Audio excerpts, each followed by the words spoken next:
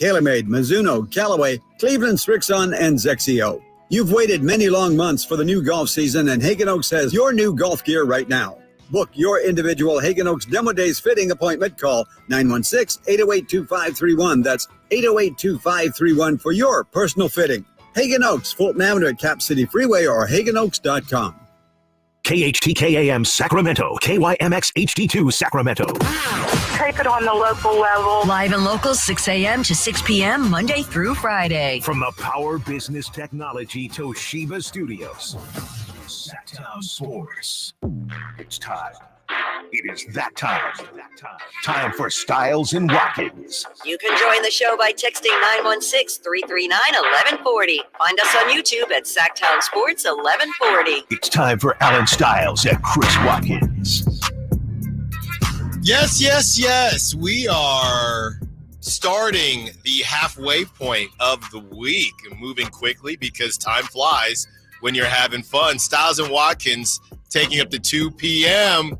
Got our guy Nate Littlefield behind the glass for us today. Will DJ Bedhead make an appearance? Well, I sure do hope so. Chris Watkins, how you doing? Good, man. Doing good. Just trying to figure out what went wrong in that Thunder Mavericks game yesterday. Like I said yesterday, I was rooting for the Mavericks, and they're going to have some problems. They're going to have a lot more problems than I thought. And, Luka was not the guy that I thought he was going to be. I think that knee is really starting to show some effects there. But besides that, doing good. Yeah, Celtics are just rolling through. So it doesn't seem like we're going to get as exciting of playoff series as maybe we got in round one. And this is what the Celtics were supposed to do. Right. And honestly, we spent a lot of time talking about how best player on the best team, which is so funny. I think you might have brought up Tatum a little bit, but we didn't really talk about Jason Tatum that much when he's he's literally debunking what Charles Barkley is saying. And there's just not enough conversation about how you still need to feel needed. And we know that the Celtics are better with Jason Tatum, and they wouldn't be this good without Jason Tatum. But it's not to the point where his value is, without Jason Tatum, would the Celtics be this or that? They're almost too good, adding Porzingis, adding Drew Holiday, on top of Jaylen Brown, who, as of right now, if I'm not mistaken, is the highest paid player in the league, or will be next year. Think it's either this or next year. Yeah, so that is literally a situation that debunks what Charles Barkley is saying, but there are always exceptions to the rules. But are the Celtics a super team? They might be as close as you can get in today's day and age. Like, I guess a non-star, the first non-star non-superstar super team. That's probably the best way of putting it. Yeah, because it's definitely it's almost scarier than a super team, because super teams usually have very top heavy roster. These fools have. I mean, Derek White is looking like Steph Curry. Like, he hit 7 threes yesterday. I saw him take a nice little step back. And it's pure every time. It's ridiculous. It's crazy. And so to have just Derek White chilling, ready to have a 25-point game. Yeah, Jaylen Brown, the highest paid player, but he's not really to and that he's got caliber. one hand. Porzingis, he's not even playing. Kristaps Porzingis isn't playing. Drew Holiday was the Bucks' second or third best player when they were winning titles. They're stacked. And not to mention, they've got probably the best bench in the league. They've got, Peyton Pritchard. Peyton Pritchard's still getting a ton of minutes. It's crazy. Yeah. It's crazy. So, I would say Hauser. The non-superstar super team is a good way of describing them for sure, because they just have so much quality amongst their roster that it's what everybody's going for. I mean, I think if everybody's trying to build a team, this is the best team that it feels like you can build. Which is why it again becomes the Celtics don't win this year, man. Like, especially with Denver on the ropes here, down 2-0.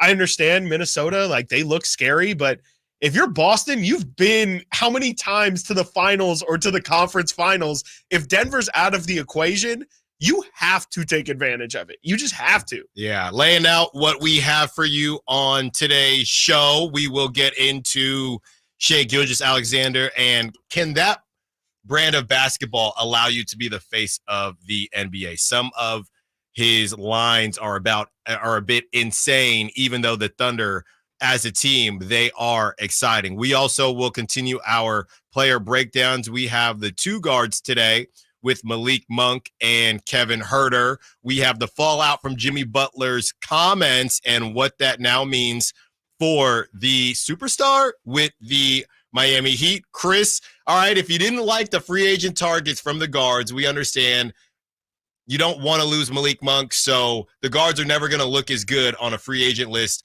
when you don't want – the reality is what the biggest free agent on that list is a guy that you don't want to lose. So we have forwards for you, a little bit more length there as we try to figure out who can help the Kings bench or possibly their starting lineup moving forward. And besides that, we will get into some more MVP talk, and we'll give Chris a little bit of time as Kirk Cousins talks about why he left the Vikings, and the reason he left the Vikings literally just happened to him on the Falcons. All right. Yeah, Chris, as we kind of break down what happened last night and really the second round here, my question is this. Are we to the point now, and I had a lot to say, the Knicks and the Pacers play tonight, and I had a lot to say about that first game. 2-minute report comes out. We knew that technically it was moving screen. Whenever you put something on a replay, a bunch of screens that haven't been called moving would be called moving on a replay. So that doesn't mean much to me. The kickball, I guess they said, was called incorrectly as well. I had people texting me saying, man, Allen, that Knicks game really ticked you off. They were texting me saying, Allen seemed pretty upset about that Knicks game. People are saying that I should have the same energy for the Timberwolves. And the fact that the reffing in the difference between the reffing in the Timberwolves game and how they were able to just maul the Nuggets, okay, compared to Mavs Thunder, how Shai Gilgeous gets to the line. What was it? Shai Gilgeous, this was his line. 105 times. He was 30 for 42 from the free throw line. He had 41 points. This is insane. He had 41 points.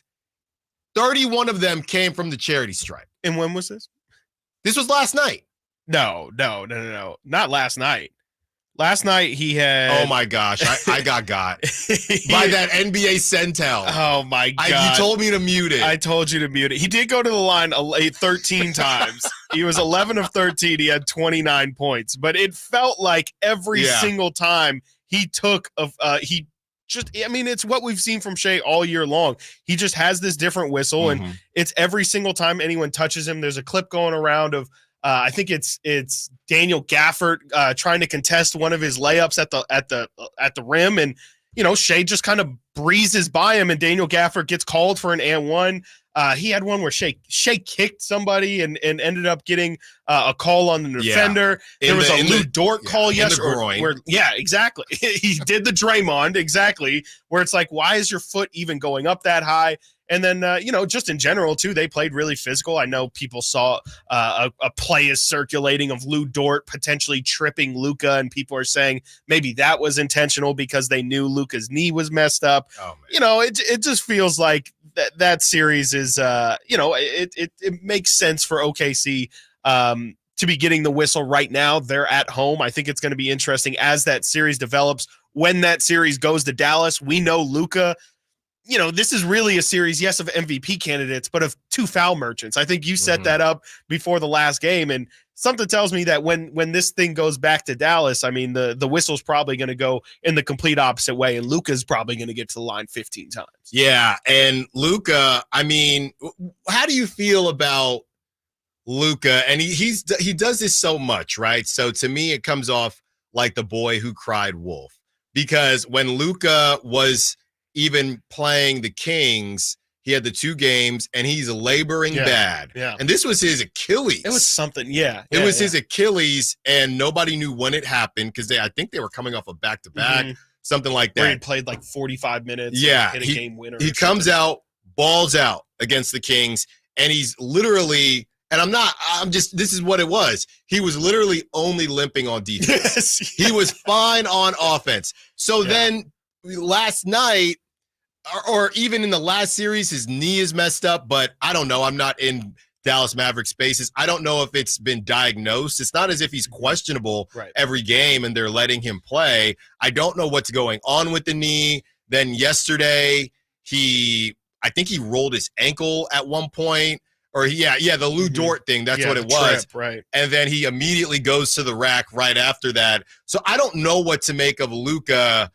I guess in theory you should be appreciating Luka for playing through injury, but he's basically always limping. Right. So I really don't know what to make of this Luka playing through injury situation. Yeah, it's strange. I mean, he definitely seems hobbled, but to your point, like we've seen him hobbled, in Sacramento, and he still went crazy, dropped all these points, and so it's tough to kind of figure out exactly how injured he is. And, I think everybody's playing with some form of injury at this point in the season. And, if he's still out there, it's unfair, but I think it's just kind of the nature of sports. Like if you're out there, you got to perform and there's not really much excuses. And so you see him on defense, like you said, I mean, it seems like on defense seems to be the only time where his knee seems to hurt because he's limping around. He's walking on defenses. He's not rotating with the playoff aggression that you need to have. And against a young and hungry team like OKC, you're probably going to get beat a ton if Luka's not going to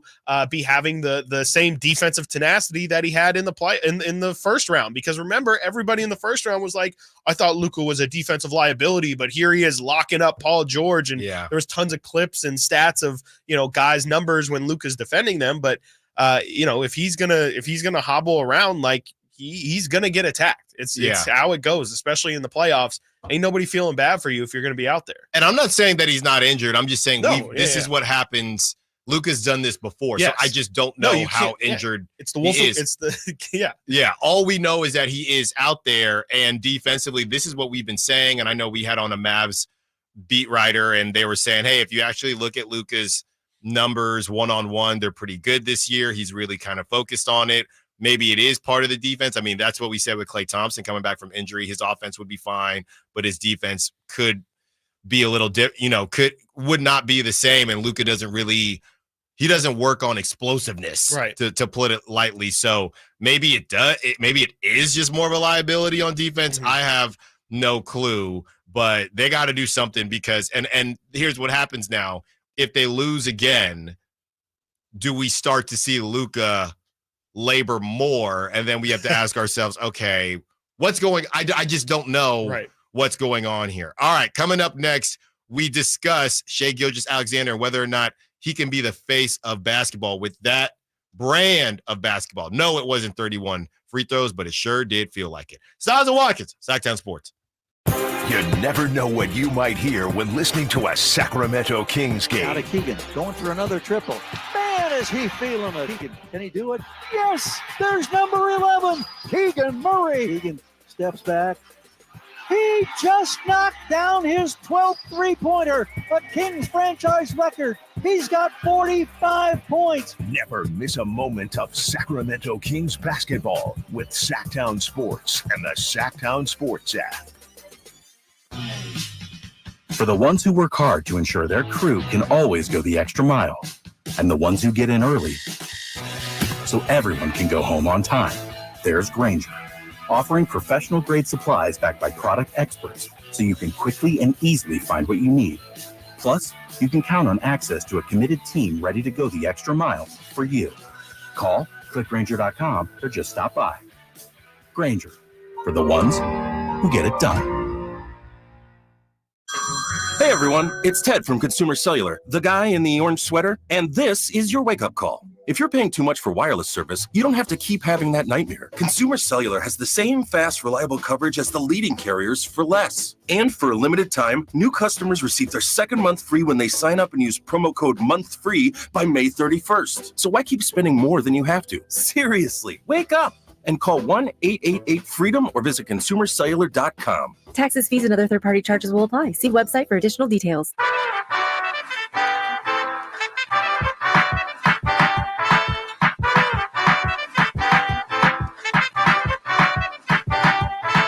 Sacktown Sports. Call or text 916-339-1140.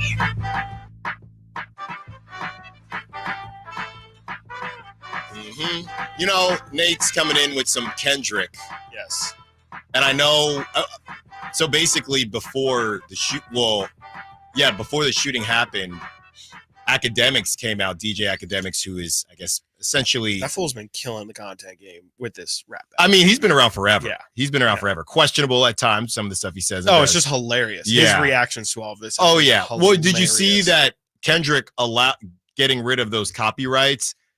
YouTubers that do reactions have just been making, from people like Dave, who've been sitting down and watching the reactions all day, they've been making a ton of money. Really? Yes. So does that mean that we have fair use to use Kendrick's music?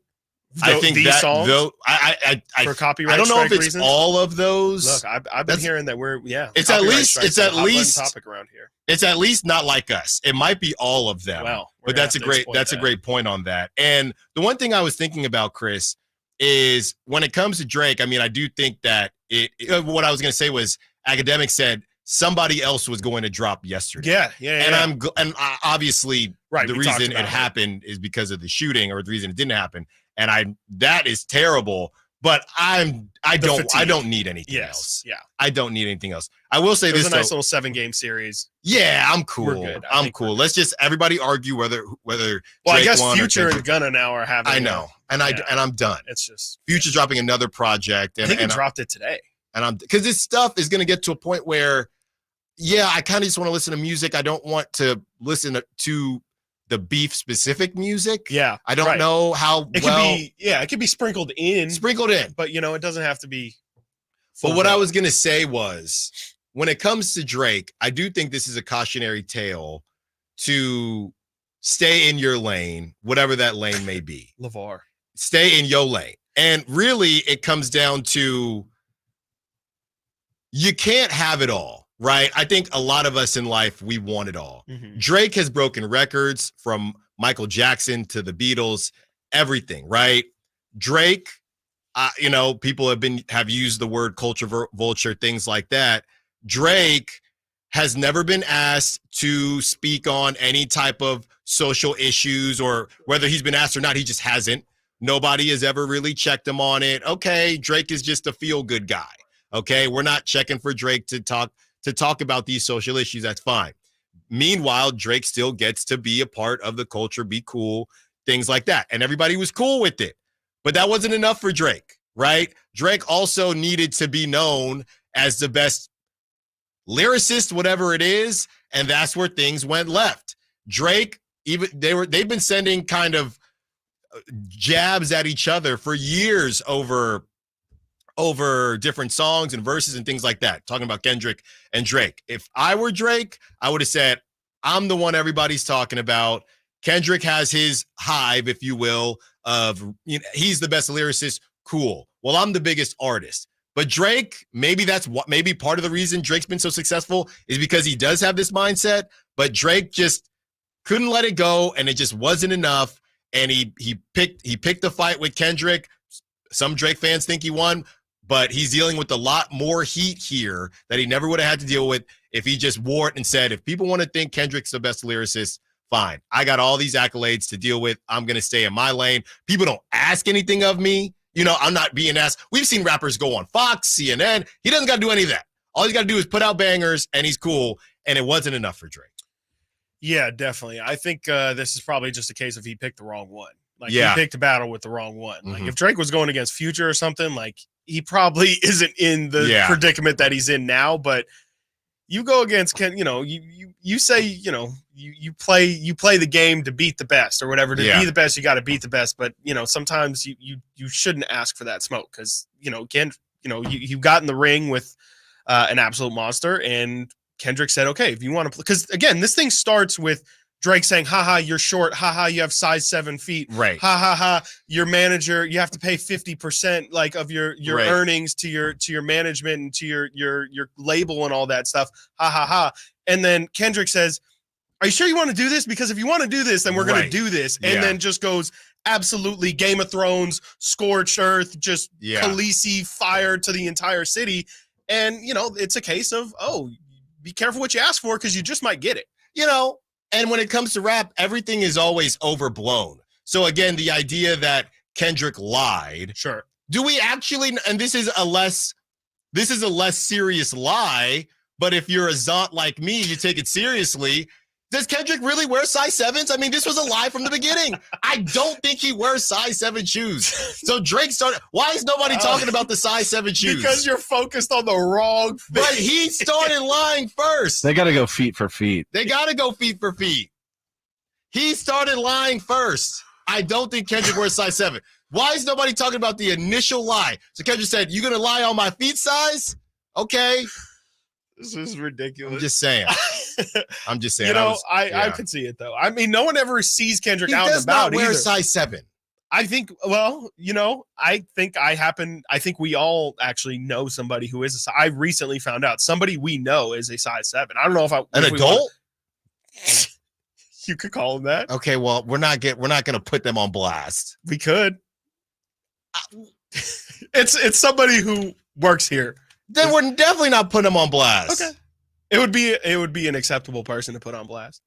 Whoa. I don't know what that Chris means. has got beef in the office. Let me check my shoe size quick. Yeah. Wow. Yeah. Wait, yeah, Alan, what's your shoe size? You want to know my shoe size? Yeah. You want to know my shoe size? Yeah. 10. That's fine. Yeah, I know. 10. That's perfect for a 5'10" guy. Thank you. That's actually probably great. 10. Yeah. Yeah, I know. Honestly, that's probably I'm above average. Actually not. Yeah, right. Something I didn't drink enough milk. That's what happened. Can we all share our shoe size, Chris? I think so. What do you? This is a safe space. Chris? Yeah. Oh, me? Who me?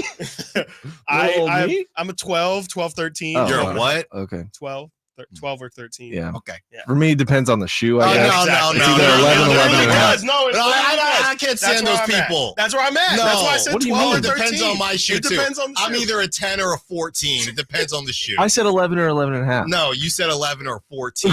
You're right. I did. I snuck that in there. I'm a size 19 You shoe. can't be a size, Chris, a size 7 though.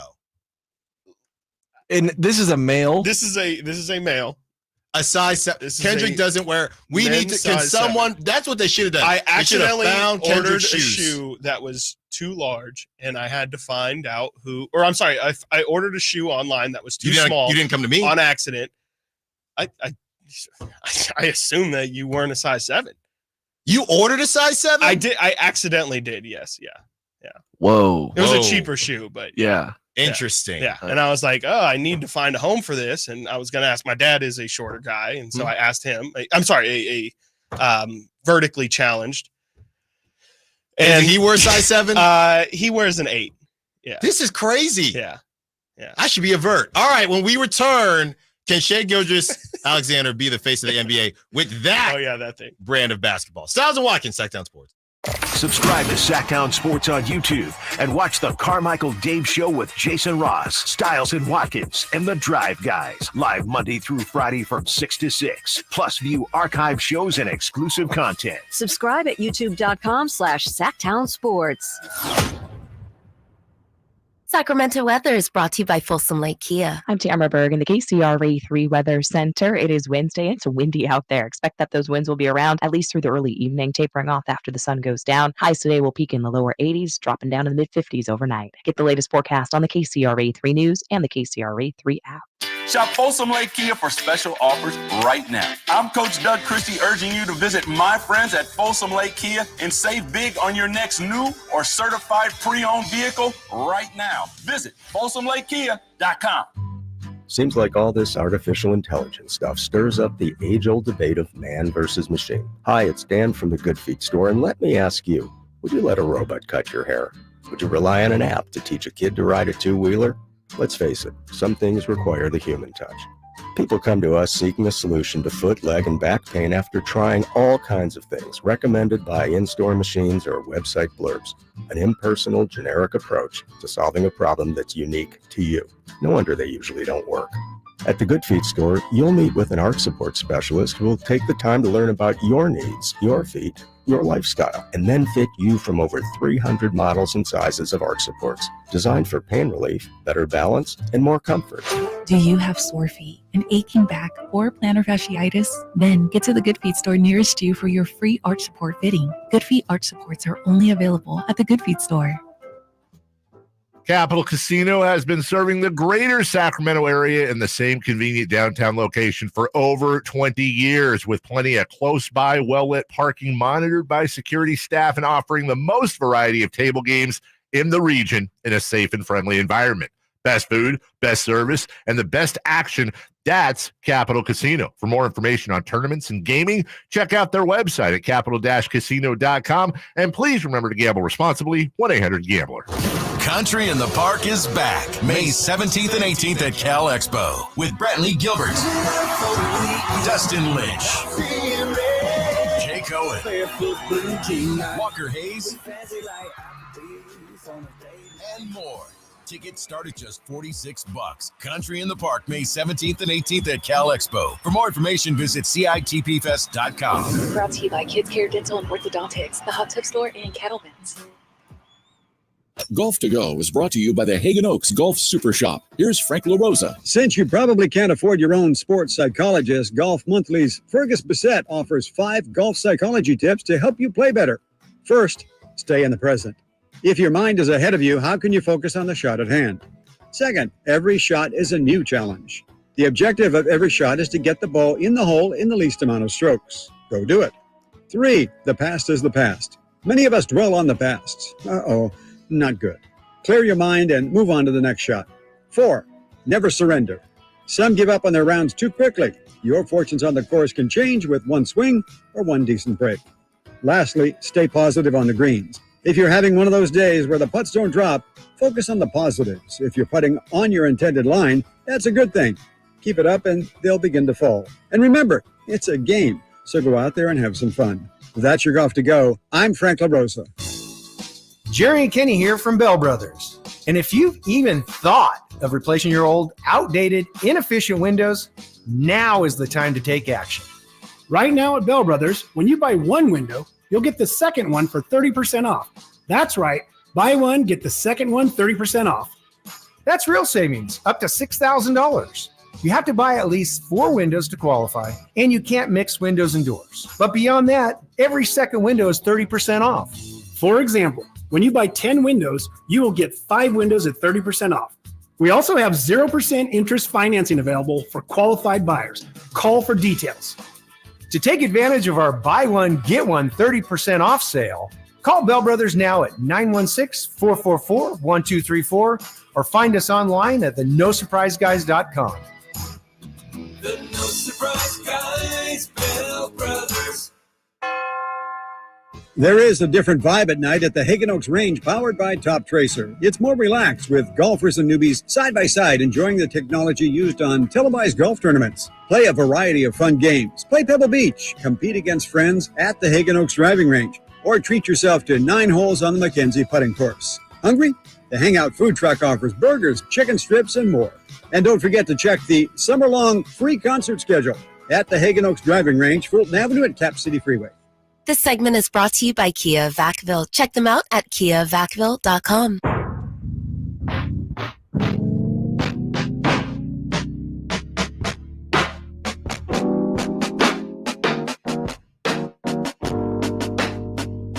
Photographs of losers on your wall. Live and local. Live and local.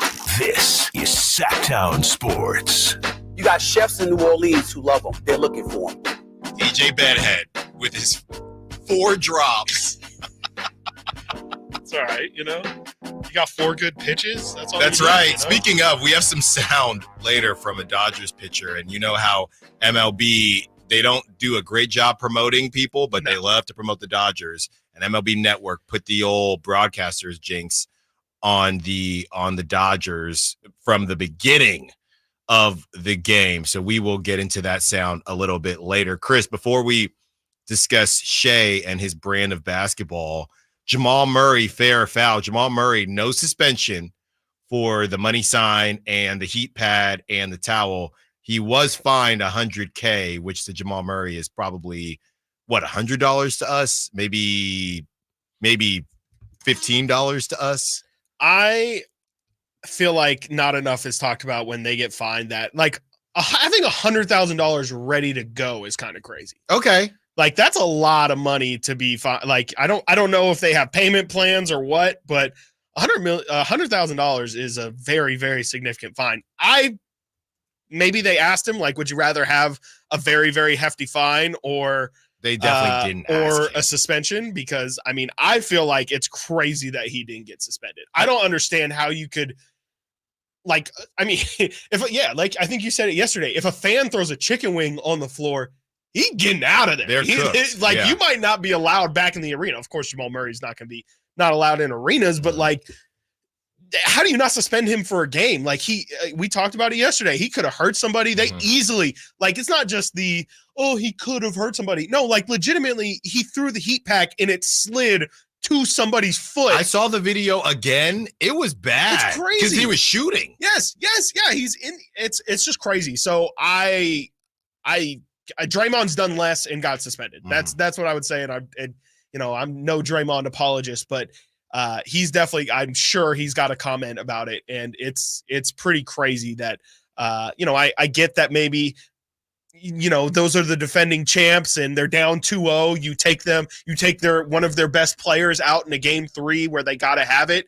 You could understand how maybe people would get upset that that's how you eliminate your defending champs, but don't be stupid. Like, don't put yourself Draymond, in that situation. They were trying. That was history. Fact. That was a repeat. Yep. That was the first unanimous MVP, Steph Curry, and that was to be the best. Yep. The best record of all time. Yeah, that's true. I mean, that's And I guess they felt like LeBron's still a bigger draw. Right now. Because it's great. Like, how do you not? Because it's one thing if it's just the heat pack, but like you said, he threw a towel too. So he threw 2 different objects, and he threw the money sign out there, which is probably where that's more of a finable offense, not a suspension. But you do all of those things in one game.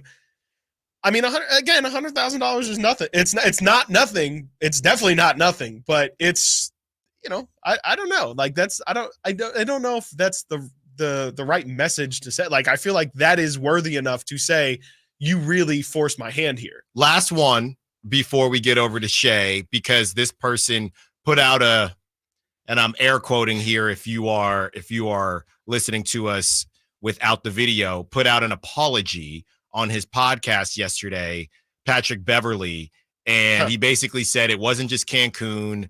What he said really didn't make much sense. He said that the guy said something crazy to him when he was shaking hands with Rick Carlisle, and then continued. And then he went over to the guy and said, "Hey, can you not say crazy stuff?" And then on the bench, the guy continued, and he said, "I'm not going to get into what he said." So there's the protection. I'm not going to get into what he said. If it was anything racial or anything out of bounds, the whole bench is there. So you would have thought that somebody else would have said, "Hey," it would have been, it was really bad. So Pat Beverley gives a half-hearted apology. But my question is, with what they did for Jamal Murray, does this now change? Is it because it's only players involved? Does this change how you look at how Patrick Beverley might be reprimanded as well? I wouldn't think so, just because, like you said, it's player versus player versus player versus fan, and it feels like the NBA cannot have it look like an a player versus fan interaction, because the last thing you want is for fans, especially ones sitting that close, to feel like feel like they don't want to go to the game for whatever reason, and if it's a bad look or whatever, that you just don't want to have fans think anything twice of sitting in those seats. And the fact that Patrick Beverley throws a ball at a random fan, and it ends up hitting a woman who had nothing to do with the interaction at all. I think that it's probably still going to be bad for Pat Bev. I still would say probably like a 5-game suspension, but his fine might be pretty significant. Yeah. And there might still be a suspension attached to it. Because at that point, when you're throwing the ball at the fan too, like what you don't know what happens after that. Like, if you can throw that ball at the fan and that fan could get enraged and charge Patrick Beverley. Like, you don't know how somebody is going to react to what you do. And the fact that Patrick Beverley threw the ball at him allowed something to potentially happen. And if you're the NBA, you can't have that window be open, especially after what happened in Detroit all those years ago. No, we're talking about shoe size and things like that in the segment before. And Patrick Beverley is a guy who, yeah, he might have a screw loose, but he is. If there are fans out there that probably feel I might be able to take that Bev, right? It ain't Giannis. If I'm choosing an NBA player to pick a beef with, Patrick Beverley is probably higher on the list than a lot of other players on the list. So which is why Patrick Beverley is who he is. All right. Shai Gilgeous-Alexander, not 31 free throws, but it sure did feel like it. Chris, that brand of basketball, is it enjoying to watch? I feel so much better about De'Aaron Fox, honestly, because if they can start winning some basketball games, De'Aaron is going to get his just due because he's way more exciting to watch than Shai Gilgeous. I mean, the most exciting thing to watch about Shai Gilgeous is his outfit. Did you see that? Bro. Has anybody, what is it that you had at your grandma's house? The Werther's? What is that? What is it? The Werther's candy? Just go ahead, as long as you're not driving. He looks like a maple bar or something. Be sure to look up Shai Gilgeous-Alexander's outfit if you are not driving right now. All I can say, the Werther's like original or something. Like those guys, like those street the Werther's original. Like those street performers in the Bay that'll like dress as like they're full frozen. People. And they're frozen. He looks like, and then they'll scare people because they think they're not going to move.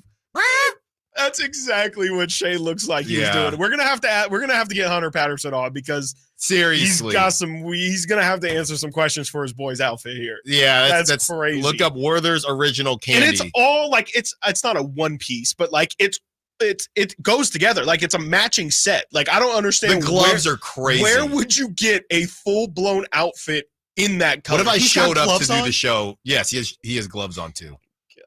I'm going to show up to do the show in that outfit. Chris, that brand of basketball just kind of mixed with that brand of outfit. Yes, come on. lackadaisical. Will not be my face. What do you think? Sure. What do you think? Do you think lackadaisical? As long as you win, can you be the face? Because that brand of basketball is, I guess, prettier than Luka or smoother than Luka.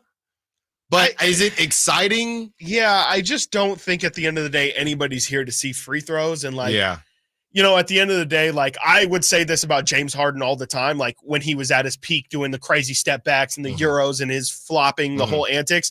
At the very least, James Harden was crazy because yes, he was doing all those step backs and getting 4-point plays and all that, but he was still making the shots. Yes. Like that's what made it so crazy is he would take these 5-step step backs or whatever. He would get a foul, but he would still cash the three even with the foul. And I think that's the thing that I'm not seeing with Shai all the time is like, okay, it looks like you're just getting the fouls to get the points. Like if I saw oh man, this dude's hitting tough shots and he's getting fouled because they're defending him so hard and it's still a tough shot, that's going to get a little bit more respect. And I think he can maybe work towards that. But right now, to me, it's just too much of the head down and the line drives and just getting bad whistles. I mean, I just haven't really been super impressed by it. I think to me, I mean, I enjoy watching Jalen Williams a lot, but I think Chet to me is like the most entertaining person to watch from that team because he's just like a freak.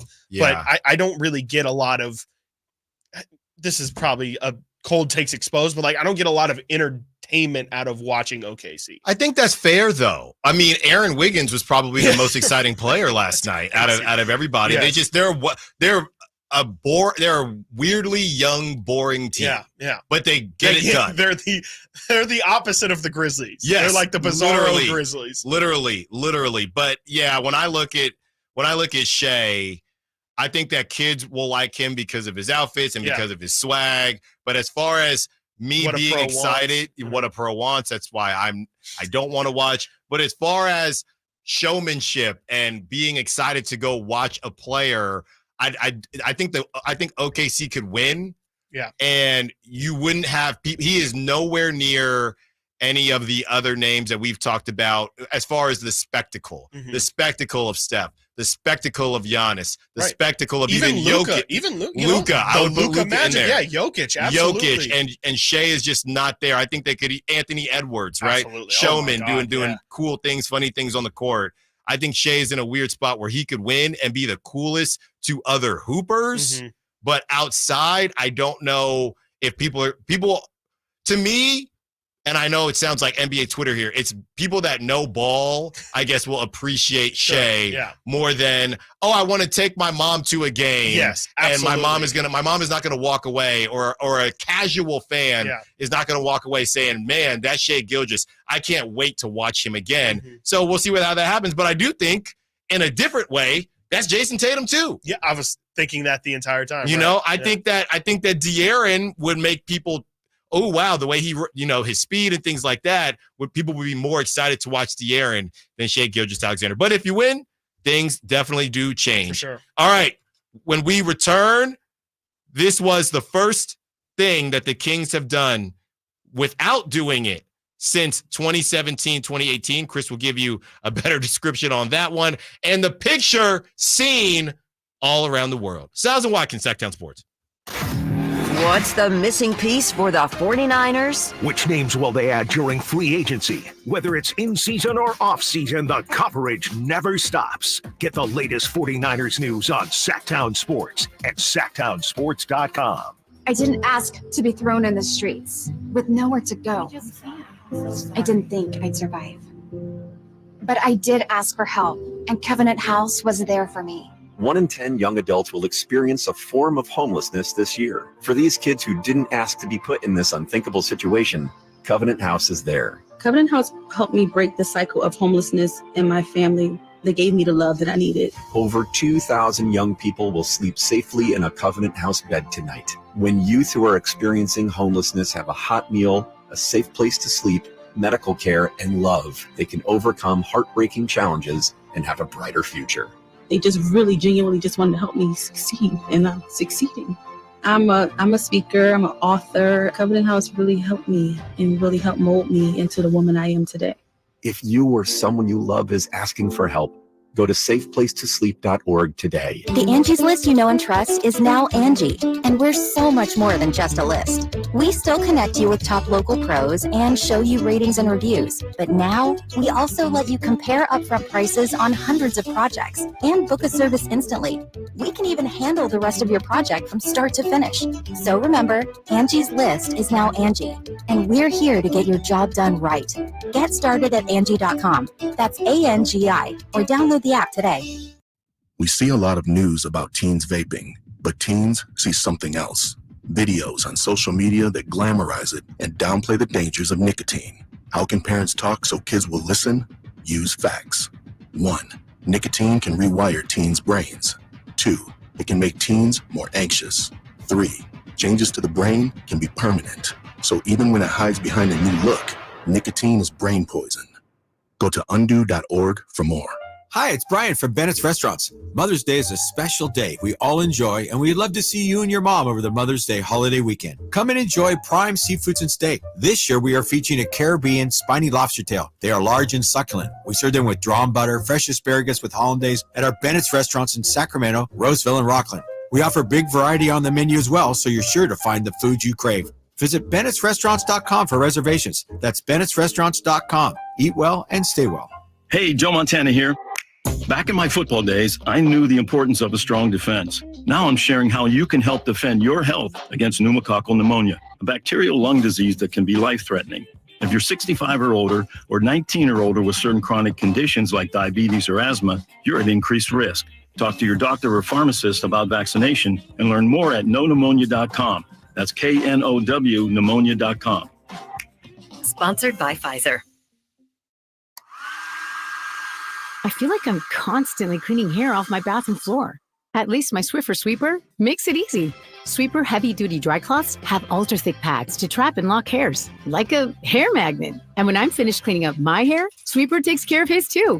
Now the hair's gone, all thanks to Swiffer. Try Swiffer Sweeper Heavy Duty Dry Cloths. I promise you'll love them or your money back. And also try Swiffer Sweeper Wet to make quick work of tough, sticky messes. Power Business Technology is proud to be 100% independent, locally owned, and managed Toshiba copier dealer. Local ownership cuts out the red tape, allowing ourselves to never be too busy to personally answer the call when our clients need us. Recognized for excellence in service execution, training, and customer service, we're proud to be named a 2022 Toshiba ProMasters Elite Dealer. Contact us today for all of your business printing needs at 844-POWER-BZ. That's 844-769-3729, or visit us at powercopiers.com. Contact Tax Relief Helpers for details and restrictions. Attention anyone that owes money to the IRS. The IRS has restarted aggressive enforcement actions against taxpayers who owe back taxes that were temporarily suspended for COVID. If you owe $10,000 or more, you must hear this, because now is the time to clear your IRS tax debt. A special toll-free number has been established so you can stop penalty fees, avoid liens, levies, and other hostile measures by the IRS. Call Tax Relief Helpers right now at 800-934-9217. Tax Relief Helpers will provide you with the maximum protection afforded by law. I got behind on my taxes and owed $48,000. I didn't know what to do. I called and they got my bill lowered to just $3,500. I owed $87,000 in taxes and it was scary. I got the amount I owed down to just $3,500. I saved $83,500. If you owe money to the IRS, don't wait another day. Call 800-934-9217 right now before the IRS enforces liens, levies, and other aggressive measures. The call and consult are absolutely free. Call now. Call 800-934-9217. 800-934-9217. 800-934-9217.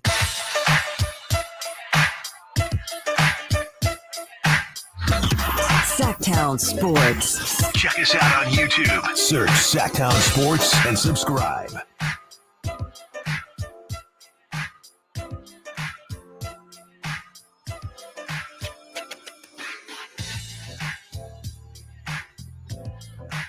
This was the first King season without something that everyone loves. Chris, why don't you break it down? Yeah, I saw this nugget on Reddit the other day, and it really hit home for me because I feel like I've been talking a lot this season, especially, or at least towards the end of this season, I should say, about just how the season in general, and I think it might have been because they did end up losing more games this year than they lost last year, but the fun factor, like it just didn't feel as fun as what it was the year before. And maybe that's expectations has a good amount to do with that. Maybe it was just the inconsistent play and where last year it felt like, okay, if Kevin Huerter didn't have it, Malik would have it. If Malik didn't have it, Terrence Davis could have it. And the circle goes on and on. And it just felt like, yeah, we were just a little bit deprived of good, fun moments this year. We had a couple, of course, that people can single out, but ultimately, let me say what the nugget was.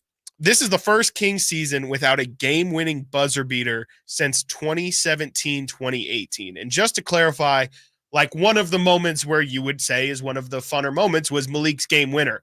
That's a game winner. It's not a buzzer beater. Buzzer beater is by definition zeros on the clock as the ball goes through the hoop.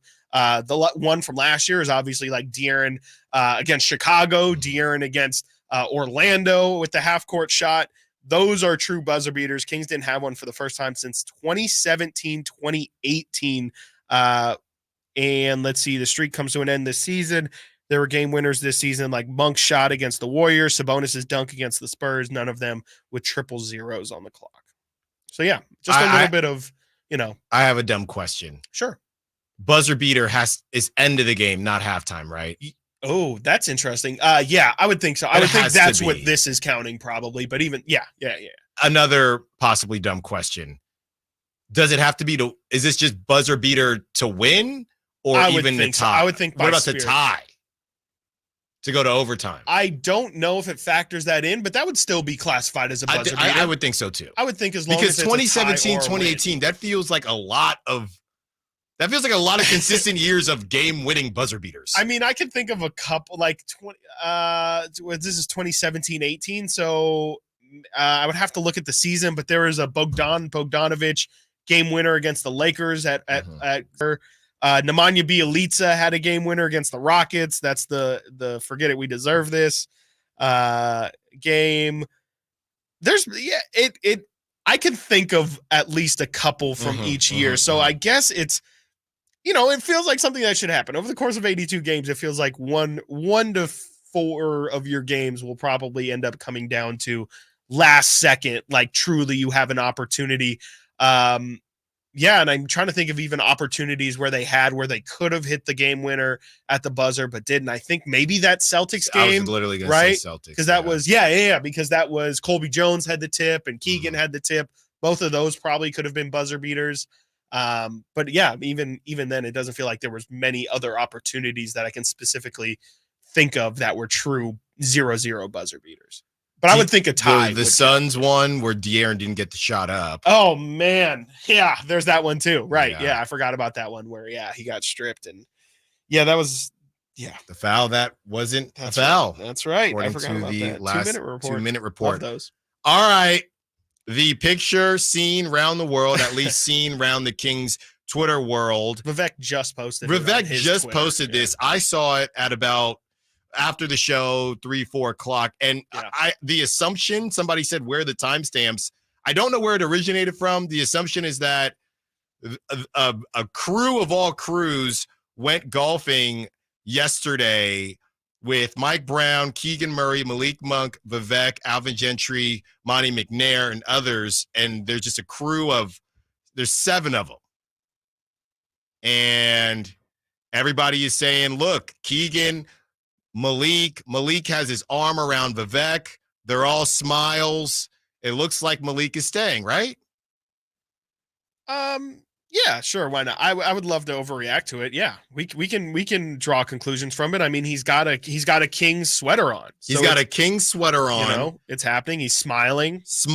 Everybody's smiling.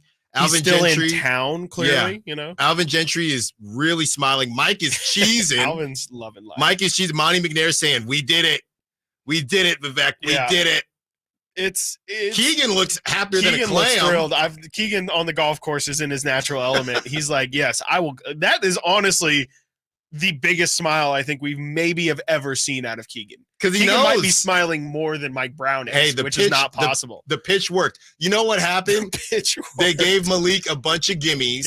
Right? 4 feet out. Yep. You're good, bro. Yeah. You're good. He probably had a mulligans, breakfast balls, brunch ball, lunch ball, dinner ball. Yeah. Hey, you're good, bro. They told Keegan, hey, Keegan, take it easy. Shank a couple of them. Just make Malik feel good about himself. Yeah. Hey, Malik, I think I found your ball over here. Dude, oh my God. It's just on the other side of the bunker. Wow, it's an easy chip right there. It opens up over there. It opens up exactly over there. On that side. on that side. Yeah, probably had a new personal record, a new PR.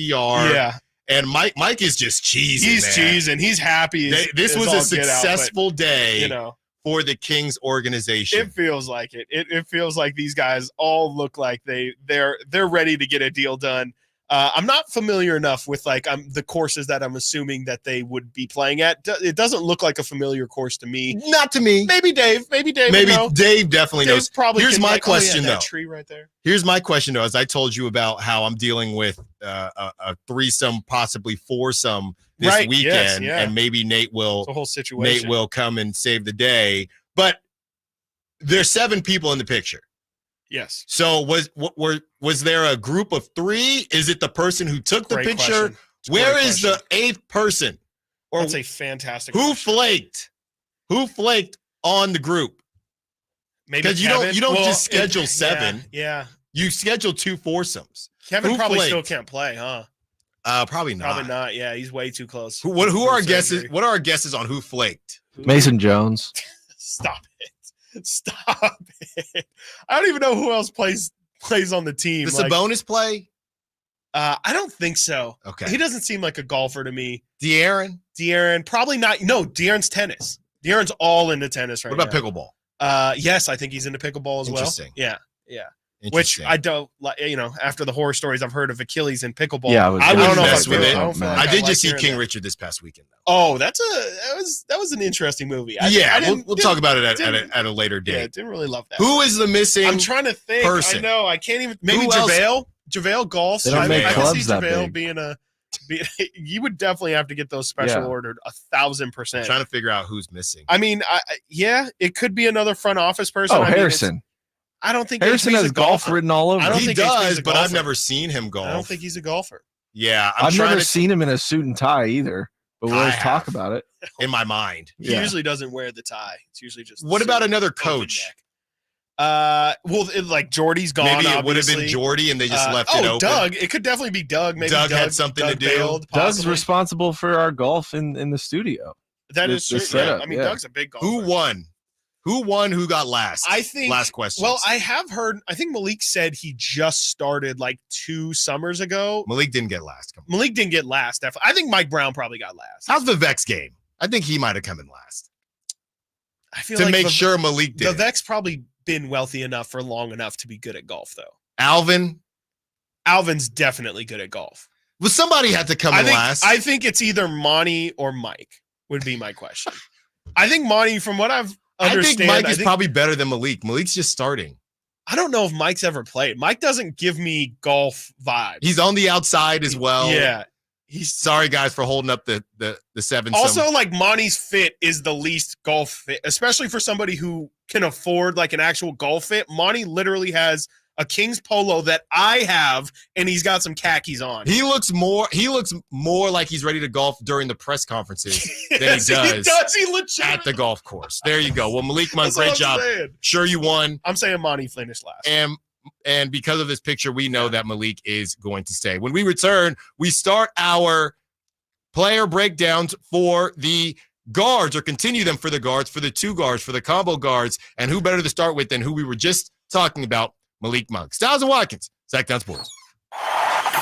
Trying to find out where to catch your favorite team's games? Are you a fan of the Kings, Niners, and the NFL? Well, Sacktown Sports has you covered. San Francisco! It's all on his shoulders. Cox rocks. He fires for the win. He's got the triple. Catch all your Kings, Niners, and NFL games all year long on Sacktown Sports and SacktownSports.com. If you need bold banners to boost your business, but you're on a budget, think Staples. Posters, flyers, signs, and menus for less? Think Staples. Staples can print anything you need to move your business forward. Now at Staples, save $50 on your print purchase of $150 or more. Same-day service available on hundreds of items if you order by noon. And all backed by Staples' Print Perfect guarantee. So it's done right or it's printed again free. Staples, your local print and marketing expert. N61, visit staples.com/print for details. At Progressive, we know money can't buy you happiness, but money did help you buy an RV, which means an excuse from working Saturday with your insufferable coworker, Dave. So money is helping you listen to birds chirp instead of Dave chirping about how his toddler is fluent in 3 languages. And it's also why you'll be smelling pine trees in the air, not Dave's tuna melt reheating in a microwave. So save money by bundling your RV or boat insurance with home or auto from Progressive and buy more happiness, or something close to it. Progressive Casualty Insurance Company, affiliates, and other insurers. Not available in all states. You go into your shower feeling, but as soon as you reach for the Irish Spring, your day immediately gets better. That crisp, fresh, unmistakable Irish Spring scent zings your brain and awakens your senses. So when you finally emerge from the shower, 37 minutes later, because you pay the water bill so you can stay in there as long as you want, you're ready to take on the day and smell great doing it. Irish Spring Body Wash and Bar Soap. Fresh, green, Irish. Shop now at Walmart. Progressive presents 10 things on a food truck owner's to-do list that are harder than getting a commercial auto insurance quote. Stocking the fridge, prepping the stations, finding employees that get along well, finding employees that actually do their job. Looking at you, Gary. Balancing the books, balancing the flavors, having a fresh menu and fresh produce and fresh meat, but never a fresh mouth. But the easiest thing on a small business owner's to-do list? Seeing if you can save on commercial auto insurance. Get a quote in as little as 7 minutes at progressivecommercial.com. Progressive Casualty Insurance Company and affiliates. Coverage subject to policy terms and conditions. What's up? We're talking to Chad Hoblet, Hoblet Dodge Chrysler Jeep Ram in Woodland. What's going on for Chrysler's It's the Season sales event? This month, save up to $10,500 off MSRP on new 2024 Ram 1500s. That means you can get your hands on one of America's favorite trucks starting at only $36,995. And with over 500 new Ram trucks available, you're sure to find the right truck for you. But why drive all the way to Hoblet? We do things different here at Hoblet. You're not just a number. When you buy from Hoblet, you become family. There's a reason we are California's #1 Ram truck dealer and #3 in the nation. We have the big city selection and savings, but the small town feel you can't find at an auto mall. Now's the time to get the new Ram truck of your dreams. Search, select, and save through our whole inventory at HobletDodge.com. Unbeatable prices, unbeatable selection. Nobody beats Hoblet, period. $10,500 total net savings on new 2024 Ram 1500 Bighorns after $5,500 factory rebates and $5,000 dealer discounts. 10 at this net savings. $36,995 net price on new 2024 Ram 1500 Quad Cab Bighorn after $2,500 factory rebate. Sample VIN 140408. See dealer for details. The Arnold Law Firm has seen how an injury can turn anyone's life upside down. Whether it's a slip and fall, a car accident, or any other kind of injury. For almost 50 years, the Arnold Law Firm has been here to help you through the entire process to protect you and your family. If you are ever injured or in an accident, call the Arnold Law Firm. The Arnold Law Firm, providing real justice for you since 1975. Call 916-777-7777. That's 916-777-7777. Hagen Oaks Demo Days is in the home stretch, and this is your last chance to register for an individual fitting appointment with the manufacturer's fitting staff from Ping, TaylorMade, Mizuno, Callaway, Cleveland, Strixon, and Zexio. You've waited many long months for the new golf season, and Hagen Oaks has your new golf gear right now. Book your individual Hagen Oaks Demo Days fitting appointment. Call 916-808-2531. That's 808-2531 for your personal fitting. Hagen Oaks, Fulton Avenue at Cap City Freeway or HagenOaks.com. When you take the time to shop at Folsom Lake Honda, there's one thing you'll always find. Happy people ready to serve you. As a family-owned and operated dealership since 2009, customer service is our #1 priority. Our customers love doing business with us, and you will too. Looking to own or lease? During the spring sales event, drive a brand new Accord or Civic. Visit us today at FolsomLakeHonda.com, your one-stop Honda shop. Folsom Lake Honda, yeah, your one-stop Honda shop. Want the best movie experience in town? Join Sacktown Sports IMAX Pass by visiting SacktownSports.com. Sign up today. You can win tickets to see this week's films at the Esquire IMAX Theater. This segment is brought to you by Kia of Vacaville. Check them out at KiaVacaville.com. KHTKAM Sacramento, KYMX HD2 Sacramento. From the Power Business Technology Toshiba Studios, your flagship station for the Beam Team. Should we light the beam? Light the beam, baby. Sacktown Sports.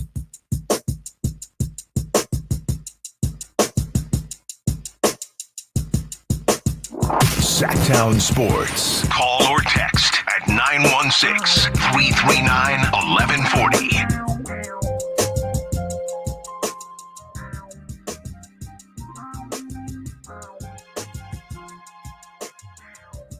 It is time to continue our Kings player breakdowns, and we do so with one of the most complex situations that the Kings have right now, and that is Malik Monk, who just shot a career low on the golf course yesterday. Shout out to Malik Monk. That is not confirmed, but we assume so.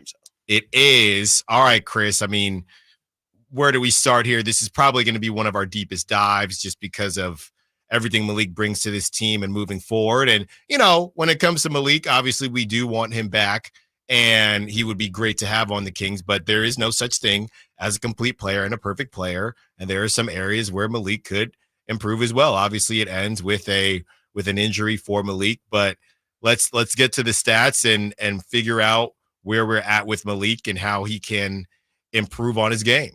Yeah, let's do it. Starting with just the baseline stats, his surface level stats for the season. Malik averaged 15.4 points per game. That's up 1.9 points. He averaged 2.9 rebounds. That's up 0.3. He averaged 5.1 assists. That was up 1.2 assists per game. Shot 44.3% from the field. That's down 0.5%. Shot 35% from three, which is down 0.9%.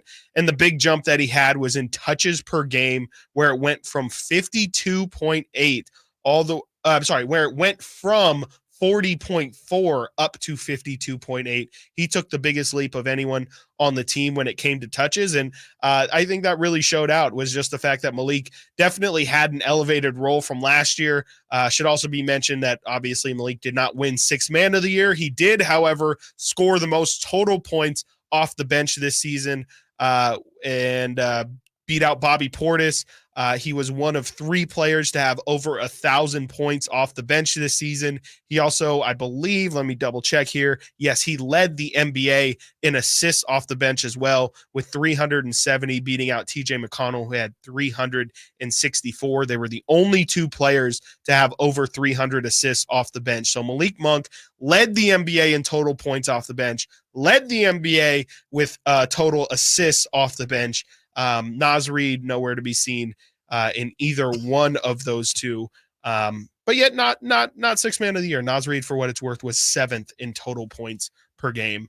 Total points off the bench. So I think here in Sacramento, will view this as a 6th man of the year season for Malik. I mean, he did everything that you would need to do to win that award. I think, unfortunately, he was kind of screwed over by the fact that his team ended up as low as they did. I think everyone here knows that the only reason they ended up that low was because Malik wasn't there in the first place, which you would think would bolster his case for 6th man of the year. It did not. But overall, I think it doesn't completely take away from the funk. You just made me say funk. From the fact that Malik had a terrific 6-man season and was probably the Kings' 3rd best player when all things were said and done. But there was many, many games where Malik was either the best or the 2nd best player for the Kings this season. And of course, that brings us to this offseason where we all hope he'll be back. Hope. Great season for Malik Monk.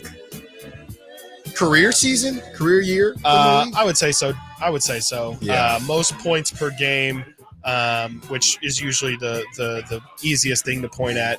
Most points by 2 points. Most assists by almost 2 assists. I would definitely say a career season for Malik Monk. Just not the most efficient, but I think part of that was because of the inconsistencies of everybody else. Malik at some point did kind of have to put his cape on for this team a couple different times. Mm-hmm. Yeah, and when I look at Malik Monk, I look at a player who's continuing to grow. For sure. And his ceiling, let's not forget, this was a guy, it's the same conversations that people have had. These guys that go pretty high in the draft and don't pop immediately and people write them off, they still had an incredibly high ceiling, which is why they got drafted so high to begin with. They were trying to say basically what Malik Monk is becoming is what the Lakers thought. The Lakers thought that they could – honestly, I think the Lakers thought they could do with Cam Reddish what ended up happening with Malik Monk. A guy who was drafted high, clearly a lot of potential, didn't end up working out. Hey, let's get you with the best player in the world, and maybe that could work out. Didn't really work out for Cam Reddish the same way it worked out for Malik Monk.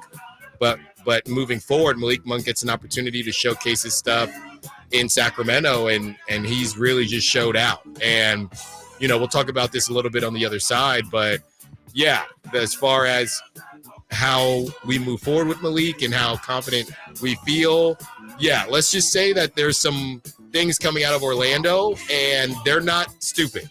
Okay, we're not stupid, and they're not stupid. And there's some things coming out of Orlando, which means that they are very, very aware of how good Malik Monk has been. So we will break all that down. But as far as Malik's season, Chris, you talk about how exciting things can be and how exciting players can be and being the face of the league. We're not having that conversation with Malik Monk. But from an exciting factor, I don't think it's crazy to say that Malik Monk this season was a top 10, but I'll take the purple lenses off and say top 15 most exciting player in the league. He was box office every night. Box office. This brother right here. Yeah, even from game one, and he's right? probably top 10. He's probably top 10. I'll say it. I'll stand on business. Yeah.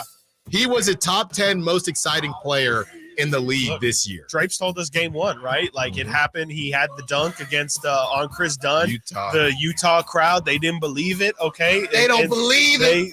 Keegan, young Keegan. He had so many crazy highlights this year. I would still say not as much as the year previous, but we got to see some of the Fox to Monk lobs again, which is always fun to see. Malik, we talked about it too. It's kind of the forgotten play, but right before Malik Monk gets hurt and his season ends, he has this crazy over the head and one like hook shot with his left hand. And, his finishing ability this year was crazy. Like some of his up and unders where he would just barely get it up. The dude's a crazy athlete. Obviously, we need him here in Sacramento, but the season he had was ridiculous. I'm looking at his playoff numbers from last year, his first and only playoff appearance. He had 19 points per game in that Warriors series. He was the Kings' second best player. We know Sabonis took a little bit of a step back in that series. Malik went to the line 7 times in that 7-game series, 7 times per game in that playoff series. This season, only went to the line 2.8 times, which was a career high for him. He's got to get to the line more. Like that's, regardless of if he's in here in Sacramento, but especially if he's going to leave and go somewhere else and be a primary scorer, Malik getting to the line could be huge for him. He's like a 90% free throw shooter. He had that weird stint where he missed a couple. Yeah, that was really unfortunate. That Bucks game where he pretty much lost the game by missing that free throw. But like Malik could be a very easy 20-point per game scorer if he just ups his free throw attempts, 3 to 4 per game. And he shot 35% from 3 this year. I feel like he's a better shooter than that. Maybe it's a little bit more of a volume shooter than what I would think he is, but it feels like he can be a 38% 3-point shooter pretty easly. So didn't feel like he shot 35%. It didn't, right? It definitely didn't. Maybe he ended the year on a cold streak, which he kind of did. Maybe it was from 3 as well.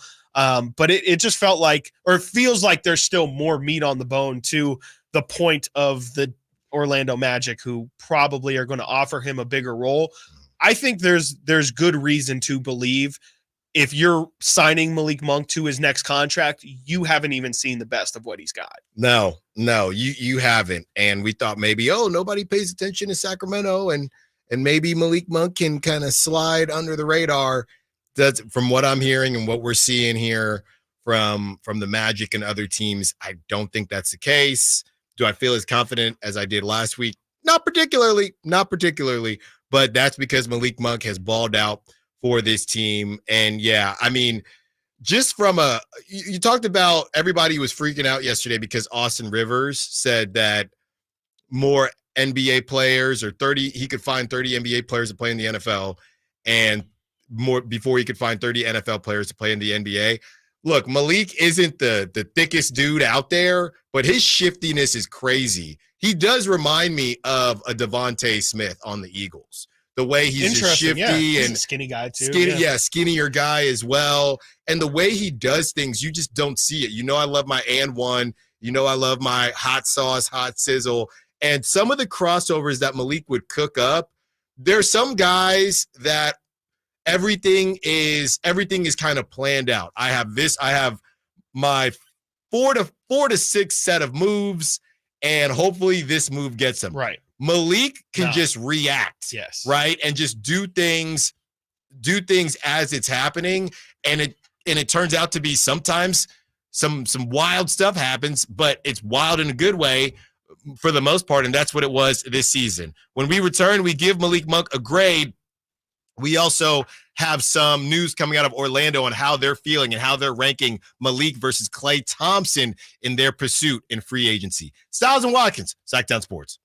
The NFL's leading rusher plays here. The handoff to McCaffrey, walks in the end zone. Handoff to McCaffrey, takes it right down to the goal line. He does his thing again. McCaffrey goes in motion right. Backwards pass led by Juszczyk. A block there. Hurdles the man. 10, 5, touchdown! CMC! You can hear all of Christian McCaffrey's touchdowns on your home for 49ers football. Sacktown Sports. Power Business Technology is proud to be 100% independent, locally owned, and managed Toshiba copier dealer. Local ownership cuts out the red tape, allowing ourselves to never be too busy to personally answer the call when our clients need us. Recognized for excellence in service execution, training, and customer service, we're proud to be named a 2022 Toshiba ProMasters Elite Dealer. Contact us today for all of your business printing needs at 844-POWER-BZ. That's 844-769-3729 or visit us at powercopiers.com. Country in the Park is back May 17th and 18th at Cal Expo with Brantley Gilbert, Dustin Lynch, Jay Cohen, Walker Hayes, and more. Tickets start at just $46. Country in the Park, May 17th and 18th at Cal Expo. For more information, visit CITPFest.com. Brought to you by Kids Care Dental and Orthodontics, the Hot Tub Store, and Kettleman's. When it breaks, We have it first. it's Sacktown Sports breaking news.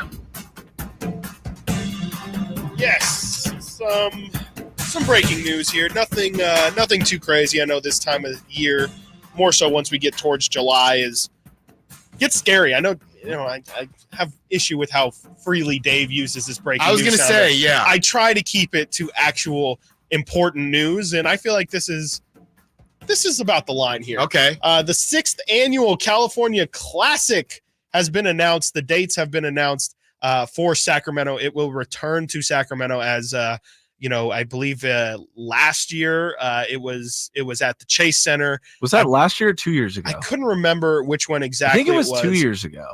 But they will be partnering with the Sacramento Kings, the Golden State Warriors, that is, to do an expanded dual California Classic in both Sacramento and San Francisco. This is from the press release that just came out.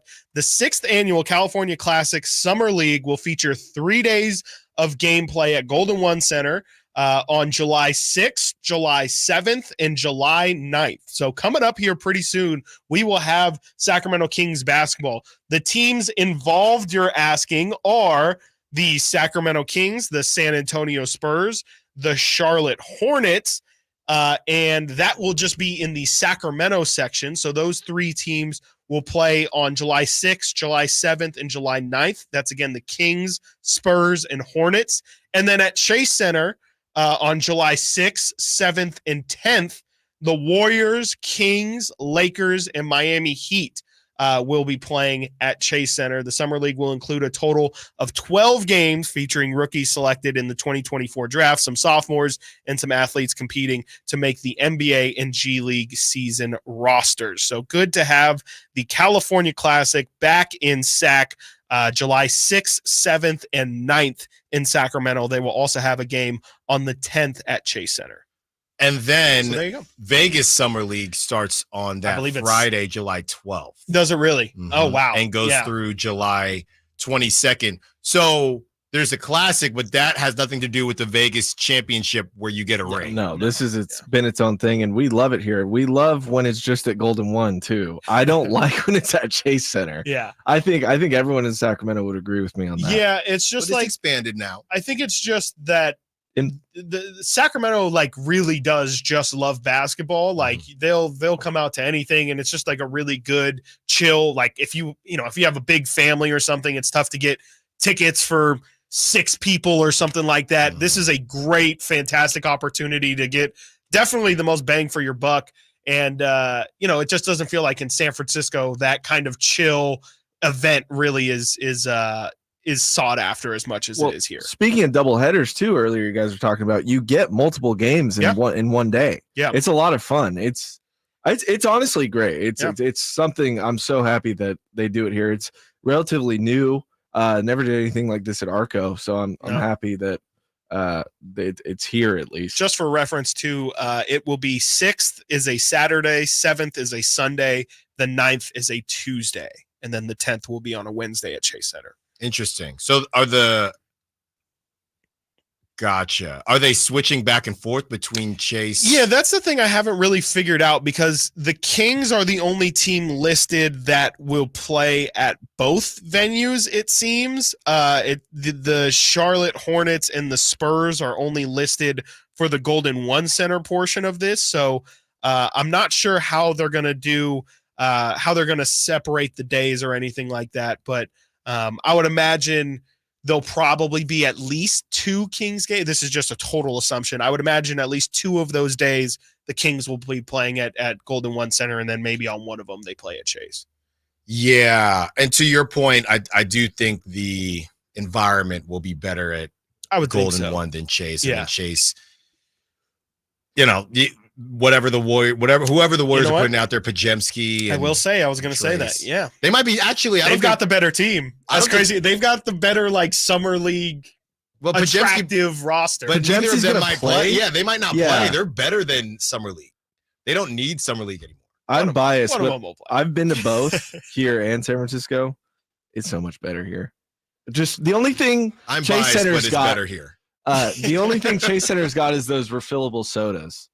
Like as much. Oh as you yeah, want. like on the that's concourse. cool. Yeah, Mm-hmm. yeah. So that's my take. There you go.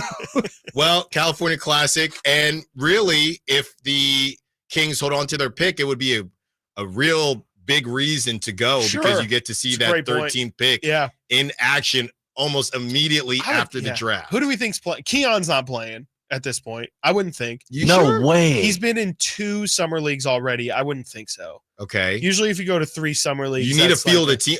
You need to field a team, though. You're going to sign some guys. Yeah, absolutely. You sign some guys. You got Slauson, Colby. I wonder if Jordan Ford will be back. He's a straight up free agent this offseason as well. I'm not sure if he now. Yeah, I'm not sure if he'll re-up with the G League. So I mean, Jordan Ford's definitely I would guess maybe a good summer league shout at the very least.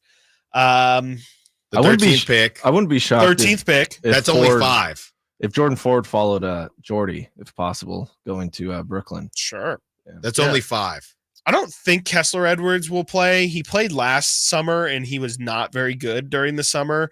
He obviously didn't play a lot this season. I'm not sure if Kessler is an option, but it might just end up being, I mean, most of these summer league rosters end up being a ton of undrafted free agent rookies anyway. Beams or Beamley is saying, heck no, Keon and Keegan are not summer league Keegan anymore. definitely well, not. Keegan definitely not. I Definitely think not. those Keegan are 2 different. Abused the summer. Yeah, I think those are 2 California different Classic situations. last year. I wouldn't put Keon out of it though. If there's specifically things they want him to work on, Maybe he might get like Keegan got 2 games, I think, last year, and then he didn't play in Vegas. Mm-hmm. Like maybe just as a hey, like let's try and get people, like the Warriors have Pajemski to try and bring their fan base. Right. Maybe there's a hey, well, if 13th pick you would think should be enough to bring the fan base in, but who knows? I mean, and the Warriors are at 14. Yeah, that's true. Yeah. Maybe Keon is just kind of a sweetener for fans for the first And I want to game see or him something. boogie. Well, that's exactly you playing against these young bucks. Absolutely. We went through that last year with Keegan. That's exactly what we said. We were like, Keegan, if you're going to play in these games, we need you to look like you don't belong in these games. And he did. He scored, I think, 40 points in one of those Cal Classic games and then 30 something in the other. I would not be surprised if I wouldn't be shocked, I should say. I probably would be surprised if Keon made the summer league roster, but I wouldn't be shocked because, like you said, I mean, there might be 1 or 2 things where they're just like, yeah, we want to see Keon play point guard just to give him some reps there. Yeah. Go play 1 game, and then if you play well, enjoy your summer. Right. Just work on some things, some people will bring Keon, and it's your opportunity to feel like a big boy. A vet. You know what I mean? It's your opportunity to see people in the stands. Hey, I'm here to see Keon. Yeah. We know De'Aaron and Sabonis and everybody else. We know they're not going to play. I'm here to see Keon. So it does make you feel make you feel good about it. And you start that process of becoming a mentor yourself to some of the younger players that you either play with on the G League squad or just came into the team to let you know. That's how you build a culture. Yes. That's why I think you could see some Keon there because he's a very good light and a very good example of what the Kings are trying to build as far as a culture. When we return, the Magic radio on Malik Monk versus Klay Thompson. Also, we give a grade and Malik Monk, and we give a grade on Malik Monk and then move on to Kevin Herter. Stiles and Watkins, Sacktown Sports. Did you miss any part of our live local shows? Don't worry, you never have to miss them again. Check out SacktownSports.com and search our podcast page and play our shows when you want. The Carmichael Dave Show with Jason Ross, Stiles and Watkins, and The Drive Guys. Plus, other podcasts like Return of the Empire, Return of the Roar, The Stingers Up podcast, and Golf to Go with Frank LaRosa. They're all available right now on SacktownSports.com. Sacramento weather is brought to you by Arnold Law Firm. I'm Tamara Berg in the KCRA 3 Weather Center. It is Wednesday. It's windy out there. Expect that those winds will be around at least through the early evening, tapering off after the sun goes down. Highs today will peak in the lower 80s, dropping down to the mid-50s overnight. Get the latest forecast on the KCRA 3 News and the KCRA 3 app. The Arnold Law Firm has seen how a collision can turn anyone's life upside down in a heartbeat. So remember to be a little more alert on the road and stay safe. The Arnold Law Firm, providing real justice for you since 1975. Call 916-777-7777. The news on vapes talks a lot about the technology and teen use, but parents need to know more about the dangers of nicotine. So know this. 1. Nicotine is a poison that can rewire teens' brains. 2. It can increase mood swings. 3. It can limit attention and learning. So even when it comes in new tech, nicotine is brain poison. Go to undo.org for more. Ooma.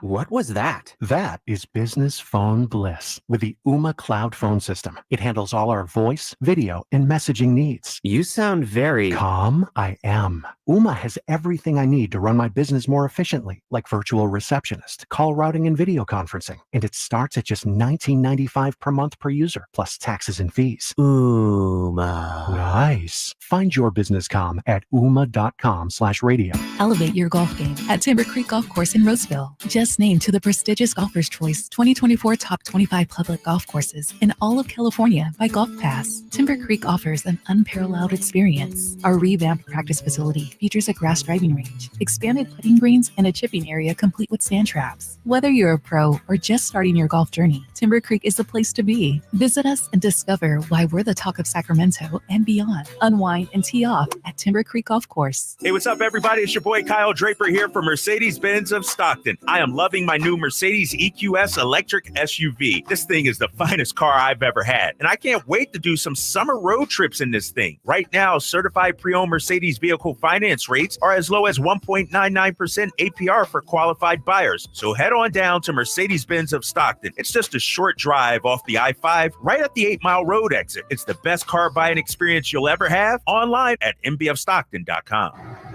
Do you hear that? That's your air conditioner working overtime this summer. But it's not just the temperature that's rising, so is your electric bill. Stop paying sky-high rates for your electricity with a solar electric system from Aztec Solar.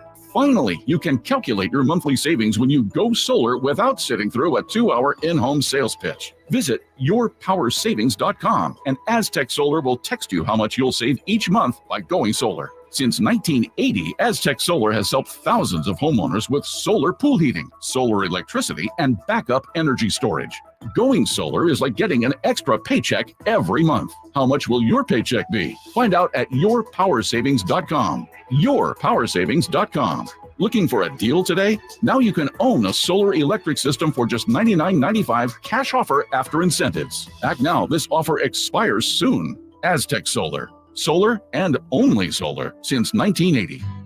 So here's a fact. 85% of the population will suffer from foot pain in their lifetime. That's almost everyone. So you'd think there'd be plenty of healthy long-term remedies, but there just aren't, right? Hi, I'm Dan from the Good Feet store. You know, people come in all the time sharing the same frustrating story. Bought this, tried that, been there, done whatever, all different kinds of things, but all with a similar result. Nothing. A discouraging and endless cycle of disappointment. If this rings a bell, don't despair. There is hope.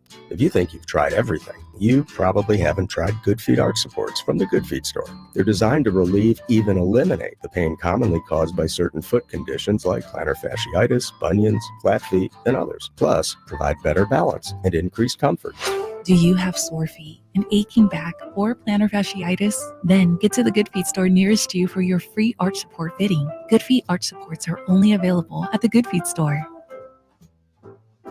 Capital Casino has been serving the greater Sacramento area in the same convenient downtown location for over 20 years, with plenty of close-by, well-lit parking monitored by security staff and offering the most variety of table games in the region in a safe and friendly environment.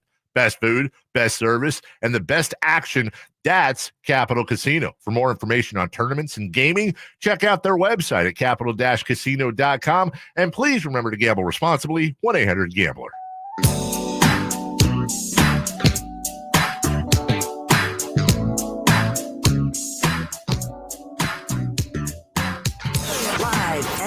local. Live and local. This is Sacktown Sports. So a little bit later in the show, I know Nate's going to have fun with this one. But new Colin Cowherd backwards hat rant just dropped. No way. Colin Cowherd takes issue. So this is a long-standing bit, and we'll do it towards the end of the show. But Colin Cowherd takes issue with J.J. Redick wearing a backwards hat after he was considered a candidate for head coaching jobs. There's no And the quote way. that I have here, I haven't even heard the sound yet. The quote that I have here from Colin, he looks like a guy that's going to move my couch. At least he's consistent. He said the exact same thing about Brock, the couch thing. Yeah. We'll Help him start move, with, I mean, Matthew Stafford. What do you mean? It start? I think it did start with Stafford. Yeah. Yeah, there are multiple guys that have wore backwards Matthew hats. backward. Yeah. Yeah. Did Jay Cutler wear a backwards hat? I think so too. Baker Mayfield was the Well, one where yeah, he you cannot really stand went in on Baker. Baker. There's a type there. Yeah. Yeah, But he was cool with Trey Lance. Well, at the time. Yeah. Yeah. And then TMZ got in the way. That's right. There That's you right. go. All right. Let's get to Malik Monk and give him let's go grade first, Chris, and then we'll get into this. Then we'll get into this Magic stuff and their thoughts on Malik versus Klay Thompson. Nate, you want to start us off? What is your grade for Malik Monk? I think it's going to be very similar to my Keon Ellis reasoning I had the other day. It's a solid A for me. The only way it could have been an A plus. Honestly, it's kind of out of his control, Malik. Like, he debatably should have been a starter. I mean, this was the conversation all year, so I don't need to get into this. But the only reason he's not an A plus is just because of, I guess, opportunity. Like, he had he lost a couple games because of free throws and maybe contradicted himself when he's like, that was Fox, huh? So I have almost nothing. I can't think of anything negative to say about Malik. He deserves an A. My A's are Sabonis, Keon, and Malik, and that they all deserve it. There you go. They just plain and simple. Chris? Yeah, I'm gonna give Malik an A as well. I think it's tough to not give him an A plus. I guess you could definitely make that argument. He was great this year. He took a huge step forward. He definitely continued on from his playoff. The role that he took in the playoffs was definitely an elevated role, and I think he took that and ran with it the following season. It was great. We haven't even mentioned the fact that his biggest improvement was really as a ball handler. Again, career high 5.1 assists per game this year. That was so big for the Kings. They really desperately needed another ball handler, desperately needed somebody who can create shots. Malik provided just about everything they needed. He was kind of their gap filler in a way this year, where everything that they kind of needed done, Malik was more than willing to do. And it was a great season. Got to give it an A. On the Sack chat, you have Beamer Beams or Beamley saying A plus for Monk. Imagine if we had a high flyer, he could lob it to. It would be A plus. 916-339-1140. If you want to be part of the conversation, text line, call line, Sack chat as well with your grades for Malik Monk. Before we get into Kevin Herter, all guests and callers, join us from the Folsom Lake Honda Hotline. Folsom Lake Honda, your one-stop Honda shop. Yeah, I'm going to give Malik a 93. I'm going to give him the beginning of an A minus. And I'm going to give him the beginning of an A minus simply because it's probably unfair, but there were situations where Malik giveth, Malik taketh away. Sure. He had some games where he was a little turnover happy. He had a weird stint where, before the season ended, he did cool off a bit. Before he got injured, he did cool off a bit. He had the weird thing with the free throws that lasted a little bit longer than the Bucks. I know there was a lot asked of him, which is I'm trying to keep things as relative as possible. And I don't think it's a knock on him at all. Like I said, it's a 93, right under an A, but I would give Malik an A minus. And defensively, he has some blocks here or there, but he's definitely not a two-way player at all. So he has to be good on offense. So I'm giving him an A minus. Yeah. And I think that, that's a pretty harsh grade for Malik Monk, but it is what it is. Yeah, I mean, he played great this year, and I think we all would definitely put him top 3 on the team this season. But he was not perfect, and I think I think he definitely has some room to grow, especially on the defensive end of things. But that's definitely nitpicking. Anything negative that you would have to say about Malik from this season would definitely have to be nitpicking, just because he was so great. And there were so many nights where nobody else had it. Again, like I said, last year it felt like, okay, Malik could have a bad night because we had so many fail safes built in. This year, for whatever reason, with Kevin struggling shooting the ball, with Keegan struggling to shoot the ball, there wasn't really much margin for error from the Malik Monk side. And the fact that it wasn't every single night, but the fact that he showed up on as many nights as he did was so necessary, even for this team to be at the point where they were this year. Like, you could definitely make the argument, if Malik Monk has similar struggles to that of Kevin Huerter or Keegan Murray, which is normal, I think it's acceptable to have as long as it's a 1-year thing. The Kings probably aren't even sniffing. Like, they're probably the 10 seed, but they're probably, outside of the tier of even the Warriors and the Lakers and the teams that they were kind of bunched up with at the end of the season. If Malik had a bad year, the Kings probably would have had a very, very disappointing season. Oh, yeah. And I think Malik's play allowed them to still be at the point where I think we say, okay, like it was a fine season, but without Malik, it probably wowould have been bad. Yeah, it wouldn't have been good. It wouldn't have been great. That's for sure. So Malik Monk, we have 2 A's and an A- and an A++ on the Sack Chat as well. Let's get into what Orlando Magic Radio had to say about Malik Monk. This is from Brandon Kravitz, who is on 96.9, the flagship for the Orlando Magic, hosts a show from 3 to 6.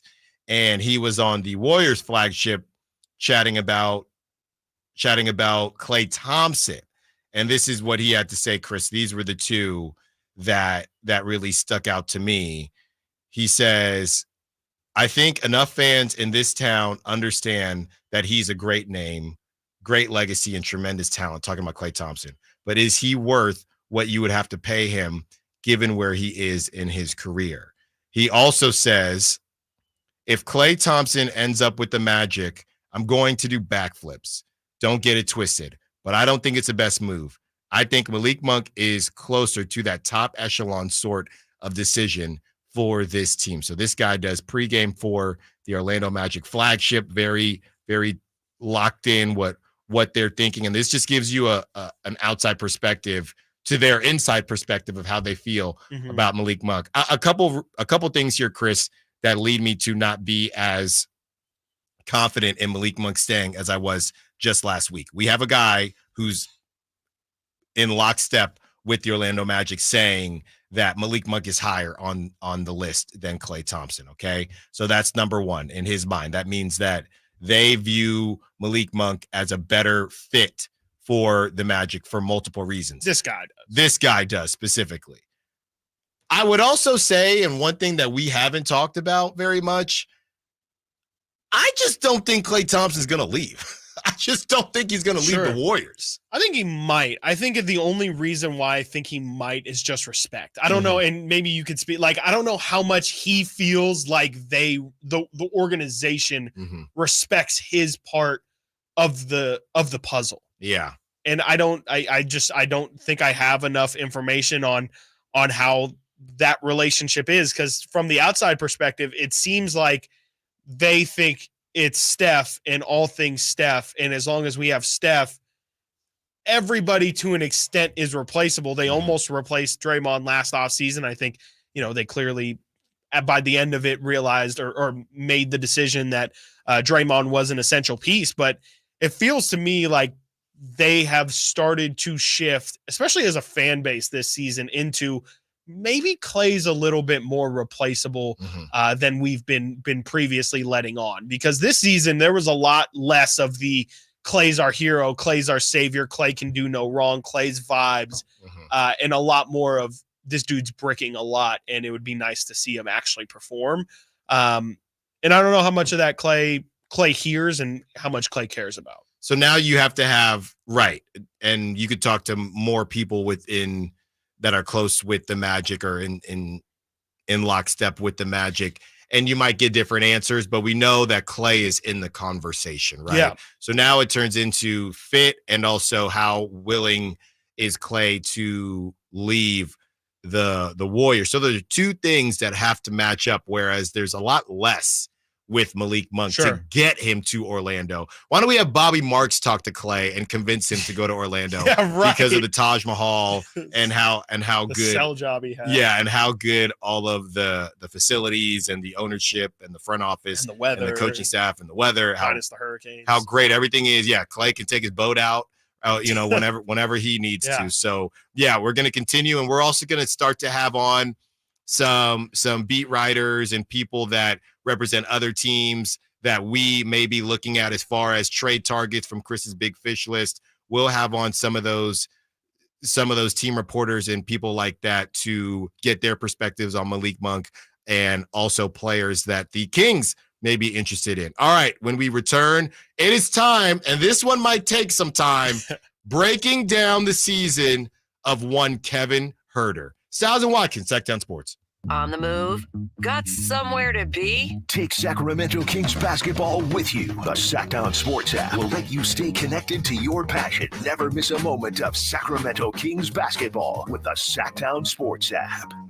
You go into your shower feeling, but as soon as you reach for the Irish Spring, your day immediately gets better.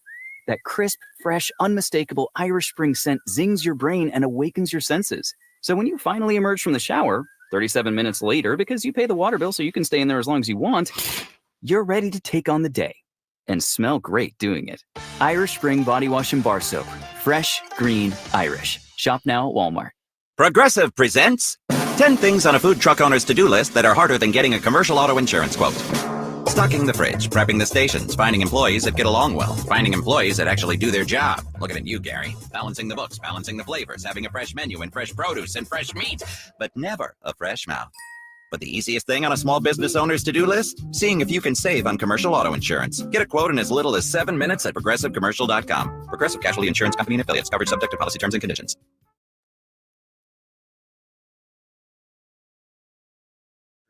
I could talk to you about confidence. I could talk to you about girth. Yeah, what? Girth? Yeah, okay. Let me tell you about the Upsize Clinic at upsizematters.com. My good friend, Dr. Jack, and his friend, Dr. Pash in San Francisco, have a safe, effective, long-lasting doctor-performed procedure. It's non-surgical, virtually pain-free. Now listen, girth is consistently ranked as the most important attribute. What Dr. Jack and Dr. Pash are offering is a free consultation. The procedure can be done on the same day as your consultation and get that confidence back. Reset in the bedroom with your partner. Financing is available. It's very private. It's very discreet. Available in Roseville with Dr. Jack and San Francisco with Dr. Pash at upsizematters.com. That's upsizematters.com. Contact Tax Relief Helpers for details and restrictions. Attention anyone that owes money to the IRS. The IRS has restarted aggressive enforcement actions against taxpayers who owe back taxes that were temporarily suspended for COVID. If you owe $10,000 or more, you must hear this because now is the time to clear your IRS tax debt. A special toll-free number has been established so you can stop penalty fees, avoid liens, levies, and other hostile measures by the IRS. Call Tax Relief Helpers right now at 800-934-9217. Tax Relief Helpers will provide you with the maximum protection afforded by law. I got behind on my taxes and owed $48,000. I didn't know what to do. I called and they got my bill lowered to just $3,500. I owed $87,000 in taxes and it was scary. I got the amount I owed down to just $3,500. I saved $83,500. If you owe money to the IRS, don't wait another day. Call 800-934-9217 right now before the IRS enforces liens, levies, and other aggressive measures. The call and consult are absolutely free. Call now. Call 800-934-9217. 800-934-9217. 800-934-9217. I'm Ken Korak with your Green and Gold Report, brought to you by Xfinity Mobile. Connect to the most reliable 5G network nationwide. Well, the A's vastly improved play this year has certainly been noticed around baseball. Mason Miller was named the American League Reliever of the Month for March and April. And by the way, no runs allowed in April. And Brent Rooker is the most recent Player of the Week, a week that featured 2 homers in 1 inning against the Miami Marlins at the Coliseum. Want more speed? Well, Xfinity just increased their internet speeds, and they're faster than ever. It's time to get more out of your internet with faster speeds from Xfinity. Now through June 21st, get 150 megabit Xfinity internet for only $19.99 a month for 12 months with a 1-year contract. That's double the speed for the same great price. Click, call, or visit a store today. Requires paperless billing and autopay with stored bank account. Restrictions apply. Equipment, taxes, and other charges extra. After promo, regular rates apply. Actual speeds vary. Maida Chevy saves you $12,000 off MSRP on every new half-ton Silverado LT 5.3 liter in stock after rebates. Always 5 to choose from. Exclusive. All in-stock pricing at MaidaChevy.com. Together, let's drive. See dealer for details. Ends 5/31/24.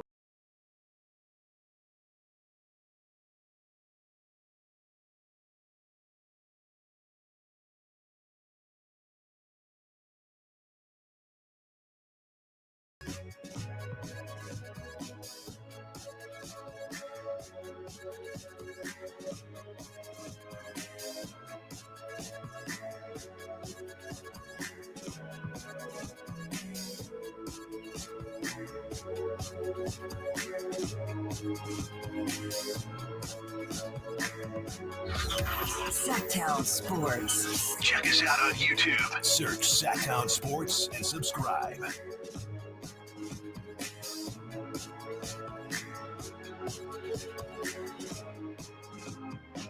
Kevin Huerter, one of the most, I think, Chris, from being in the Bay, there are a lot of polarizing players on teams. There was, obviously, Draymond Green leads that charge. There was Jordan Poole, I would say, after the punch. I don't know how. He was polarizing in a different way, and not just the Bay if we're taking it to the Niners. Jimmy Garoppolo and how polarizing he was, and now even Brock Purdy. And honestly, if you talk about polarizing play, the Kings, they don't have a lot of drama, okay? Correct. Off the court or even on the court, right? Sometimes we wish there was a little bit more drama. But as far as polarizing players from personalities, maybe. Personalities. Sabonis is polarizing. That's true. Yes, extremely polarizing in the national landscape. Yeah. But as far as kind of everyday and the Kings specific fandom, right? Fans, the two polarizing players, we've already done one of them, Harrison Barnes and Kevin Huerter. And it is time to break down Red Velvet. Yeah, let's do Kevin Huerter. I'm going to do the baseline stats and then tell the differences after. Kevin Huerter, this season, 10.2 points per game, 3.5 rebounds, 2.6 assists. He shot 44.3% from the field, 36.1% from beyond the arc. He had 36.8 touches per game this year. That is down from 44 touches last year, so about 8 touches per game fewer.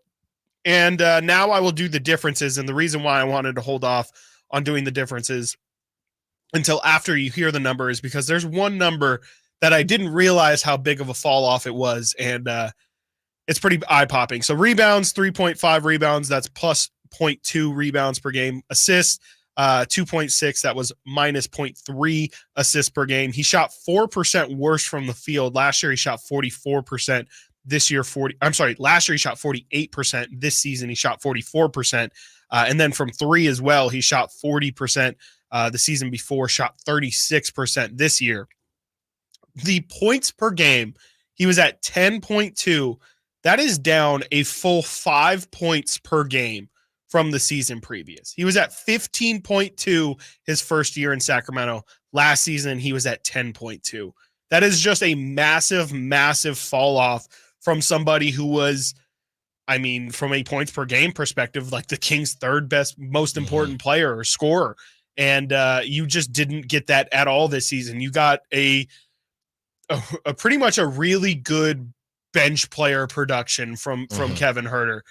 You got low-end starter, like very low-end starter production from Kevin Huerter. To get 10 points per game out of your starting shooting guard, shooting 36%. If I would have told you Keon Ellis had those numbers, you would have been like, okay. Right. Like that's kind of maybe what I would have expected without seeing anything beforehand. For Kevin Huerter to shoot 10 points per game and shoot 36% from three on he shot 1.5 threes less than he did the season previous as well. So on less 3-point volume, it really just to me shows that it was just a terrible, terrible season from Kevin. And I think he would acknowledge that. I don't know how much he would take blame for it versus, sometimes the shots just don't go in. I think during his exit interview, he pointed out, I think correctly, Brendan points it out all the time. They take tough threes. They're not just taking spot up, wide open, take your time, take a dribble, shooting spot up, catch and shoot threes. They're taking a lot of off a full sprint, getting it off a handoff, and then almost like leaning to whatever direction they're running and taking a three. Those are really, really tough shots. But for them to shoot 36%, you just can't have that. You can't have that from a dude who's supposed to be an absolute knockdown, lights out, one of your best shooters on your team. Which is weird because you would think that they would get the Steph Curry 3-point fouls more from coming off threes like that if you're not taking completely open threes. And on top of that, Chris, the numbers that you just laid out with, if we're being nice here, average defense. Yeah, right. If we're being nice. If you listen to Mike Brown. If you listen to Mike Brown, a bunch of deflections. Yeah, tons. Right? And his rebounds were up. I know I joked about his rebounds basically all season long because he wasn't scoring. Yep. And one thing to keep in mind, though, Chris, last season, or it's still last season because the season isn't over, just over for the Kings. Yeah. Last season was a career season for Kevin Huerter. Yes, it was. So let's not forget, he's going from, I believe when we looked it up last time, this was his second worst season since his rookie year, or I think he had one other season that was this bad, but that's why it looks worse. Yeah. Because his rookie season's the only season that maybe looked worse. Okay. So that's why this also looks so bad, because he kind of played out of his skis last season, and we're trying to figure out, will the real Kevin Huerter please stand up? Right. So moving into next season, and we see on the text line saying that Kevin Huerter is better than this, and I would think so. He could get more minutes, and you don't necessarily have to move off of him. We still don't know if you're going to get what happened the first beam team Kevin Huerter. You just kind of you said what, from 15 to 10, Chris? Yeah. You just hope, okay, well, can you give us 13 on a better percentage? You can't have that. Kevin's whole career in Atlanta, from a points per game standpoint, I mentioned his rookie year, 9.7. Following year, 12.2. Season after that, 11.9. Season after that, 12.1. Okay. So if Kevin Huerter scores 10 points this season and scored 15 points the season previous, that tells you that he's probably somewhere in the middle, right? That's exactly right. At about 12 or 13 points per game, to your point. Is that good enough for a starting guard with championship aspirations in the West? It could be, depending on what else is around him. I don't think it's good enough without top tier defense. I would think that that's the thing that he's missing for sure. But I would think he could be if they get a 4 that is dynamic enough to kind of patch up Kevin's weaknesses. Brandon Ingram. Sure. Yeah. Brandon Ingram definitely would help because then you could just be an offensive juggernaut too. And I don't know. I think there's something more than what we saw from Kevin. I think he can still get better. I think 15 points, you're probably right, is going to be the best of his career unless he goes to a situation where he's just, in an elevated role because they don't have good enough players or it's not a good situation. I would imagine we should expect 13 to 14 points per game from Kevin. And that would be okay, cool. We got a good Kevin Huerter season. And if he's got to be somewhere near 38% has to be the floor for him. He's got to be a knockdown shooter because, to your point, and you've said it all year, if he's not knocking down shots, I'm sorry, he can play good defense. He could be getting rebounds. He could be getting assists. The reason Kevin Huerter is on the floor is to shoot and make threes. And if he's not doing that, I can play Keon Ellis and I can get rebounds and I can get defense and I can get deflections. And, he's better at that than Kevin. So Kevin Huerter has to be making his shots in order for him to have the value that the Kings want him to have. The question is he even here next year? And I think that's, we, like you said, we talked about it with Harrison. I just don't know. It's him or Harrison, I think, are the most likely to go. I think it kind of depends on who you ask on. I think Matt the other day, Matt, I think said he thought that Kevin was the more likely of the two to go. To go. Yeah. Because of wings and and wing depth. Yeah. Right. You guys posed that hypothetical, 12 points on a championship team in the West or whatever. Yeah. I kind of think Kevin Huerter could work on Denver at that because, like, the elite defense, Jamal's there, Jokic is there. What do you think about that? Maybe. I think offensively it makes sense.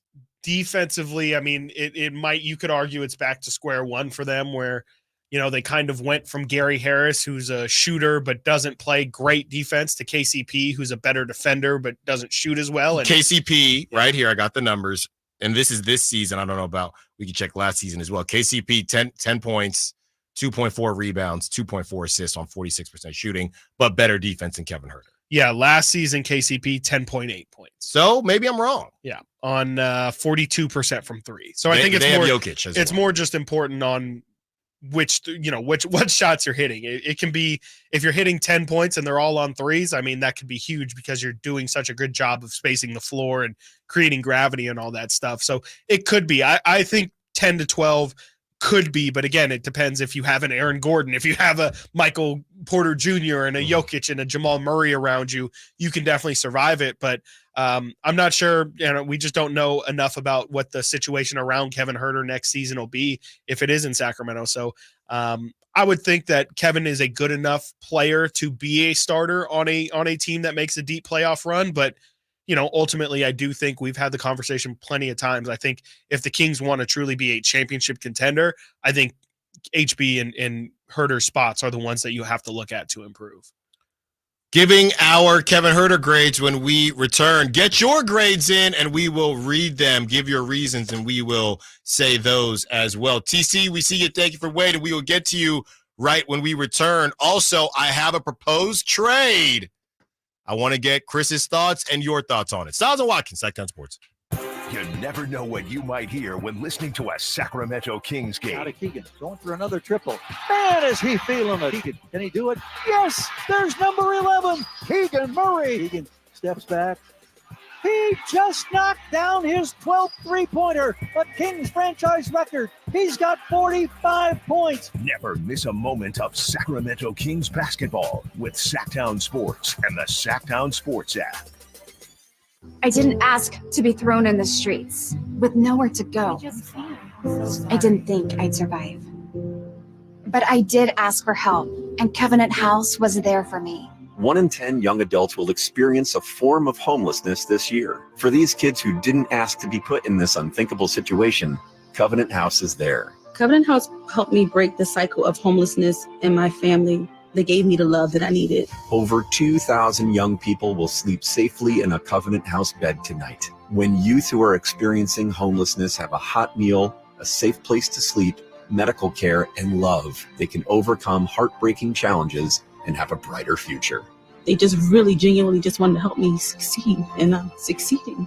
I'm a speaker, I'm an author. Covenant House really helped me and really helped mold me into the woman I am today. If you or someone you love is asking for help, go to safeplacetosleep.org today. Hey, movie fans, playing this week at the Esquire IMAX Theater in downtown Sacramento, Kingdom of the Planet of the Apes, the IMAX experience. This was a human place. It is not yours. It is now, isn't it? The combination of groundbreaking visuals and the immersive experience of the Esquire IMAX 6-story screen will make this an epic event. Don't miss out on the opportunity to see the next chapter, Kingdom of the Planet of the Apes, at the Esquire IMAX Theater. Grab your tickets at IMAX.com/Sacramento and reserve your seat today. Country in the Park is back May 17th and 18th at Cal Expo with Brantley Gilbert, Dustin Lynch, Jay Cohen, Walker Hayes, and more.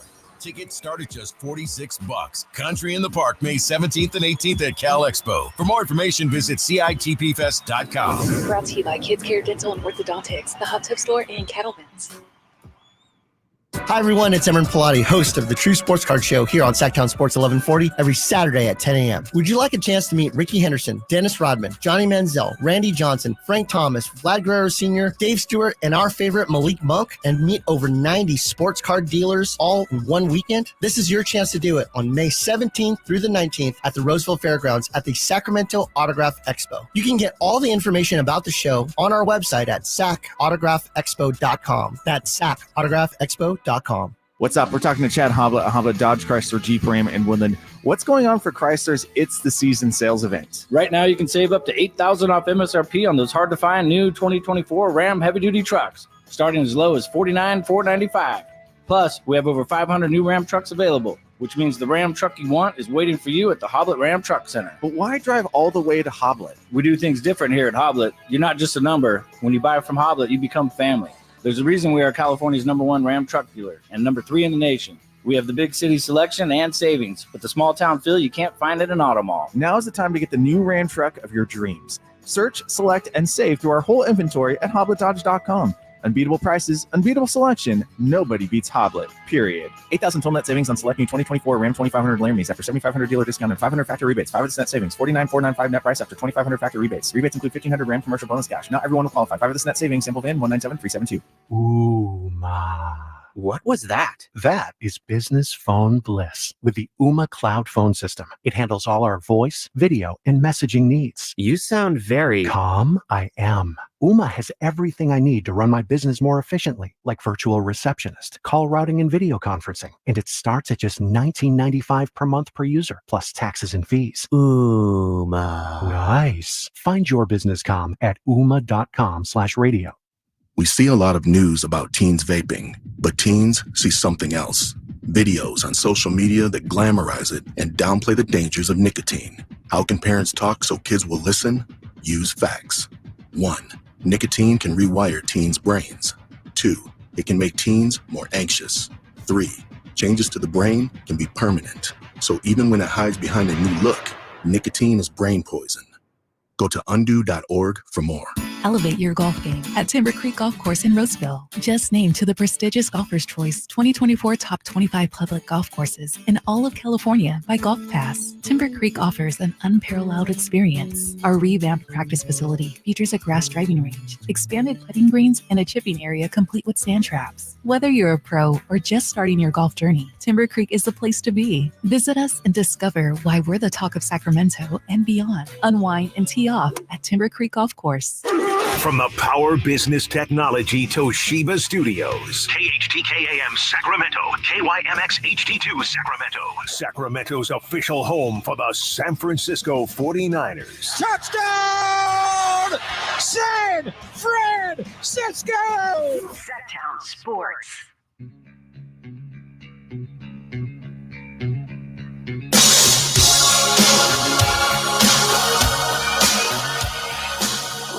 Sacktown Sports. Call or text at 916-339-1140.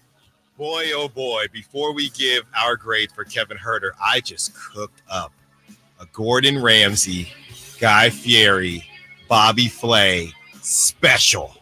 You're going to want to hear this. But first, let's go to TC, who's been hanging on patiently. What's up, TC? What you got for us?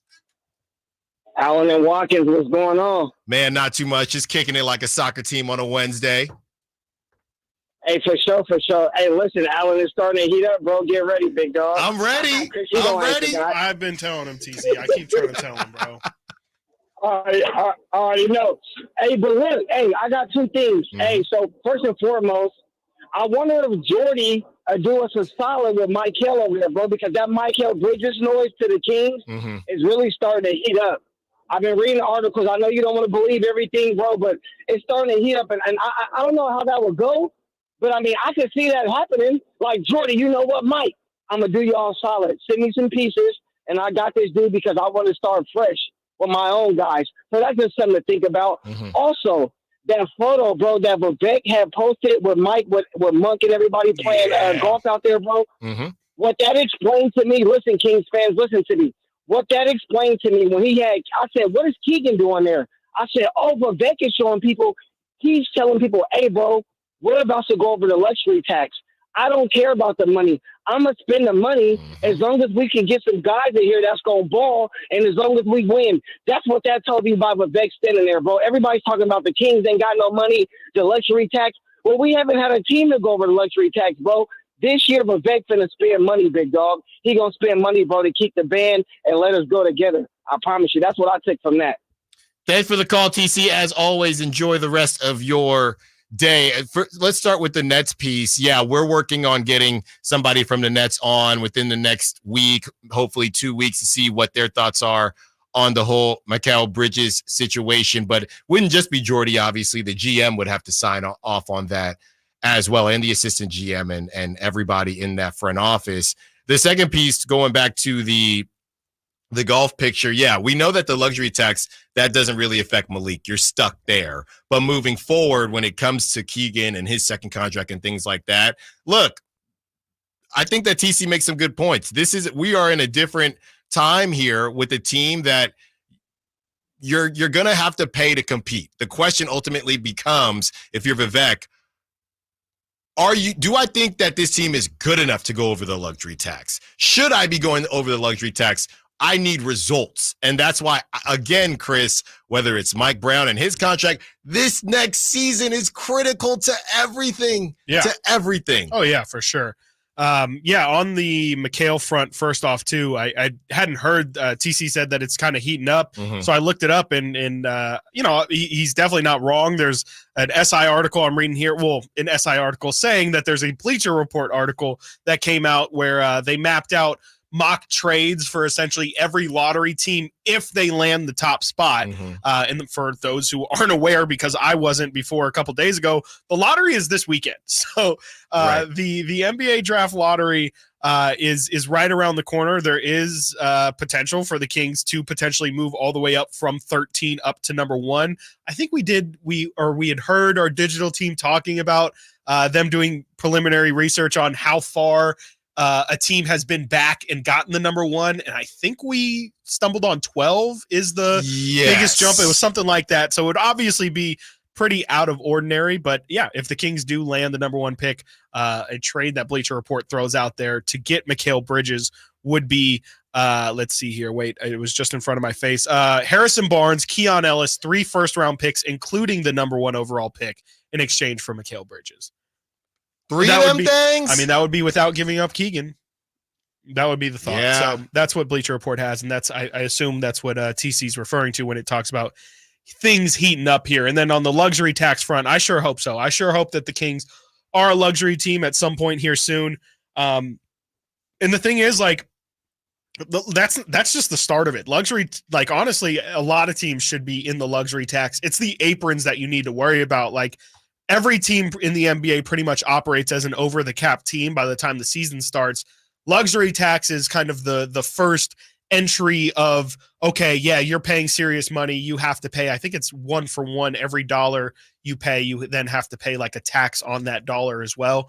But it's once you reach the aprons, that's when you're really spending money, because that's when they start to take things away from you, like mid-level exceptions and like biannual exceptions and things like that. So hopefully the Kings are a tax-paying team this season, because that at least shows, to TC's point, an initial wanting to be a contender, because we read the list earlier this year. It's not a universal statement, but for the most part, this is a pay-to-play league, and the best teams, are a lot of the top 15 teams in the league, are also top 15 spenders in the league. Yep, that is typically how it happens. So you could even make the argument, I think we did it based on the Kings and that salary being 23. The Kings have actually been overachieving lately, but that can only take you so far. Not to pocket watch, but that's just what it is. All right.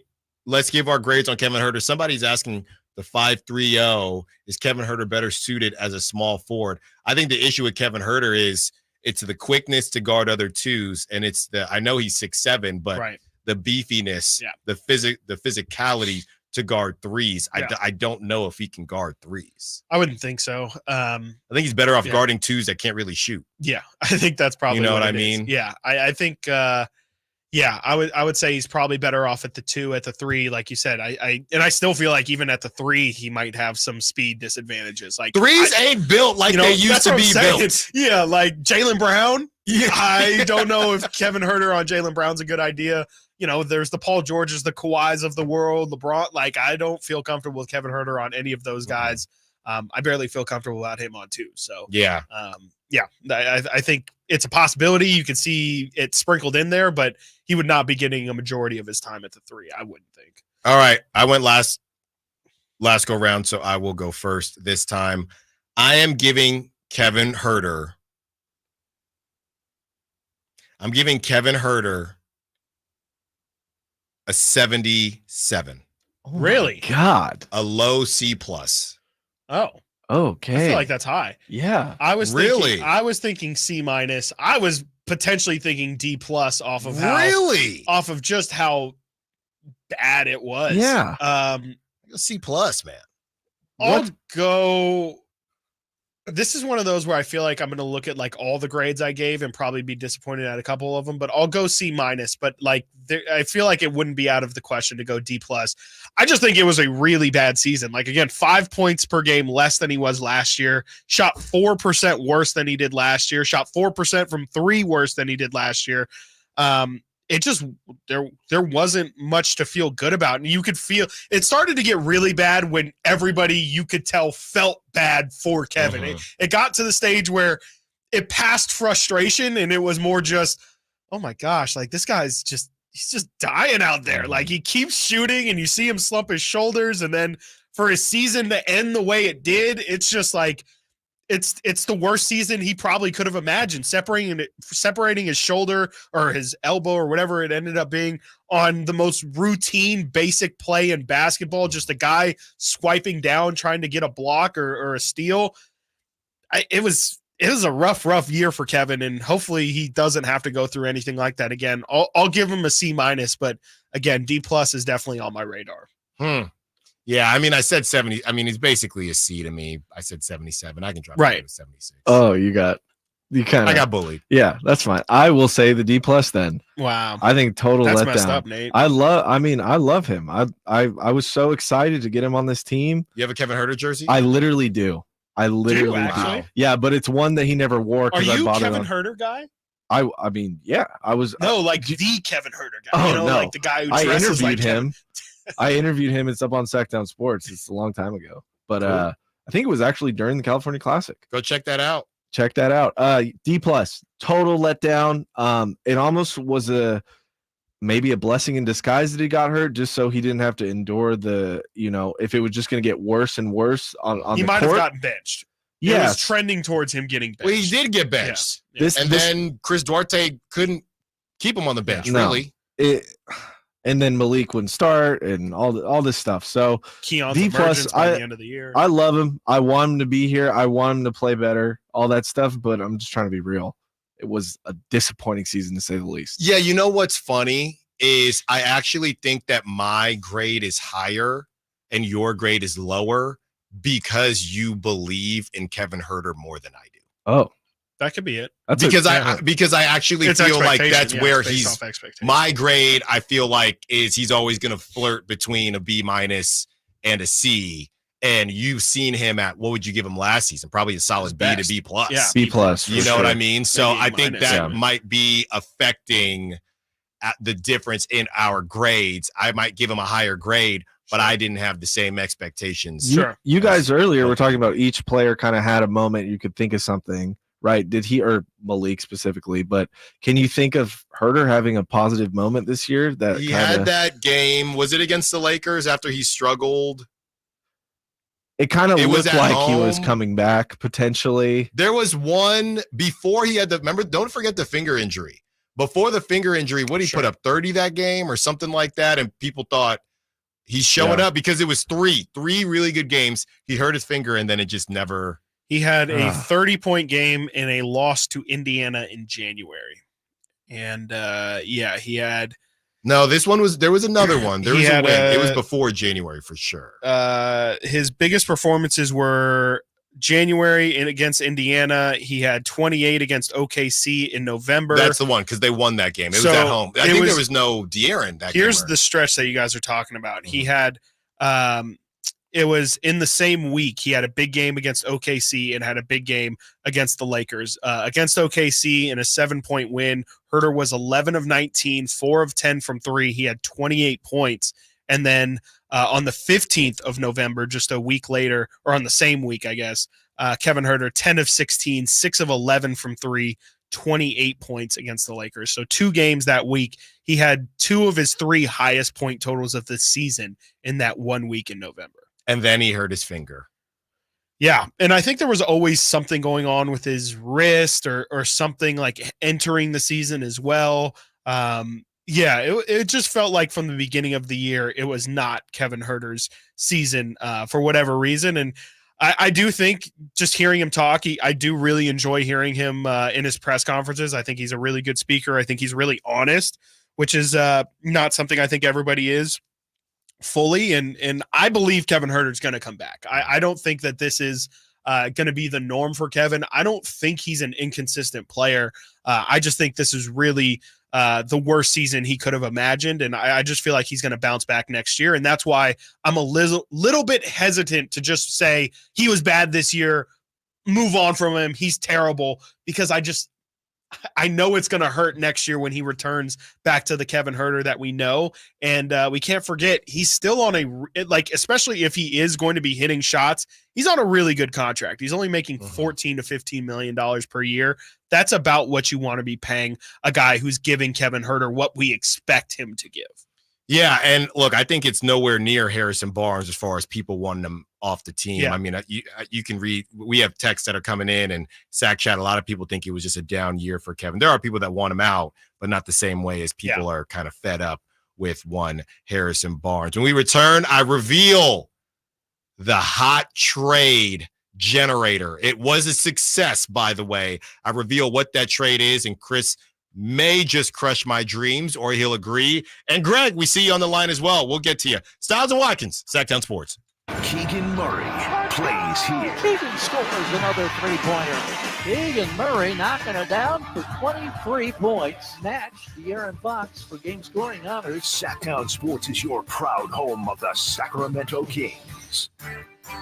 Hey, it's Carmichael Dave for American Energy Heating and Air with a question. Have you recently had a technician diagnose your HVAC system and you were a bit surprised at how much it cost? Or did something seem off about their quote? Because at American Energy, they take pride in giving you honest, straightforward solutions to get that system up and running. Have their qualified technicians come out and give you a free second opinion. It's free. You got nothing to lose but some dollars off of that original quote. They're making the uncomfortable comfortable. They've been doing it since 1981, serving the greater Sacramento area. A+ with the Better Business Bureau. That's why they keep having customers coming back for more and more and more. You can call them and set that appointment at 916-520-9990. That's 916-520-9990 or AmericanEnergyAir.com.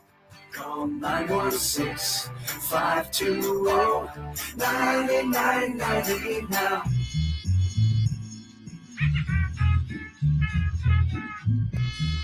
Live and local. Live and local.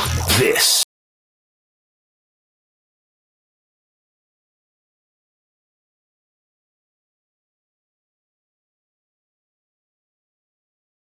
Atlanta let Huerter go for a reason. Well, Atlanta, I don't know. I don't know if Atlanta is the best example, as we said yesterday. That was also poor. What did it say, Chris? Bleacher Report said everyone for Atlanta besides one guy, Jalen Johnson. Very poor asset management. They had to get rid of Kevin Huerter, much like Indiana had to get rid of Duarte. They just messed up and got too many guys at that one position, and they couldn't play Sadiq Bey and DeAndre Hunter and Bogey and Kevin Huerter and DeJounte Murray and Trae Young. That's way too many guys for two positions. They had to move on from Kevin. All right, let's get to Greg, who, according to Nate, Greg thinks that our grades are a little tough on Kevin Huerter. What's up, Greg? You're on Stiles and Watkins. What you got? Well, hey, at the tail end there, your sentiment about Kevin next year and not wanting to see him go, the contract, I guess I'm going to dovetail off that because that's really where I'm at with him. I went to a lot of games. I'm a season ticket holder, and he got significantly better on defense this year. You brought up the point of certain matchups that will be, I guess, troublesome or bothersome for him, and I understand that, but he got a lot better defensively. And when he wasn't playing well offensively, I felt like he really stepped up defensively. For those reasons, I just feel like I don't want to see him go. I think a C+ is probably about right, and I don't see him having this kind of year. Obviously, the injury is a big deal. Does he bounce back? Who knows? Maybe that'll be the tweak he needed, right, to start raining threes again. Yeah, no, thanks for the call, Greg. Great stuff, and thanks for listening. Yeah, that's a good point on the shoulder thing. He said he'd been dealing with this his whole career. Now, obviously, nobody was talking about this last season when he had the career highs, but that doesn't mean it wasn't bothering him, and it doesn't mean that he can't take it to another level with this shoulder finally being addressed. So I think it's a great point, Greg. And I think the bottom line with the Harrison Barnes and Kevin Huerter thing is that you probably just can't have both of them in the starting lineup or probably on this roster. So it's one or the other. And I think people could argue both camps, but I don't think it's a matter of Kevin Huerter needs to be gone. I just think it's really tough to have two guys that you can't depend on, or you couldn't depend on Kevin Huerter this season. You couldn't depend on Harrison Barnes this season. You can't have two of those dudes in your lineup. It's just impossible. You can have one guy in your lineup that, okay, maybe he only has 8 points for us today. And Harrison Barnes was even worse at that because you couldn't even count on the 8. And I would say based on what we've seen from their career, here's the problem, Chris. Based on what we've seen from their careers, I would be more willing to keep Kevin Huerter because he's younger and we still believe he can get back to it, right? Based on need and position, you'd probably go Harrison Barnes' direction because it's hard to get rid of a wing, even if that wing isn't as good as some of the other wings out there. So that's ultimately the decision.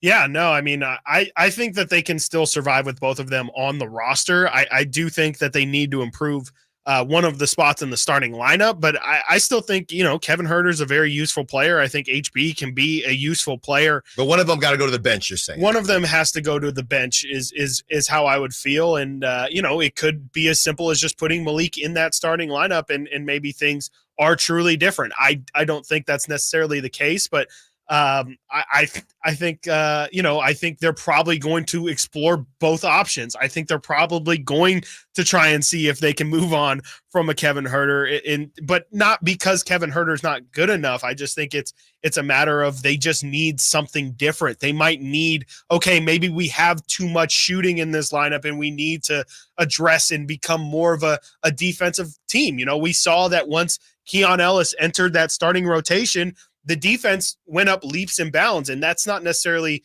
everyone's right. Kevin did take a step forward defensively, but you might need an identity shift more so than we need a better player there. It might just be more of, hey, when Kevin's out there, we just feel like we have to be a shooting team, a team that relies on hitting threes. Whereas if you don't have a guy who is such a 3-point dominant guy, you just start thinking, hey, that we can't just sell out all threes. We might actually have to, win in some different ways. All right. I'm leaving this up to Chris. Okay. Do you want the red hot wasabi trade now, or should we make our listeners wait? The listeners have been really good today. But we're going to make them wait. We're going to make them wait. It's coming up. Just a little bit. You don't want to miss this. Trust me. It solves everything. It's like the Rubik's Cube of trades. All right. If Brendan Nunez and Frankie Carcelli are listening, they probably are going to turn it off and come right into the studio because they won't be able to believe what I cooked up. Stiles and Watkins, Sacktown Sports. Subscribe to Sacktown Sports on YouTube and watch the Carmichael Dave Show with Jason Ross, Stiles and Watkins, and the Drive Guys, live Monday through Friday from 6 to 6. Plus, view archive shows and exclusive content. Subscribe at youtube.com/Sacktown Sports.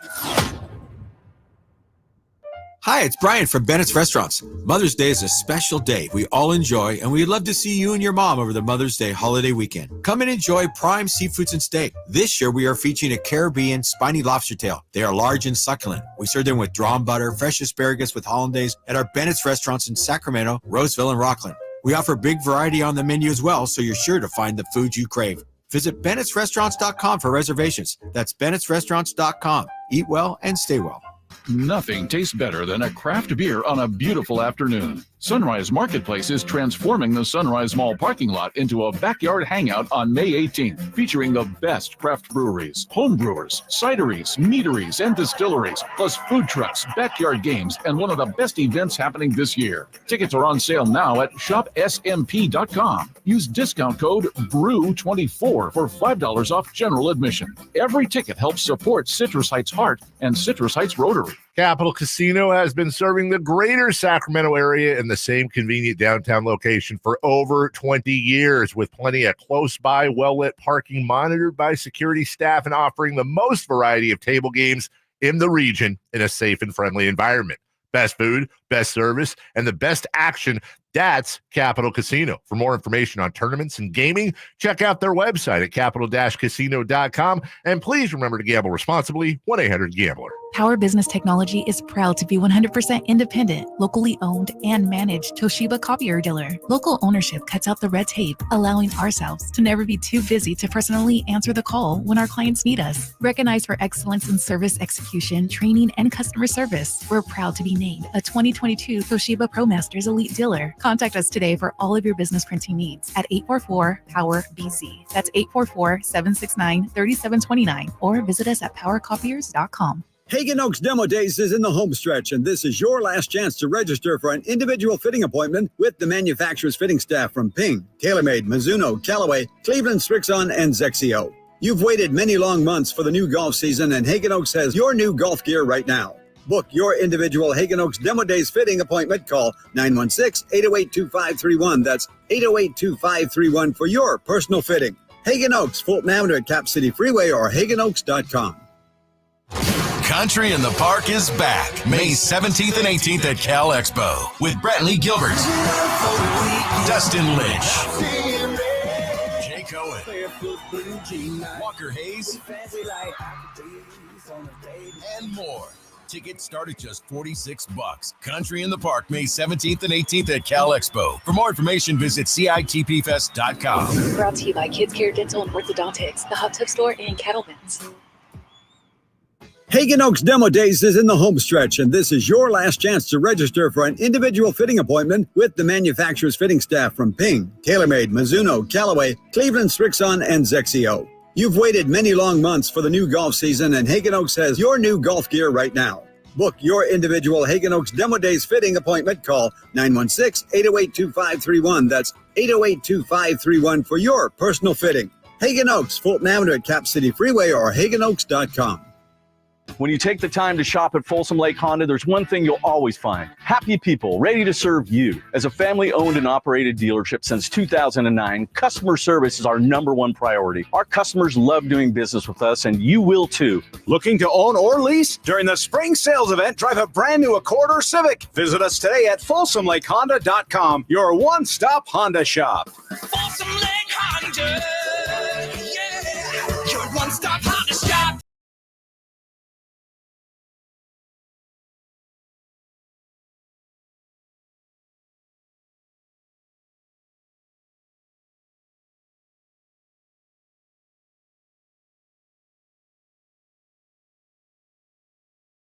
And subscribe. Who's ready? Nate's ready. Watkins is ready. I'm nervous. All right. Maybe they just hang up the phone. Okay, good place to start. But the way I see this is that the Orlando Magic need shooting. Okay? Hey, Malik Monk, he only shot 35% from Right. three. Pretty garbage, Okay? actually. They have guys that can create. They have too many of the same type of guard. You want a different type of guard. You need shooting. You have so much defense. This is a success on the trade generator, and it would get them off the scent of Malik Monk. Okay. All right. It would give them shooting, and it would give the Kings much needed length. Are they hanging up the phone, guys? And they could. Maybe I'm tripping. Are they hanging up the phone? The Magic, maybe you could throw a pick in two, all right? The Magic receive Kevin Huerter and Sasha Vezenkov, and the Kings receive Jonathan Isaac and Caleb Houston. Straight up. Straight up. I believe Jonathan Isaac's a free agent. I believe they he's let me do heading it. Normally they into don't let free you. agency, if I'm not mistaken. No. I think I looked at his because maybe he has an option that they can pick up because there was something I looked at that said Jonathan Isaac. They had to readjust the Magic's on Spotrac. He's just straight up still on contract until next season. Really? Mhm. Okay. He's under contract. He's a free agent after the 2025 season. He has one more year on his deal. Interesting. Okay. Yeah, I mean, I think that they really, really like Jonathan Isaac after the season he had. He did come off the bench. He did come off the bench. I think he started once they got into the playoffs. I don't know if he started all of their playoff games, but I know he entered the starting lineup for a second there. I think they would probably still want Isaac. But I could be wrong, but I think they really, really liked what Isaac did this year. I don't know how they could entice that deal a little bit more, but I would think Kevin Huerter would be a person that they would be interested in. I would think they would like Kevin Huerter. Provides shooting. He's 6'7" as well, so he's not like a tiny person. That's what I'm saying. He fits their height. Sorry, I keep forgetting. I got to watch my work. Sasha shot 37.5%, or 37.5% from three. Sasha's an interesting one for them. Yeah. So I say get him out of here. Kevin Huerter and Sasha Vezenkov for Jonathan Isaac and Caleb Houston. I don't think they hang up the phone, but I don't think they can a pick get it done. Probably. I think that they would be hesitant to move on from Isaac after the year he had. Like a first rounder in 2 or 3 years. Feels like too much. Yeah, that feels like too much. First rounder feels like too second? much. Yeah. This year's second. That's not enough. Probably not. What if Davion got in that mix somehow? And they don't need another guard. They don't need another guard that is still trying to figure out the shooting thing. Right. What about Bagley, Buddy, and a bunch of picks? Okay. That's all reliable. Turn your mic off. That's what we used to do back in the day.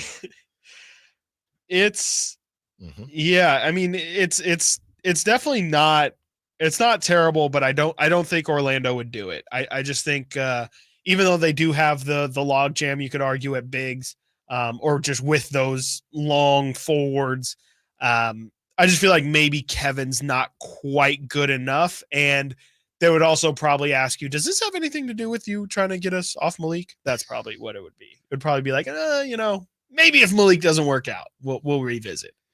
If neither of them get Malik, then I would. Who knows? I would definitely. Who knows? Yeah, at that point, because they could get desperate, right? Like that could be a situation where, because they need shooting, like the Raiders or something, where you know they thought they went into the draft or they went into this thinking they were going to get a position, and then they end up leaving without one, and they're like, oh, we kind of still need to address that. So definitely might be a situation where, if they strike out on Malik or they strike out on Clay, like you said, maybe Clay ends up staying in the Bay. Maybe Malik ends up going to Philly. Maybe, or who knows? Yeah, like you said, maybe even Malik stays in Sacramento, and maybe Sacramento says, hey, you guys still want somebody, we can get you a discount Clay essentially, and Kevin Huerter, like that's a what I'm much saying. cheaper version of Clay. Let's say Clay stays in Golden State. Yeah. Let's say Malik decides to stay because he knew that the Magic, I'm not your number one. Money wasn't where I thought it would be. Right. Okay. And the Magic are looking around thinking, we got too many clankers on our team. We need shooting. Need shooting. N-E-E-D. I could see it. I mean, the more I think of Kevin Huerter in Orlando, it fits. Like, I feel like Kevin would fit that system well. He is just there is some beauty. I don't know too specifically about what Orlando needs, but there is beauty in just knowing like he's just a shooter. Like you don't really need to try and figure out, is he taking, the ball out of Paolo's hand or Franz's hand or whatever. It's just, no, Kevin Huerter is he's just here to help you out. Like he's just here to make threes. You don't have to worry about anything else. And on the defensive end, you probably don't think about him being a liability as much because you have Franz and you have, Paolo, you have big bodies behind him. I think it makes sense for Orlando. I just don't know if Jonathan Isaac is too rich of an ask. That's my only hesitancy. The only thing that might get you there. Kings should love Jonathan Isaac. Right, but the only thing that should get you there is the reason Jonathan Isaac has kind of slid under the radar is because of injury. Yeah, you could argue cash in now. Yeah. Hey, we finally got a good season off of Jonathan Isaac. We'd like to keep him, but how confident are we that he's going to stay? It's a good risk for the Kings. Yeah. And I think it's a good risk for both sides, to be honest. Yeah, I don't see what the loss is from Orlando's perspective unless Jonathan Isaac goes crazy. Yeah. To me, it's a really good fail-safe. It's a break in case of emergency kind of thing. And I think it's a really good point that you bring up about Isaac. Like you could definitely make the argument that this is the best it's going to get with him. And you might as well cash in on it now because next season you're either going to have to pay him. You're going to have to make a decision. You're either, if this is his last option, his last year of his contract coming up next season, then you're either going to have to re-sign him or just let him walk. You might as well try and get something for him. And I think Kevin Huerter's a pretty good something, right? He's got, I could be wrong. I haven't looked at Huerter's contract in a while. It's either it ends, it matches up with Isaac's perfectly, or he has another season. I added two people. When I initially did just Isaac for Herter, it also worked because Isaac is at 17 and Herter's I think Herter's at 16. Yeah, he's at 16. So yeah, I mean Herter's actually got an additional year on top of that. He signed for 25-26 at 18 mil. So Orlando would be getting an extra year out of that contract. I think it makes sense. There's definitely things to make it make sense for both sides. But it also then becomes a conversation as well as, is Jonathan Isaac a name that would be like, is he somebody that it gets leaked that he's available and then teams it becomes a bidding war.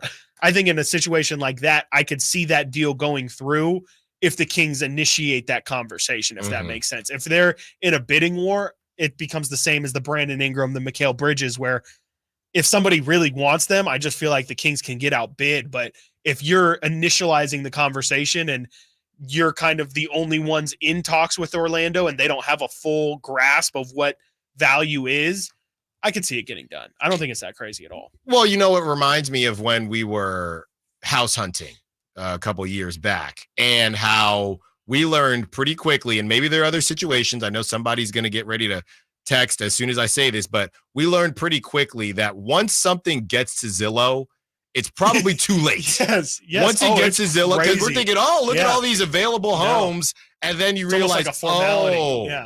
These are already cooked. Yeah. Right. And that's like a job posting where they're already planning to hire within. Exactly. And then you learn that, we need to get this stuff before it gets, we need to look at the things that are about to go on the market that aren't even on Zillow yet. Right. So that's basically what you're saying. And it sounds like, Chris, so you have free agents that are trying to figure out whether they're somebody's first option, second option, third option, right? It feels like from the Kings side, even though Monty McNair said that the Kings have flexibility, if I'm understanding you correctly, it sounds like the Kings are going to be in a situation where when it comes to their trades, they have to stand in line. And they're never going to have, unless they overpay, they're never going to have the best for based on what you're looking at and the value. Somebody has more assets to overpay than the Kings. So the Kings, when it comes to trades, they're a bit stuck unless they want to overpay for something. Yeah, and it's not universal, but it's more just if the right, or from the Kings' perspective, the wrong team gets involved, there's nothing. If Utah gets involved, they have all the picks from the Gobert and the Mitchell trade. There's nothing the Kings can do to match that if Utah really wants their guy. OKC, everyone keeps waiting for OKC to cash in their chips. Yeah. I legitimately think OKC can put a 15-team roster together with just their first round picks the next 3 years. So they're in a situation too where, there's become a lot of more whispers about OKC maybe being in on Paul George, maybe being in on KD, bringing some form of reunion for one of those two OKC guys. ain't going for Jonathan Isaac. Exactly. Yeah. That's a good point, but absolutely. But in theory, OKC's another team where they have all of those picks, all of those assets, and then OKC or New Orleans has all of those young players that they can throw out. It's just, okay, if you're telling me both of them is a player and a pick, but Kings are offering Herter in a first and New Orleans is doing Herb Jones or Trey Murphy in a first, it just becomes, it's like you said, the Kings would then probably have to throw in a protected other first in order for it to be more attractive than just Trey Murphy in a first or Herb Jones in a first. So it depends which teams end up getting in these conversations, who the Kings end up competing with. But again, if the Kings are sneaky enough about it or pick the right guy, to the point you just made, if everyone's going to be focusing on Brandon Ingram and Mikal Bridges and KD and Paul George, and you slide in, you say, what's Jonathan Isaac up to, while everybody's distracted with that could be how you end up finessing and getting a good deal. Coming up next, Chris's free agent targets, forward edition. Stiles and Watkins, Sacktown Sports. The only place you'll find Kevin Herter is Sacktown Sports. Herter's open, steps into three. He's got the triple. Hey, Sacramento, it's Kevin Herter, and you're listening to the home of the Sacramento Kings, Sacktown Sports. Your local sports leader. Thunder, feel the thunder. It ignites something inside of you. Lightning and the thunder. Sets alight an elevated state of being. Days are pure exhilaration. And the nights, they're simply electric. See it, hear it, feel it. Thunder, feel the thunder. Lightning and the thunder. Thunder Valley Casino Resort. Feel the thunder. In a world where everybody and their mother makes a primed trim board, contractors have to ask one question. Do I know what's under the primer? Available at just about every lumber yard you can imagine. Vintage trim boards are made from lodgepole pine. That's the stuff telephone poles and railroad ties are made of.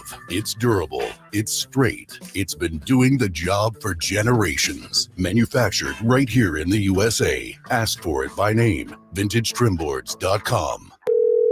Thanks for calling Discover. This is Gabby. Hey, Gabby. It's Jennifer Coolidge. Hi. I'm so glad I reached you at 2 a.m. Oh, of course. Anyone with a Discover card can call and talk to a real person 24/7. Now, how can I help? Yeah, I used my Discover card to buy these yellow pleather pajamas, and I'm just not sure I'm pulling them off. 24/7 U.S.-based customer service. It pays to Discover. Limitations apply. Learn more at discover.com/credit card. Want to keep your gas-powered engines running like new? Stable's proprietary formulas are proven by third-party testing to outperform the competition in keeping fuel fresh, preventing corrosion, and cleaning the entire fuel system. With Stable, you can have confidence you are doing the right thing for your engine's long-term health. Just pour into your gas can or fuel tank, then top off with fresh fuel. At every fill-up or when you store, start with Stable. Available where fuel additives are sold. Hey, movie fans, playing this week at the Esquire IMAX Theater in downtown Sacramento, Kingdom of the Planet of the Apes, the IMAX experience. This was a human place. It is not yours. It is now, isn't it? The combination of groundbreaking visuals and the immersive experience of the Esquire IMAX 6-story screen will make this an epic event. Don't miss out on the opportunity to see the next chapter, Kingdom of the Planet of the Apes, at the Esquire IMAX Theater. Grab your tickets at IMAX.com/Sacramento and reserve your seat today. I'm Ken Korak with your Green and Gold Report, brought to you by Xfinity Mobile. Connect to the most reliable 5G network nationwide. Well, the A's vastly improved play this year has certainly been noticed around baseball. Mason Miller was named the American League Reliever of the Month for March and April. And by the way, no runs allowed in April. And Brent Rooker is the most recent Player of the Week, a week that featured 2 homers in 1 inning against the Miami Marlins at the Coliseum. Want more speed? Well, Xfinity just increased their internet speeds, and they're faster than ever. It's time to get more out of your internet with faster speeds from Xfinity. Now through June 21st, get 150 megabit Xfinity internet for only $19.99 a month for 12 months with a 1-year contract. That's double the speed for the same great price. Click, call, or visit a store today. Requires paperless billing and autopay with stored bank account. Restrictions apply. Equipment, taxes, and other charges extra. After promo, regular rates apply. Actual speeds vary. Seems like all this artificial intelligence stuff stirs up the age-old debate of man versus machine. Hi, it's Dan from the Good Feet store, and let me ask you, would you let a robot cut your hair? Would you rely on an app to teach a kid to ride a two-wheeler? Let's face it, some things require the human touch. People come to us seeking a solution to foot, leg, and back pain after trying all kinds of things recommended by in-store machines or website blurbs. An impersonal, generic approach to solving a problem that's unique to you. No wonder they usually don't work. At the Good Feet store, you'll meet with an arch support specialist who will take the time to learn about your needs, your feet, your lifestyle, and then fit you from over 300 models and sizes of arch supports, designed for pain relief, better balance, and more comfort. Do you have sore feet, an aching back, or plantar fasciitis? Then get to the Good Feet store nearest you for your free arch support fitting. Good Feet arch supports are only available at the Good Feet store. Lead generation is one of the most important aspects of any marketing campaign. Let us help you identify your target audience and market your products or services to them. Go to aimyourdigital.com today. aimyourdigital.com.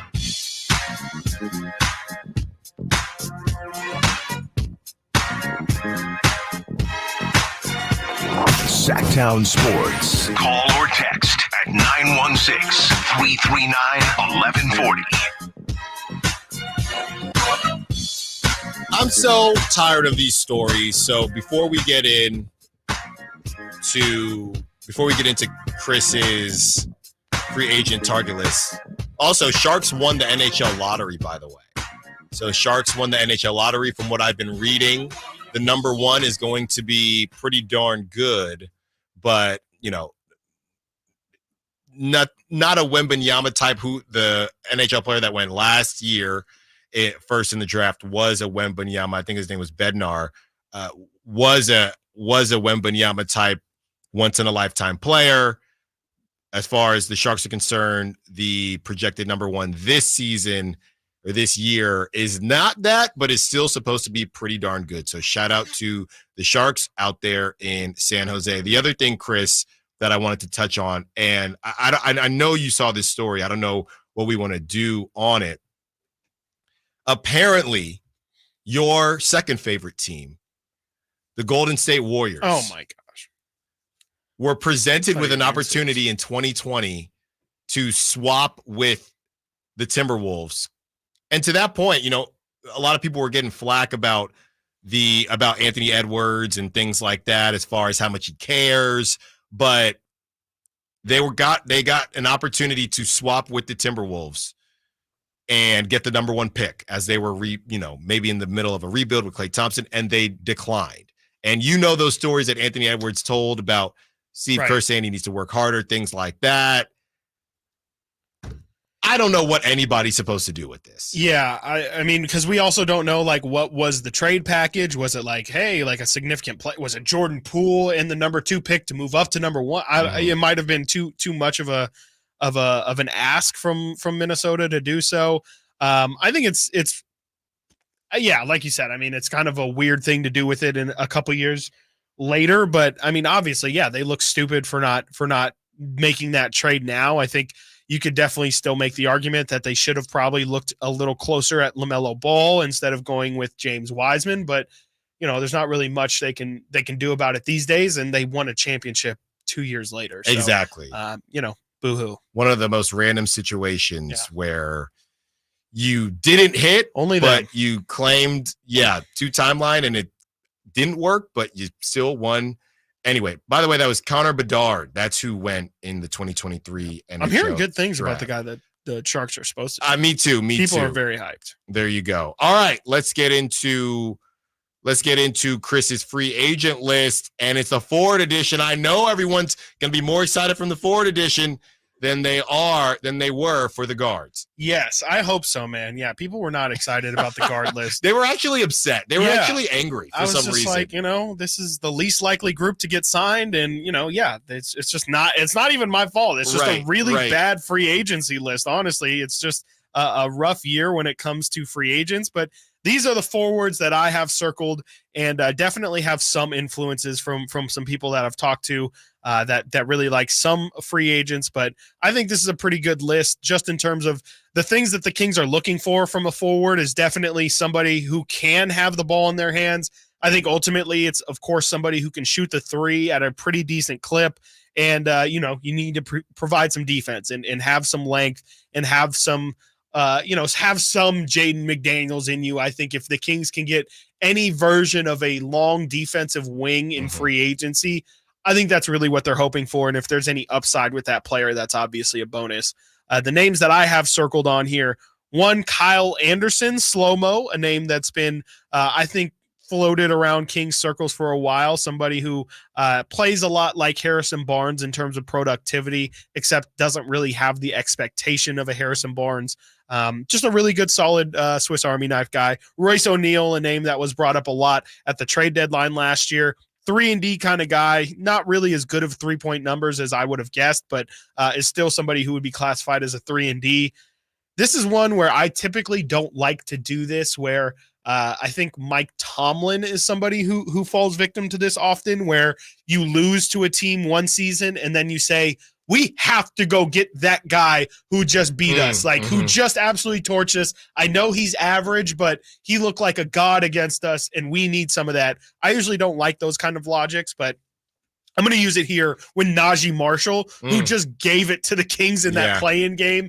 That's the exact kind of guy that they need. A physical, if anything, forget physical. He's tough. Like, he is somebody who's not afraid of contact, who's not afraid to deliver contact, and is definitely a bit of an enforcer, but is somebody that I think this team desperately needs, is just kind of a grinded out, gritty player who can also knock down some shots as well and defend at a pretty high level. Najee Marshall, I think, the Pelicans definitely have a surplus of those kind of guys. Wouldn't surprise me if they just let Najee Marshall walk. Derek Jones Jr. is a guy that I'm not personally super high on. I think Whitey was talking about it. He did ball out last night. Is obviously a leaper. I think that's how everyone knows him is from the dunk contest. Crazy athlete. I don't really like much else. I just think defense. I think he's just too much of an athlete. Like, I don't know how much skill is really there. Like, I don't see him taking. Yeah, I don't I think he just relies on his athleticism too much and doesn't really have. He's not really a great shooter. Doesn't really have signature move. He's really skinny too. He can easily be pushed around, out physical. I don't love Derek Jones Jr., but a lot of people really do. I wouldn't be upset if the Kings sign him. I just don't know what the ceiling would be, and I don't know if he's necessarily a fit for this offense, but I would love to be proven wrong on that one. A name that I've loved for a very long time, Robert Covington, a guy who is Rocco is a guy who has been a 40% 3-point shooter, but also will have 3 steals and blocks per game. Robert Covington. And it's more Robert Covington from a couple of years ago, for sure. I'm saying. But even last year, he hasn't really found a productive role. He was in Philly this season, was with the Clippers, but is a very, very low risk guy. You don't have to give him a lot of minutes at all. This is definitely more of a personal fascination with me, but Robert Covington has a lot of seasons where he's got 2 steals and a block, a steal and a half, and a block and a half per game. I think that's the kind of guy that would fit really well next to Domas, at least in theory. Jordan Nwora is a name that I just threw out there because Mike Brown talked about him when he talking about, hey, I have a guy who with Team Nigeria who needed a mentor, and he mentioned Harrison Barnes. So Jordan Nwora is more just the fit and a history with Mike Brown. Doug McDermott, kind of similar thought, is a name that Kevin Herter brought up. Kevin said when he first got here, he reached out to Doug McDermott because McDermott had a relationship with Sabonis and asked McDermott essentially what's it like to play with Domas. And McDermott said, it's amazing. It's great. I love it. You're going to love it. He's the best to play off of. That sounds like Doug McDermott had a really good time playing with Domantas Sabonis, and sounds like he has a good relationship with Kevin Herter. So that's just connecting dots. The rest of these guys are all either player options or a restricted free agent. You have Torrey Craig, again, another name that was very popular at the trade deadline, theoretical 3-and-D. The name I'm most excited for on this list, Caleb Martin. I think there is something there. He obviously had the Eastern Conference Finals series last year where he had an out-of-body experience and played out of his mind against the Celtics. I don't think he's that guy, but I think that there's something there that shows if he were to be given maybe an elevated role in Miami, everybody's kind of you do what you're asked to do and don't do more. And I think in Sacramento, maybe with a little bit more of a free-flowing offense, you might find something in Caleb Martin that you like. And then this one is, I'm going to be honest, this one's not really on my radar until Brendan Nunez. I'm not joking. Brendan, I said during the rounds, I'll let Brendan reveal his take, but I told everyone last week, Brendan has a take about this guy that is just absolutely insane that I can't spoil for him because I don't want credit for what he said. And that is Simone Fontecchio, who is on the Utah Jazz, has a funny name. Okay. Fontecchio. It sounds like a joke. He's an Italian player, just came over to the NBA a couple of years ago, but you look at his numbers, insane. He is a 40% 3-point shooter easily, shot 40% in his first year in Utah, and then last year had a season half in Utah, half in Detroit, shot 39% in 50 games with Utah, shot 42% on 6 threes per game in 16 games in Detroit, averaged 15 points per game when he was in Detroit. Just a straight laser. Like the dude can absolutely shoot the ball, and I think would be a really good, 7th, 8th guy off the option. Right. And maybe even somebody that could take some minutes next to Trey Lyles. I think Fontecchio would be a very good fit. Not as good of a fit as what Brendan Nunez thinks, but yeah, I mean, I've seen Fontecchio and he can definitely shoot the basketball. As far as some of the other names, look, Kyle Anderson is one of those guys that I just feel like broadcasters love. Every time I've watched Kyle Anderson, broadcasters just say he just does all the right things, and I'm sure he does, but I'm not big on Kyle Anderson. I've never really seen him have an outstanding game. Maybe that's just personal preference. I'm good with Najee Marshall. Chris, I wanted to say this about Royce O'Neal, and this is kind of shout out to Monty McNair as golfing, and we don't know where he finished in that golf tournament yesterday. But this is what, now that you know that Royce O'Neal, and this is to all the Kings fans out there, that, hey, you got to do something. You got to do something. When we return, we will discuss what the Suns had to give up for Royce O'Neal, and you can make the decision whether that was too much or just enough. When he's now a free agent, we will also go over the rest of the free agents that Chris spoke about, and then we'll have a little bit of fun with Colin Cowherd as he goes off on someone else who wore a backwards hat. Stiles and Watkins, Sacktown Sports. The NFL's leading rusher plays here. A handoff to McCaffrey, walks in the end zone. Handoff to McCaffrey, takes it right down to the goal line. He does his thing again. McCaffrey goes in motion right. Backwards pass led by Juszczyk. A block there. Hurdles the man. 10-5. Touchdown! CMC! You can hear all of Christian McCaffrey's touchdowns on your home for 49ers football. Sacktown Sports. I didn't ask to be thrown in the streets with nowhere to go. I didn't think I'd survive. But I did ask for help, and Covenant House was there for me. 1 in 10 young adults will experience a form of homelessness this year. For these kids who didn't ask to be put in this unthinkable situation, Covenant House is there. Covenant House helped me break the cycle of homelessness in my family. They gave me the love that I needed. Over 2,000 young people will sleep safely in a Covenant House bed tonight. When youth who are experiencing homelessness have a hot meal, a safe place to sleep, medical care, and love, they can overcome heartbreaking challenges and have a brighter future. They just really genuinely just wanted to help me succeed, and I'm succeeding. I'm a speaker, I'm an author. Covenant House really helped me and really helped mold me into the woman I am today. If you or someone you love is asking for help, go to safeplacetosleep.org today.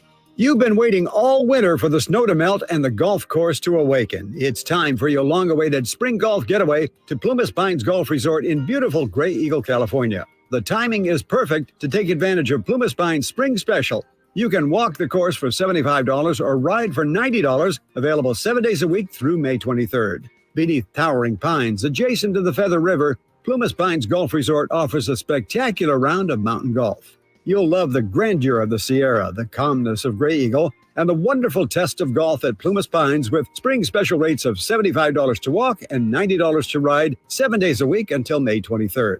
Make your reservation at plumaspinesgolf.com. Whether you visit for the day or stay a few days, Pluma Spines Golf Resort will make your play memorable. Visit plumaspinesgolf.com and make your tee time reservations for the spring special rates available 7 days a week. That's plumaspinesgolf.com. Across Sacramento, air conditioners are firing up, and with them, power bills are going through the roof. Are you ready for your utility bill to soar even higher next month? Since 1980, Aztec Solar has helped thousands of homeowners save money because going solar is like getting an extra paycheck every month. We call it the Aztec Paycheck. How big of a paycheck? Find out at yourpowersavings.com. Visit yourpowersavings.com and Aztec Solar will text you how much money you'll save every month. Find out how much you'll save now at yourpowersavings.com. It's fast, easy, and reliable. Stop paying the power company and start paying yourself. Looking for a deal? Here's a timely offer from Aztec Solar. You can own a solar electric system for just $99.95. Cash price after incentives. Don't waste another dollar. Visit yourpowersavings.com and keep your money where it belongs, in your pocket. Aztec Solar. Solar and only solar since 1980. Contact Tax Relief Helpers for details and restrictions. Attention anyone that owes money to the IRS. The IRS has restarted aggressive enforcement actions against taxpayers who owe back taxes that were temporarily suspended for COVID. If you owe $10,000 or more, you must hear this because now is the time to clear your IRS tax debt. A special toll-free number has been established so you can stop penalty fees, avoid liens, levies, and other hostile measures by the IRS. Call Tax Relief Helpers right now at 800-934-9217. Tax Relief Helpers will provide you with the maximum protection afforded by law. I got behind on my taxes and owed $48,000. I didn't know what to do. I called and they got my bill lowered to just $3,500. I owed $87,000 in taxes and it was scary. I got the amount I owed down to just $3,500. I saved $83,500. If you owe money to the IRS, don't wait another day. Call 800-934-9217 right now before the IRS enforces liens, levies, and other aggressive measures. The call and consult are absolutely free. Call now. Call 800-934-9217. 800-934-9217. 800-934-9217.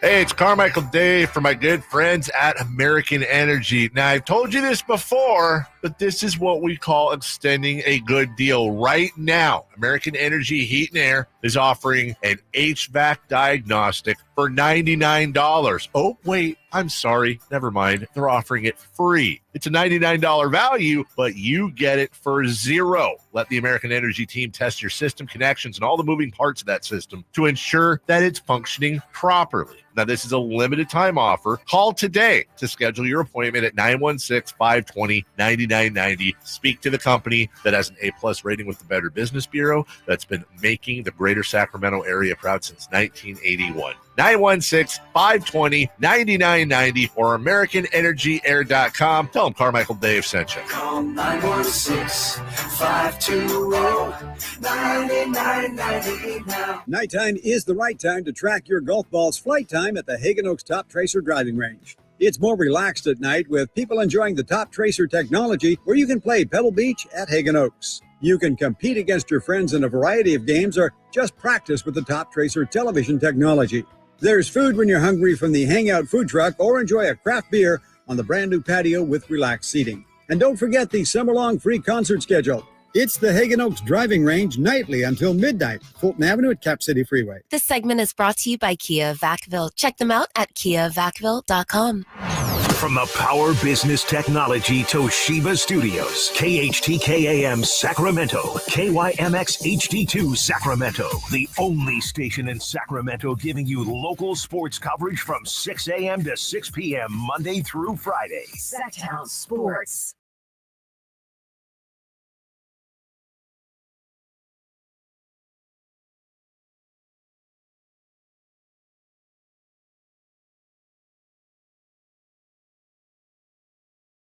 And local. Live and local. This is Sacktown Sports. So, for everybody out there that said, why didn't the Kings. Why didn't Monty McNair do something? And now one of the names that Chris read was Royce O'Neal, who the Suns traded for the trade deadline. I like Royce O'Neal. This is what the Suns. It was a 3-team deal, Chris. This is what the Suns had to give up for one Royce O'Neal, and you can, I guess, try to put this in the realm of the Kings and who those players would be. So the Suns received 2 players. The Suns received Royce O'Neal from the Nets, and they received David Roddy from the Grizzlies. Roddy Rich. From the Grizzlies and the Nets, this is what the Suns had to give up to receive Royce O'Neal and David Roddy. They gave up Chimezie Metu, my favorite player, Yuta Watanabe, Bates Diop, Jordan Goodwin, and 3 future second-round picks for Royce O'Neal and David Roddy.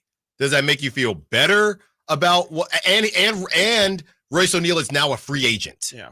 Does that make you feel better about not going after Royce O'Neal during the trade season, and Monty McNair deciding, yeah, that's a little much for Royce O'Neal, especially when he's going to be a free agent? Yeah, I think, it's mainly just for 3 second-round picks. That's right. That's right. Metu didn't finish the season. Yuta Watanabe ended up pretty much retiring and going to play overseas. So those are 2 of the 3 guys. And I think Jordan Goodwin actually ended up on the Kings via G League. So, most of those guys aren't even a factor in the conversation. It's really for the 3 second-round picks. And I would tell you, why should the Kings have given up 3 second-round picks for what was eventually a first round, like not even a first-round exit? We'll say whatever. I don't believe the Kings would have made the second round. So let's say they trade 3 second-round picks and get eliminated in the first round. And now Royce O'Neal's a free agent and they don't have those 3 second-round picks, right. And they very easily could have just signed Royce O'Neal this offseason. That's what I'm saying. It wouldn't have made any sense.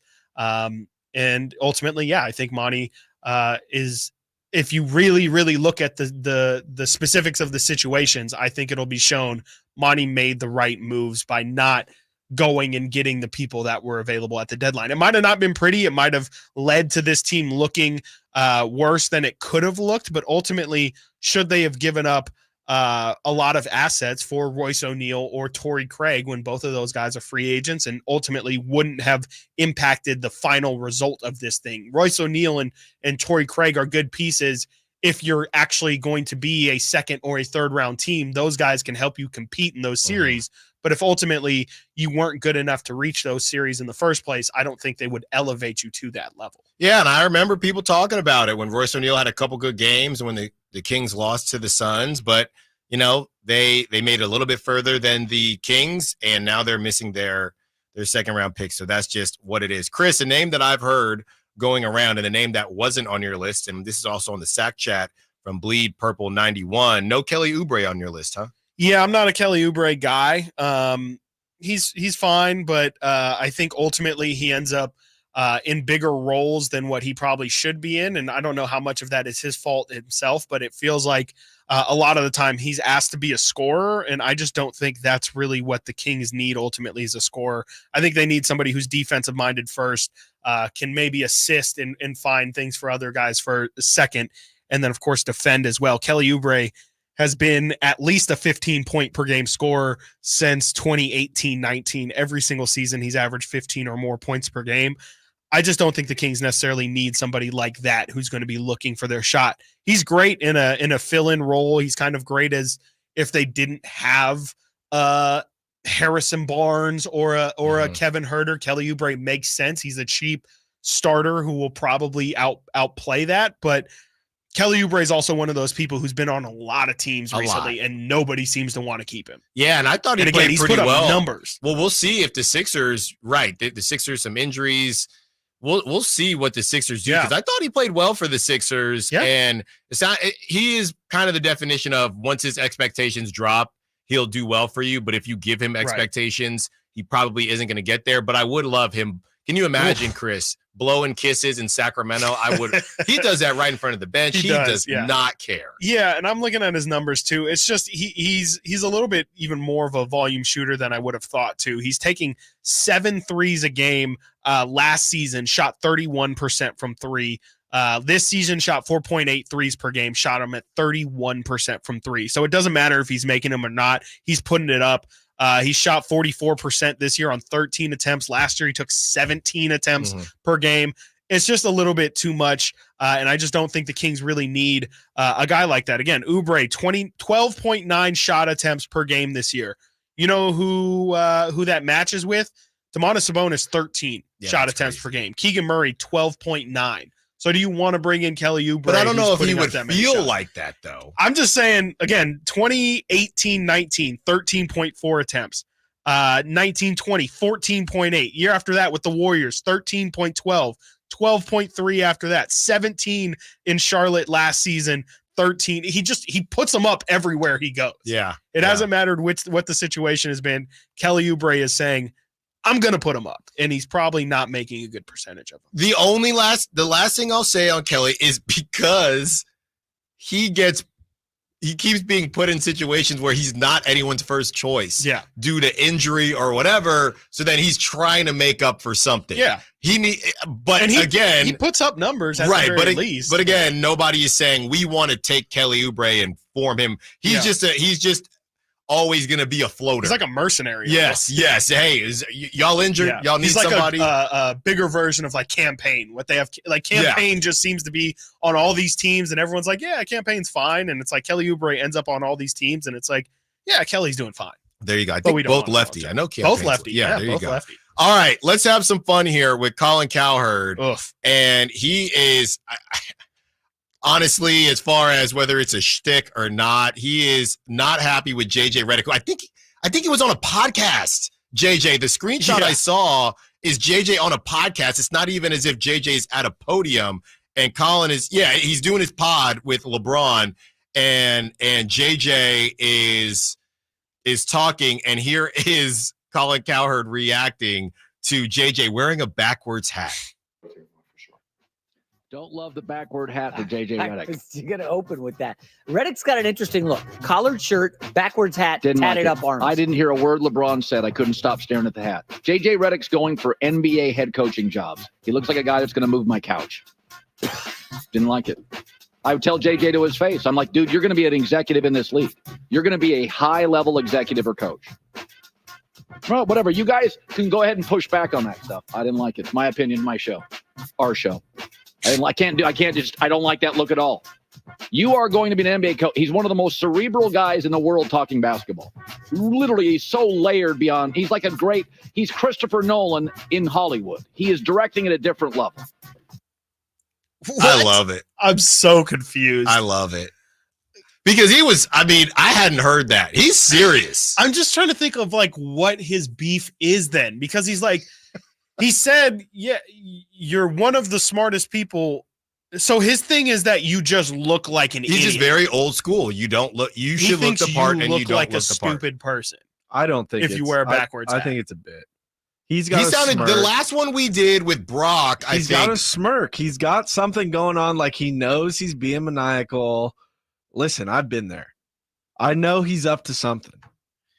Yeah, the 831 is saying Colin is a clown. He had the same style of criticism for Brock Purdy when he wore a hat backwards. Colin needs to hang it up. He's turning into a grumpy old man. I think he's serious. The Brock one, he sounded less serious.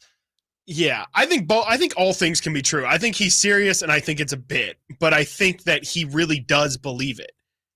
Like, I don't think he believes it as hard as what he's selling, but I think part of him does think that you wear a backwards hat and it's an unprofessional look, and you shouldn't do that. Mm-hmm. But I think that Colin Cowherd actually is like, JJ Redick shouldn't be a head coach. Probably not. He's playing it into the bit, but it's a the point is that it's a really stupid thing to fixate on. It's a really dumb thing to say. I can't even hear what LeBron's saying because all I can do is look at this bro with my backwards hat on. And it's my show, our show. Because it's all, I mean, not to take it to a level that maybe it doesn't need to go to, but it's like, if you're thinking about this when JJ Redick's talking, like, what are you thinking about when maybe some other people are talking? Like, That's a good point. What other generalizations are you making about people just based off of very trivial small things? So I'm sure Colin definitely doesn't like when people are doing these interviews and have chains out. Oh, I can't imagine. If a backwards hat is unprofessional, you better not have a chain out. But Colin is about positions. So a wide receiver, I don't need my wide receiver to look like that. I guess that's what it is, you too, know what I because he's mean? saying coach, my right? coach, my quarterback. All right, we have the Brock Purdy sound to compare. And this was from a couple months ago. So shout out to the 831 for bringing this up. But this is what Colin had to say about Brock Purdy. That does make me pause on San Francisco. I'm a big believer. I like my quarterbacks to be adults. I don't want them to be frat boys. So Jalen Hurts at the podium is the best podium quarterback in the league. Hat on forward, professional, almost manicured. Got that CEO like a real grown-up. Brock Purdy. Hey, you guys want to hit some golf balls? You got a hat on backwards. It's not a franchise quarterback. I mean, come on. If that guy came to move your couch, you'd be like, are you a What's the couch? Hey, how did that work out for you? Yeah, they got smacked that How'd game. that work out for you? They got smacked in that game. Debo weather. How? The couch again. He clearly had something traumatizing happen with some a mover. dude with in a mover, backwards hat who moved his couch and dropped the couch. Definitely dropped the couch. And I think moving couches is a very respectable. Right. Like, you're What's just. wrong with I don't know how many people are out there saying like I'm a career mover or anything. I feel like a lot of those people, they're out of college or just young in their life trying to make some money. Come on, man. What is like? I just don't get it. Like, because you're right. He even doubled. Like, it's about positions. Apparently, it's not about. But it's just I don't see how you're going to draw that kind of conclusion from something so trivial. It just doesn't. It doesn't make any sense to me. It'd be like if you were to say I don't like my quarterback saying at the podium. What do you? You don't know what you're saying. You don't know what you're not confident. Right. You're saying like you're not sure. I need my quarterbacks to be certain. Okay. It just feels like a stupid thing to really just divulge into. No, this is what it is. It feels like we're a step away from other characteristics on people, whether it's hair or, like you said, clothes. It just feels you're close. It's a slippery slope. How many people mind a backwards hat but don't mind enter whatever different hairstyle you want to enter, or enter whatever tattoos or whatever. That's the problem with Colin. It's heading in that direction. All right, when we return, Ian Rappaport on the Niners plan for Brandon Ayuk, and also a former basketball player has some things to say about Brock Purdy. Stiles and Watkins, Sacktown Sports. The missing piece for the 49ers? Which names will they add during free agency? Whether it's in season or off season, the coverage never stops. Get the latest 49ers news on Sacktown Sports at sacktownsports.com. Progressive presents good news, bad news, dumb news, then great news. Good news. Your coworker Kyle said bundling home and auto insurance with Progressive could save you money. Bad news. While saying this, Kyle was eating your clearly labeled lunch. Dumb news. Pizza near work costs $7 a slice, and it tastes like drywall covered in ketchup. Great news. You decide to see if you could save money bundling at Progressive.com and enjoy more lunches far away from Kyle. Progressive Casualty Insurance Company, affiliates, and other insurers not available in all states. Want to keep your gas-powered engines running like new? Stable's proprietary formulas are proven by third-party testing to outperform the competition in keeping fuel fresh, preventing corrosion, and cleaning the entire fuel system. With Stable, you can have confidence you are doing the right thing for your engine's long-term health. Just pour into your gas can or fuel tank, then top off with fresh fuel. At every fill-up or when you store, Start with Stable. Available where fuel additives are sold.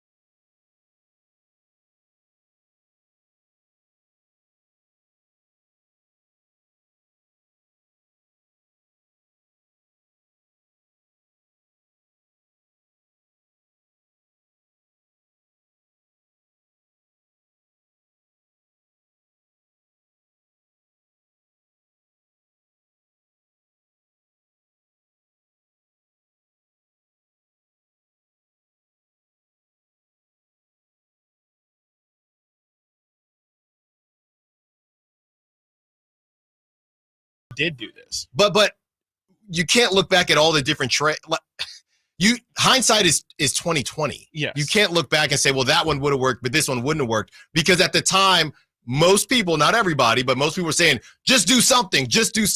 So you can't pick and choose from what trades worked and didn't work. At least I'm not going to do that. Well, I will also just say, let's look at the PJ because we did this 2 weeks ago, and we came to the conclusion that all of these trades weren't worth it. PJ Washington, 2 second-round picks for Grant Williams, Seth Curry, and a 2027 first-round pick. And what happens if the Mavs get packed up in the second round? Are we still getting texts like that, right? What was the goal? Because that's not the goal of the Mavericks, even as a 5th seed. Probably not to lose in the second round. They're trying to win it all. They got Kyrie Irving and Luka Doncic.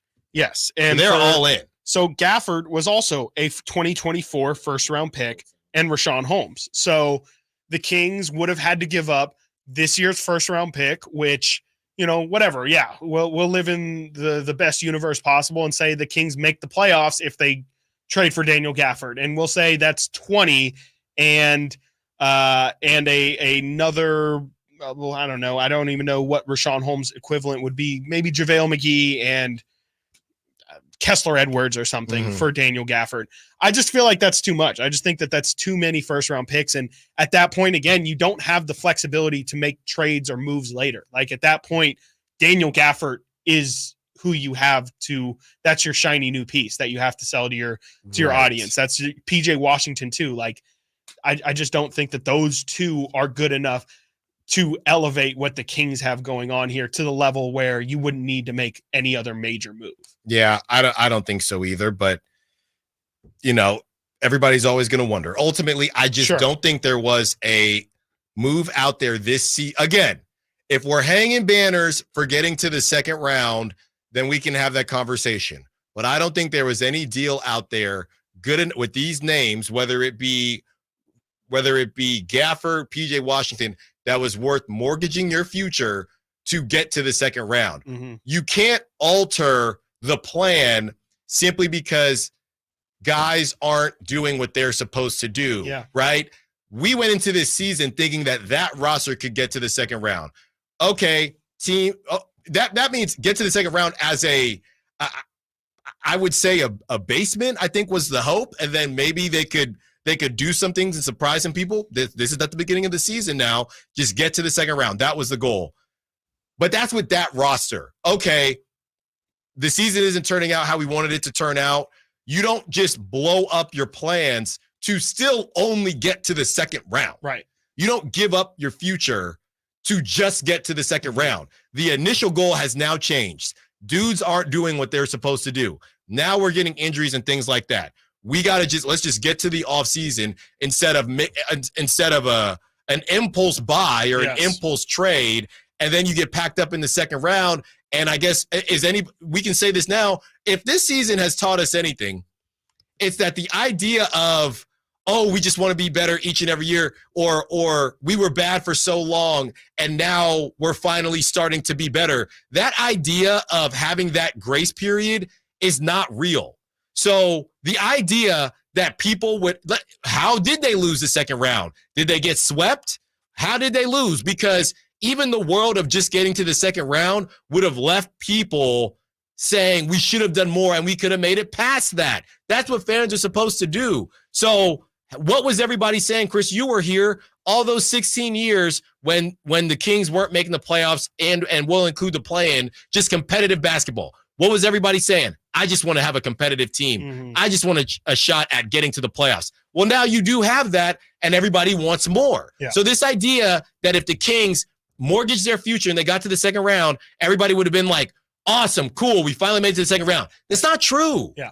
It's not true. People still would have said, okay, what's the next move? What's the and next then we move? would have said, I don't know if there's going to be a next move because of what we just did. We just did the move, and people would say, well, what was Monty doing? That's not enough. That's not good enough. Yeah. And so, I do think, to your point, it would never be good enough. And, that's what fans, like you said, that's exactly what fans should do. They should continue to push forward, because even Monty said it in the postseason presser that he had. He said pretty much what you just laid out to an extent, where he said, I'm glad that we're in a place where people don't say that that's good enough, because that pushes us to say, okay, we can't just sit back and think that it's going to be okay. Sacramento is going to force you into that kind of situation. And, I think it's a natural push and pull of keeping the front office accountable. But at the same time, you got to try and do it logically. And I think that it's just not, it hasn't been fair to just blanket and say, Monty should have done something. I think the texter pointed out the Gaffer trade. Like, you could argue, sure, they could have done the Gaffer trade. I think that's fine. But just as a blanket, anything would have been better than nothing. And that's what it was. I don't think that's true. Yes, that's what it was during the season. It wasn't, don't do, oh no, that deal. No, it was do something. All right. When we return, the Ayuk situation, Ian Rappaport has some things to say. And like we said, a former college basketball player who talks football as well has some things to say about Brock Purdy. Stiles and Watkins, Sacktown Sports.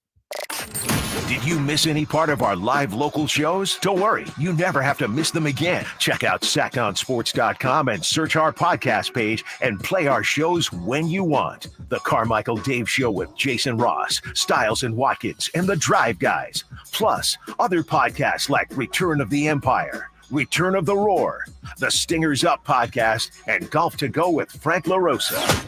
They're all available right now on sacktownsports.com. I'm Ken Korak with your Green and Gold Report, brought to you by Xfinity Mobile. Connect to the most reliable 5G network nationwide. Well, the A's vastly improved play this year has certainly been noticed around baseball. Mason Miller was named the American League Reliever of the Month for March and April. And by the way, no runs allowed in April. And Brent Rooker is the most recent Player of the Week, a week that featured 2 homers in 1 inning against the Miami Marlins at the Coliseum. Want more speed? Well, Xfinity just increased their internet speeds, and they're faster than ever. It's time to get more out of your internet with faster speeds from Xfinity. Now through June 21st, get 150 megabit Xfinity internet for only $19.99 a month for 12 months with a 1-year contract. That's double the speed for the same great price. Click, call, or visit a store today. Requires paperless billing and auto-pay with stored bank account. Restrictions apply. Equipment, taxes, and other charges extra. After promo, regular rates apply. Actual speeds vary. My community means everything to me. That's why I joined the Army National Guard. I'm proud of where I'm from, and as a soldier, I get to give back to the people that help me succeed. The training and leadership skills I get from the Army National Guard help me every day when I teach young people and look out for my community. If you'd like to learn how you too can serve part-time with the community you love, visit nationalguard.com. Sponsored by the California Army National Guard, aired by the California Broadcasters Association and this station.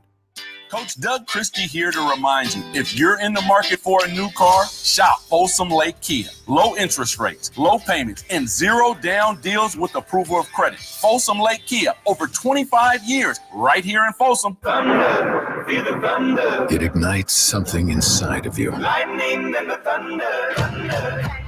Sets alight an elevated state of being. Days are pure exhilaration. And the nights, they're simply electric. See it, hear it, feel it. Thunder, feel the thunder. Lightning and the thunder. Thunder Valley Casino Resort. Feel the thunder. Guys, this month only, Revive Men's Health Sacramento offers qualified patients a free supply of ED medication, plus a free ED treatment producing immediate results. Book your free exam and consultation today. Call 916-365-4566 or visit revivemenshealth.com.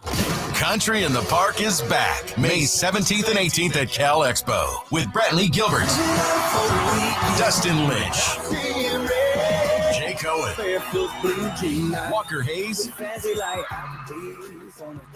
and more. Tickets start at just $46. Country in the Park, May 17th and 18th at Cal Expo. For more information, visit CITPFest.com. Brought to you by Kids Care Dental and Orthodontics, the Hot Tub Store, and Kettleman's. I'm Tiffany, founder of Harlem Pilates. When I couldn't find Pilates in my neighborhood, I started a studio from my studio apartment. Chase Inc. helped me grow from 1 Pilates studio to 3. Because when you start small, you're going to need some big help. With the Chase Inc. Business Cash Card, you can earn up to 5% cash back on business essentials, so your business can go from here to possible. Chase for business. Make more what's yours. Real business owner compensated for their participation. Cards issued by J.P. Morgan Chase Bank, N.A. member FDIC. Subject to credit approval. Terms apply.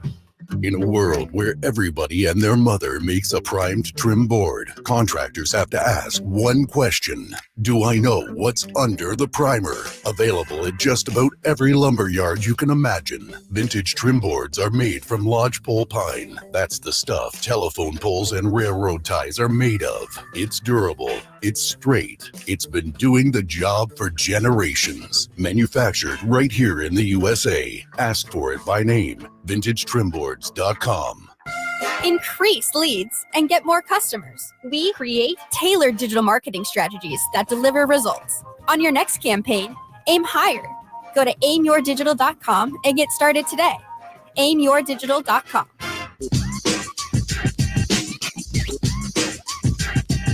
Now here's what I want you all to do for me. Sacktown Sports. Call or text at 916-339-1140. We want to move on to IU. We really do.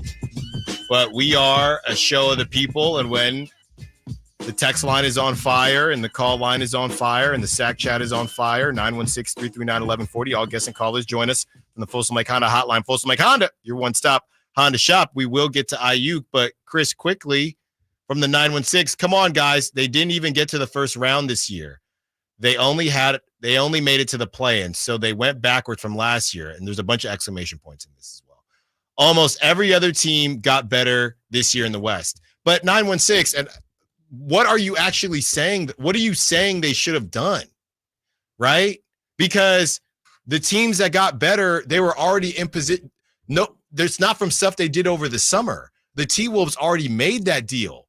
Okay, let's go through them. The T-Wolves, they already made that deal. Okay, the Thunder, they already had the young pieces. They just played better. The Nuggets are the Nuggets. I don't think the Clippers got James Harden. I don't really think they got better. Okay, they had a stint, but I don't think they got better. We already talked about the Mavs. Again, if the Mavs lose in the second round with Luka and Kyrie, would you be happy? I mean, not to double down, triple down. We know the song. But if you had Luka and Kyrie in Sacramento, you lose in the second round, you're going to be happy about that? All right? We can talk about the Suns as well. Got packed up in the first round. We talked about that deal. Okay? And then you continue to go. The Pelicans, they didn't really do anything. So what exactly are you talking about? What are we talking about? The teams that got better, they didn't make any moves. Yeah. So it has nothing to do with the midseason moves. Yeah. I don't know. I mean, I think this is maybe people are just still upset that they didn't go for it because a lot of people wanted Jeremy Grant or Kyle Kuzma, and maybe people are more upset about a deal that never materialized. But to the point that I think we've been making, maybe the reason it didn't materialize was because the offer would have been ridiculous. It would have been ridiculous. Like if Royce O'Neal's going 3 second-round picks, like Kyle Kuzma is a guy who's still got 4 years left on his contract. That's 22 mil, like it's 2 first-round pick, like HB, and it might be Keegan. I mean, they probably wouldn't do it in the middle of the season. I wouldn't think you're going to trade Keegan. Like, and then there's, if you're trading for Kuzma or Jeremy Grant, that's a big adjustment period. And Whitey actually has pointed out in the past, what teams have made these really big in-season trades and then actually ended up doing well that season that they make the move. Usually it takes a year to kind of get used to each other. I mean, even the Kings with Sabonis, when they got Sabonis halfway through the year, Sabonis only played, I think, like 2 weeks, but they were better, but they still weren't necessarily a playoff team. It wasn't until the season after that where things really clicked and they had a whole off season to create an offense around Sabonis and let Sabonis get comfortable with the system and everything. If the Kings would have made a big move at this deadline, it probably wouldn't have paid off like the Timberwolves until next season. Right. And 9-5, a second round loss would be better than no playoffs at all. Nobody's disagreeing with that 9-5. The question is at what cost? Because now when it's time, okay, next season, let's go to the conference finals. Okay, who can we move around? You can move the pieces that you just traded. We have no. That's it. We have no flexibility. No picks, at least. Yeah. Oh, because we went all in to get to the second round. All right. We'll see what happens. Look, and I'm not saying that the front office is perfect. I'm saying, you know where I'm at. I got a California Reaper or Carolina. Yes, there's probably one of those two. A Carolina Reaper waiting for me if they don't make a move. Right. There's no point crying over spilled milk or milk that never got spilled because they didn't make a deal. Let's see what happens over the summer. Mm-hmm. You know, and if the Mavs get packed up with Luka, Kyrie, and the deals that they made, nobody is going to be saying we should have done what the Mavs did. All right. I know Nate wants to talk some Brandon Ayuk, and here is Ian Rappaport. And he had basically an update. This is nothing too crazy, but basically just an update on where everything stands with Ayuk and the Niners. Yeah, the Pearsall pick really made everyone scratch their heads and go, maybe they really are trading Brandon Ayuk. It doesn't seem like that is in the cards, at least right now. My understanding on the situation, really something that has been consistent since the draft, is that the 49ers are moving forward with Brandon Ayuk on their roster. Now, how much will he make next year? That's really the big question. They have been in contract negotiations, trying to get him to a long-term deal, trying to get to a point where he will accept their offer. And the fact that the receiver market for the really, really good receivers has been more defined over the last month or so helps. You had Devontae Smith with the Philadelphia Eagles, about $25 a year. You had Amon-Ra St. Brown, a little more than that, say about $28 million over the first 3 years. You figure that Brandon Ayuk will be somewhere in there. Exactly where remains to be seen. But again, my understanding is the focus is on bringing him back next season. They view him as a key part of their offense. Keys.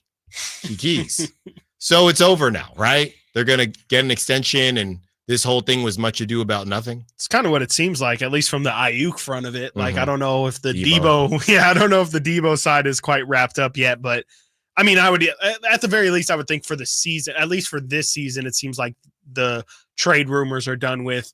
And then, you know, this was always kind of the thing. If they made it past draft day, the odds of Ayuk getting re-signed and staying with the Niners were always going to go up. It's just a matter of a waiting game now. I mean, I think maybe they wait for, not that Ayuk's contract I would think is going to be structured at all off Justin Jefferson, but maybe if you're Ayuk's agent, you might want that deal to come out first so that you can maybe ask for a couple mil more because it doesn't seem so crazy. Yeah, who was it? Devontae Smith and somebody else got their money This as well. offseason, yeah. So yeah, there's definitely a lot of receivers that are going to be able to say, or Ayuk is going to be able to say, well, I think I should be getting this money or that money. Nate, what are your thoughts? Ayuk, Debo, you think they're both staying put this season? I think it's pretty straightforward. They're both staying put. Yeah. The only opinion change I've had this year was there was the draft. Ricky gets drafted, and then that night I'm like, oh, it's over. Ayuk's gone. It wasn't even Debo. It was just like Ayuk's gone. Next morning we do the show, and you kind of get, you sleep on it. Mm-hmm. We saw everyone talk about it, all the talking heads, kind of the rumors floating around. And then from then on, I've just been, they're rocking with all 3 or all 8 receivers they have at this point. Yeah. I saw something. Juwan Jennings is ready to go. Yeah. Oh, I saw one of the Niners accounts, Juwan Jennings, ready for a big season. When's he getting the ball? Yeah, I know. When's he getting the ball? When is anyone getting the ball? Like George barely got the ball. I mean, he had the 3 actually touchdown forgot game. about George Kittle. Yeah. And McCaffrey could actually catch the football too. Mm-hmm. Well, yeah, that is going to happen. McCaffrey will be catching the ball, but I mean, you guys, I bring this up every time, but you got Ronnie Bell still.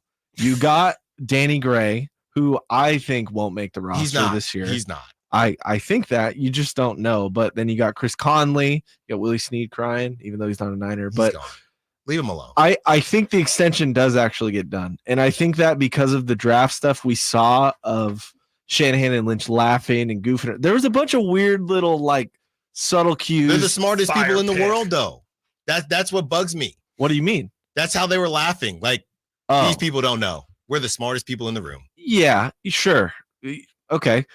I just think that they got the text, and the fact that they were pretty positive about Ayuk is good. And they learned from the past 2 seasons messing up these contracts with Debo and Nick Bosa, where they had just Bosa's year was good. It was like, it's hard to, this is taken wrong, but it was sneaky good last year for Bosa. Debo's year after the contract was horrible, and Debo's year this year was pretty almost amazing, I might say. But I think they learned their lesson. I think they're ready to go. I think Pearsall's for the future. He may not even get a bunch of catches this year. He may average like 2.5 targets per game or whatever. But I think it's down the line. I think it's a down the line pick. Yeah, and it was Amon-Ra St. Brown who also got the Brinks truck backed up and got a bag as well. All right, Nate and Chris. This is Doug Gottlieb, who, he's a talking head now. Yeah, I think I would consider sure. him old media, closer to old media than new media. He played college basketball. So, and there are people pointing out, what does he know about football? But we know how it goes. People can talk about whatever they want to talk about. Everybody's entitled to their opinion.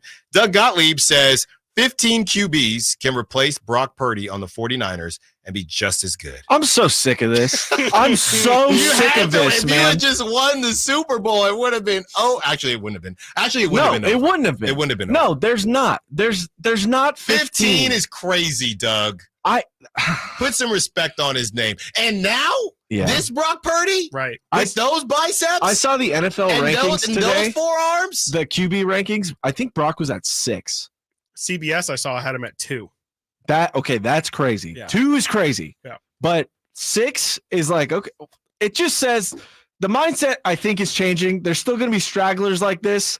This is just to be controversial at this point, right? Yeah. 15 guys. Do we want to do this game and try to list 15 guys? A list already exists. I found USA Today. Great. Has a list of their quarterback rankings, and guess where Brock Purdy is? Number 16. Oh, wow. Who is 15? So let's do it. We'll do it. And we're going to do it from 1 up to 15 because it's going to get more obvious. All right. So number 1, Patrick Mahomes. Yes. There we go. Josh Allen, number 2. Number 3, Joe Burrow. Please chime in anytime things start getting crazy for you. I'm high on Burrow. 3's a little. I'm not saying Brock's better than him. We got to see more. That's what we're going to focus. We're going to see more of Burrow. Yeah. He gets into a lot. Well, let's not worry about the specifics Top of these tier rankings. Burrow This is going to get. I'm looking at it now. Nate's about to.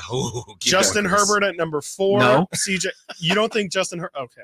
Well, there's one for Nate. CJ Stroud, Matt Stafford.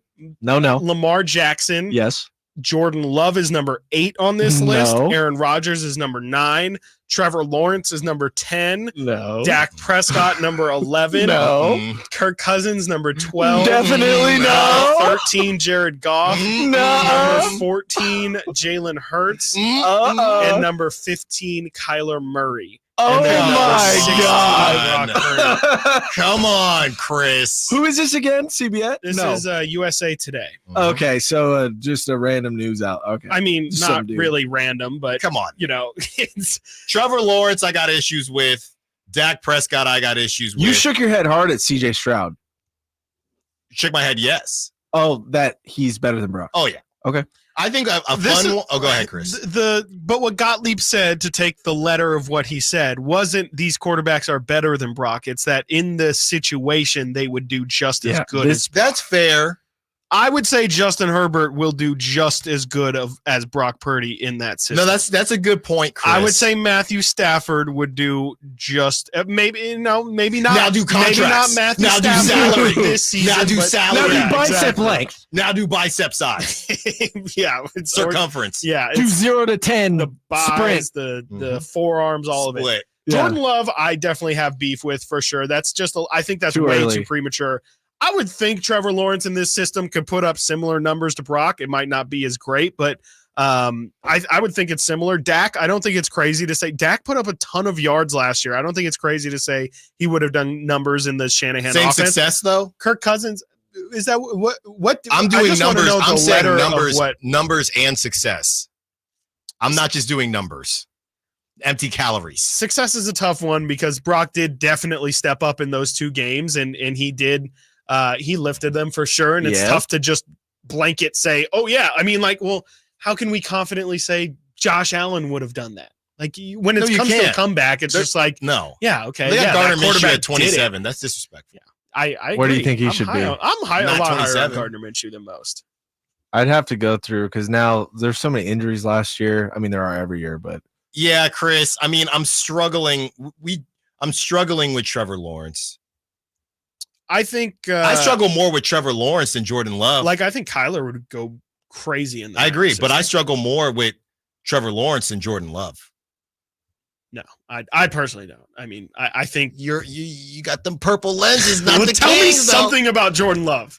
Just there we go. We got to get to he it. threw that interception at the end of the game. He was the reason they were in the game. All right, when we True. return, we have the Drive Guys, Whitey Gleason, and we discuss the MVP race as the MVP race comes to a close tonight. Stiles and Watkins, Sacktown Sports. Domantas Sabonis plays here. He finds Sabonis, put the frosting on the cake, put the cherry on the sundae. Sabonis with a two-hand flush makes it 114-106. Sacktown Sports is your proud home of the Sacramento Kings. Power Business Technology is proud to be 100% independent, locally owned and managed Toshiba copier dealer. Local ownership cuts out the red tape, allowing ourselves to never be too busy to personally answer the call when our clients need us. Recognized for excellence in service execution, training, and customer service, we're proud to be named a 2022 Toshiba ProMasters Elite Dealer. Contact us today for all of your business printing needs at 844-POWER-BZ. That's 844-769-3729, or visit us at powercopiers.com. At Ashton Price, over the last 25 years, we've won just about every injury case you can think of. Slip and fall, falling merchandise, fell through rotted decking, we won those. Dangerous stairs, falls into holes, dog bites, won them. Injured while pedestrian or on a bicycle, auto, motorcycle, big rig, company vehicle, Uber, or Lyft accident, we've won them all. And the best news is there's no fee until you win. So no matter how you got injured, remember, for the best advice, don't think twice. Call Ashton and Price. The IRS finally caught up with Louie. I hadn't paid my taxes in 8 years. I owed the IRS a lot of money. Louie was in deep trouble. We're going to take your house, put a lien on your bank account, garnish your pay. They don't care. They're going to take your paycheck. Louie found out about Optima Tax Relief, the leading tax resolution firm. 8+ rated by the Better Business Bureau, they've resolved over $1 billion for their clients. Optima Tax, they helped me. They calmed me down. They made me feel comfortable, and I trust them. Louie has a lot to be thankful for. I don't owe the IRS anymore, and I'm able to live a comfortable life, a lot better life. It was because of Optima Tax. For tax help you can trust, call Optima now for a free consultation. Take it from Louie. If you owe the IRS, don't go it alone. Give Optima Tax a call. They can help you. Call 800-343-6460. 800-343-6460. 800-343-6460. Optima Tax Relief. Testimonial from an actual client. Some restrictions apply. For complete details, please visit OptimaTaxRelief.com. What's up? We're talking to Chad Hoblet, Hoblet Dodge Chrysler Jeep Ram in Woodland. What's going on for Chrysler's It's the Season sales event? We're sad to say goodbye to the last of the new gas-powered 2023 Dodge Challenger and Chargers, but we're sending them out in style. Right now, you can save up to $12,500 off MSRP on the very last of the new 2023 Dodge Chargers and Challengers in stock. GT or SXT, you pick, starting at just $24,350. It's hard to believe that this is really the end. Yep, once they're gone forever. Don't wait and miss your chance, because there's only a few left, and with savings like this, they won't last long. Hurry in before they're gone. Stop by Hoblet Dodge in historic downtown Woodland for a test drive, or search, select, and save through our whole inventory at HobletDodge.com. Unbeatable prices, unbeatable selection, nobody beats Hoblet, period. $12,500 total net savings after $8,500 factory rebates and $4,000 dealer discount. 10th is net savings. $24,350 net price on new 2023 Dodge Challenger SXT after $8,530 factory rebates and $5,470 dealer discounts. Sample VIN 648401. See dealer for details. Do you hear that?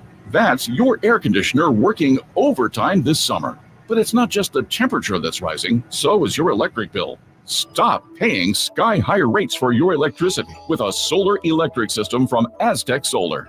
Finally, you can calculate your monthly savings when you go solar without sitting through a 2-hour in-home sales pitch. Visit yourpowersavings.com and Aztec Solar will text you how much you'll save each month by going solar. Since 1980, Aztec Solar has helped thousands of homeowners with solar pool heating, solar electricity, and backup energy storage. Going solar is like getting an extra paycheck every month. How much will your paycheck be? Find out at yourpowersavings.com. Yourpowersavings.com. Looking for a deal today? Now you can own a solar electric system for just $99.95 cash offer after incentives. Act now. This offer expires soon. Aztec Solar. Solar and only solar since 1980. Live and local. Live and local. This is Sacktown Sports. Joined by Whitey Gleason. Hello. And it is going to be another unique show today as everyone's favorite duo makes another return. Chris Watkins. What? Whitey and Watkins. Really? I thought you were talking about a meal. Wait, should I say the Dave joke? Not a snack, a meal. Yeah, a whole meal. So funny. So you will have Chris Watkins on. Anybody else today? Yeah, then it's going to be a meal. Chris said, look, I can maybe do an hour. That's stretching it. Yeah. Right. Yeah. You know. He just did 4 hours. I know. Yeah. I understand completely. I do. So then a meal is going to mosey on in. That's the plan. It's a very fluid situation around here. So a meal for 3. Yeah. There you go. Well, I'm sure there will be tons of, and maybe you can not, it's your show, of course, but the Doug Gottlieb, I don't know if you talked about Doug Gottlieb, 15 QBs could have done what Brock Purdy did. Not biting. Well, hey, 'tis the season. We'll take anything. Doug Gottlieb is probably about 9 months too late with that, like early last season, maybe. Yeah. But at this point, it's like, dude, that's been done. How funny is that? 12 months ago, that might have been, what are you talking about? There's no way he's top 15. Yeah. And now it's like, dude, he's absolutely top 15. Right. Things do change quickly. All right, Whitey, as we move into some basketball. The MVP will be announced tonight. You have Shea, you have Luka, you have Jokic, Giannis, and Brunson. Who is your pick? And we were talking earlier in the show. Well, we know who the 3 finalists are. Yes, we know who the 3 finalists are. Earlier in the show, just on a sidebar, as far as watching Shea's game, how much do you enjoy watching Shea's game and how much do you think a casual basketball fan would watch it? But before we get into that, your MVP. Oh, I just think it's based on what all the voters are saying. I think it's going to be the Joker again. But who's your pick? Who would I pick? Keon Ellis. He was probably your personal MVP this year. Got your biggest win. Definitely your most valuable player for sure that you've picked this year. I probably would have picked Jokic. Mm-hmm. And again, it's maybe they shouldn't do it this way, but it is regular season and the playoffs are more important. We get influenced by what we see in the playoffs. Like, man, that guy's MVP. Maybe, but this stuff doesn't count, unfortunately, for that award. Right. Yeah, that's fair enough. Chris, did we even get your pick? For MVP, I don't know if we got it yesterday. I know we talked around the MVP and like what the MVP should mean and what it should stand for, but I don't know if I actually ended up doing it. And I do want to say also, I would like to pat myself on the back here and give myself some kudos because we just went 3 hours and 50 minutes. And I didn't once bring up the fact that Domantas Sabonis got a vote for defensive player. Oh, that's right. Not once, not a single time. And this might be the only time all summer where I don't at least mention at some point during our main programming. That's right. Domantas Sabonis, a lot of people want to knock his defense, but he got more votes for defensive player of the year than even like Jaden McDaniels. So, you really got to think about that when you're talking about, does Sacramento really need another defensive player when you have a defensive player of the year candidate on your roster already? To answer your question, I do think I would probably give it. This is a season where I would think about giving it to Luka, but I do think at the end of the day, especially looking at the games played, I didn't realize Jokic played 79 games. It just kind of becomes the conversation of whose team would be most lost without him. And I do think that answer is still Nikola Jokic. Like, I just think him being there every night is the thing that makes them able to be the number 1 seed in the West. And, I just think Shea is got a lot more talent around him. I think Luka definitely doesn't have a ton of a talent around him, but at the same time, I think they could have done okay with Kyrie as their leader. And I do think Luka kind of does fall victim to a high usage percentage. Speaking of Domas and votes for defensive player of the year, Chris, this is something that we'll probably get into when you're with me for an hour. I actually have now our Bold Kings predictions. No, you don't. That really? we made. Oh my God. And I don't see that on here somewhere. Yeah. It's funny because I remember some of the ones we made, like, oh, yeah, that one was right. Now I'm looking at this going, oh, no. Really? Oh, Okay. oh, Wow. no. I felt so good no. about the list. I thought we did so well. Well, we did a lot. Look how many we did. Yeah, that's a lot. Yeah. Okay. So, yeah. That's multiple. So we're going to see how we did. There you go. Can't wait Well, to- I will be listening to that. Yeah, I just feel like Shea is getting a little disrespected here. I mean, it's such a young team, and I hear by you. Whom? Well, I mean, we He's a looked at finalist. we looked at the Vegas odds yesterday, and it was really not close. I mean, I think the bigger beef, and I know we just argued with had a discussion with a bunch of fans about getting to the second round and what you would give up for the second round. But I do feel like the gap between Luka and Shea feels a little ridiculous for a fifth seed guy with the usage that it's the same thing that we do every season. What's the line of usage versus the team being usage versus value? And I don't disagree with what Chris said as far as Luke is concerned, but Shea, and I don't even really like Shea's game, to be honest with you. That's why I asked you that part too. But as far as Shea and what he did for a really young team, and to get that first seed is just really big to me. Do I have any timeouts? Sure. Okay. This is your only I'd one. like to use this is my only one. This is your only one. Last one. What you don't like Shea's It's a game? challenge. Wow, and you're using it. I don't find it exciting. Yeah, we're gonna have to take a look. I don't find myself saying, "Oh, I got to get my butt glued to the couch to watch Shea." Yeah. Okay. Yeah. Who do you glue your butt to the couch to watch? Anthony Edwards, Steph Curry, still LeBron at this point in time. Okay, so we're talking like an entertainment factor. I mean, Yeah. Shea is phenomenal. Yeah. I would say Luka, even though Luka bugs me. I'd even put. I know he kind of flops too, but I would even put Brunson. And maybe that's part of just the New York. Maybe I'm finally getting infected by the whole New York Knicks thing. But I would even put Brunson in that category. Of just guys you like to watch. Yeah. Okay. I think it's the foul baiting that has Allen frustrated. Typically, like with Shea and we've talked about James Harden before, Trae Young. I think it's just the issue of falling into what was the old James Harden conversation of like how much of this is you breaking the spirit of the game in order to get an advantage. And it feels like Shea dances that line. I think Embiid is probably, I didn't even mention Joel. Joel's probably the worst at exploiting it, but I think Shea is starting to get into the conversation, which I think everybody gets into. Giannis, people would say he's a merchant of just like running to the rim. He's a fullback. Yeah. I think it's just when you get to the line a ton, it's just not aesthetically pleasing. There were definitely some plays, to your point, before I get out of here, with Shea last night where he could have passed the ball and they were just line drive. I'd rather get fouled and get mine at the free throw line than pass it off and have somebody else score. So it bugs me, but I do think that you think it's selfish? Yeah, I think he step pads a little bit. Oh, because I think that's the most efficient.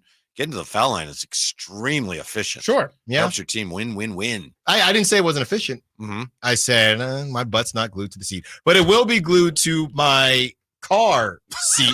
I hope not. Listening. I hope that's a Well, it figure is getting speech. hot. It is getting hot. Everybody's please saying, do. Alan, you get that leather. It's going to be hot. That seatbelt's going to burn you. Stay right here for Whitey and Watkins. Thank you for listening to Stiles and Watkins. Drive Guys up next. Thank you to Nate. Thank you to all the callers, the texters, and the Sack Chat. Until tomorrow, secure the bag, light the beam. On the move? Got somewhere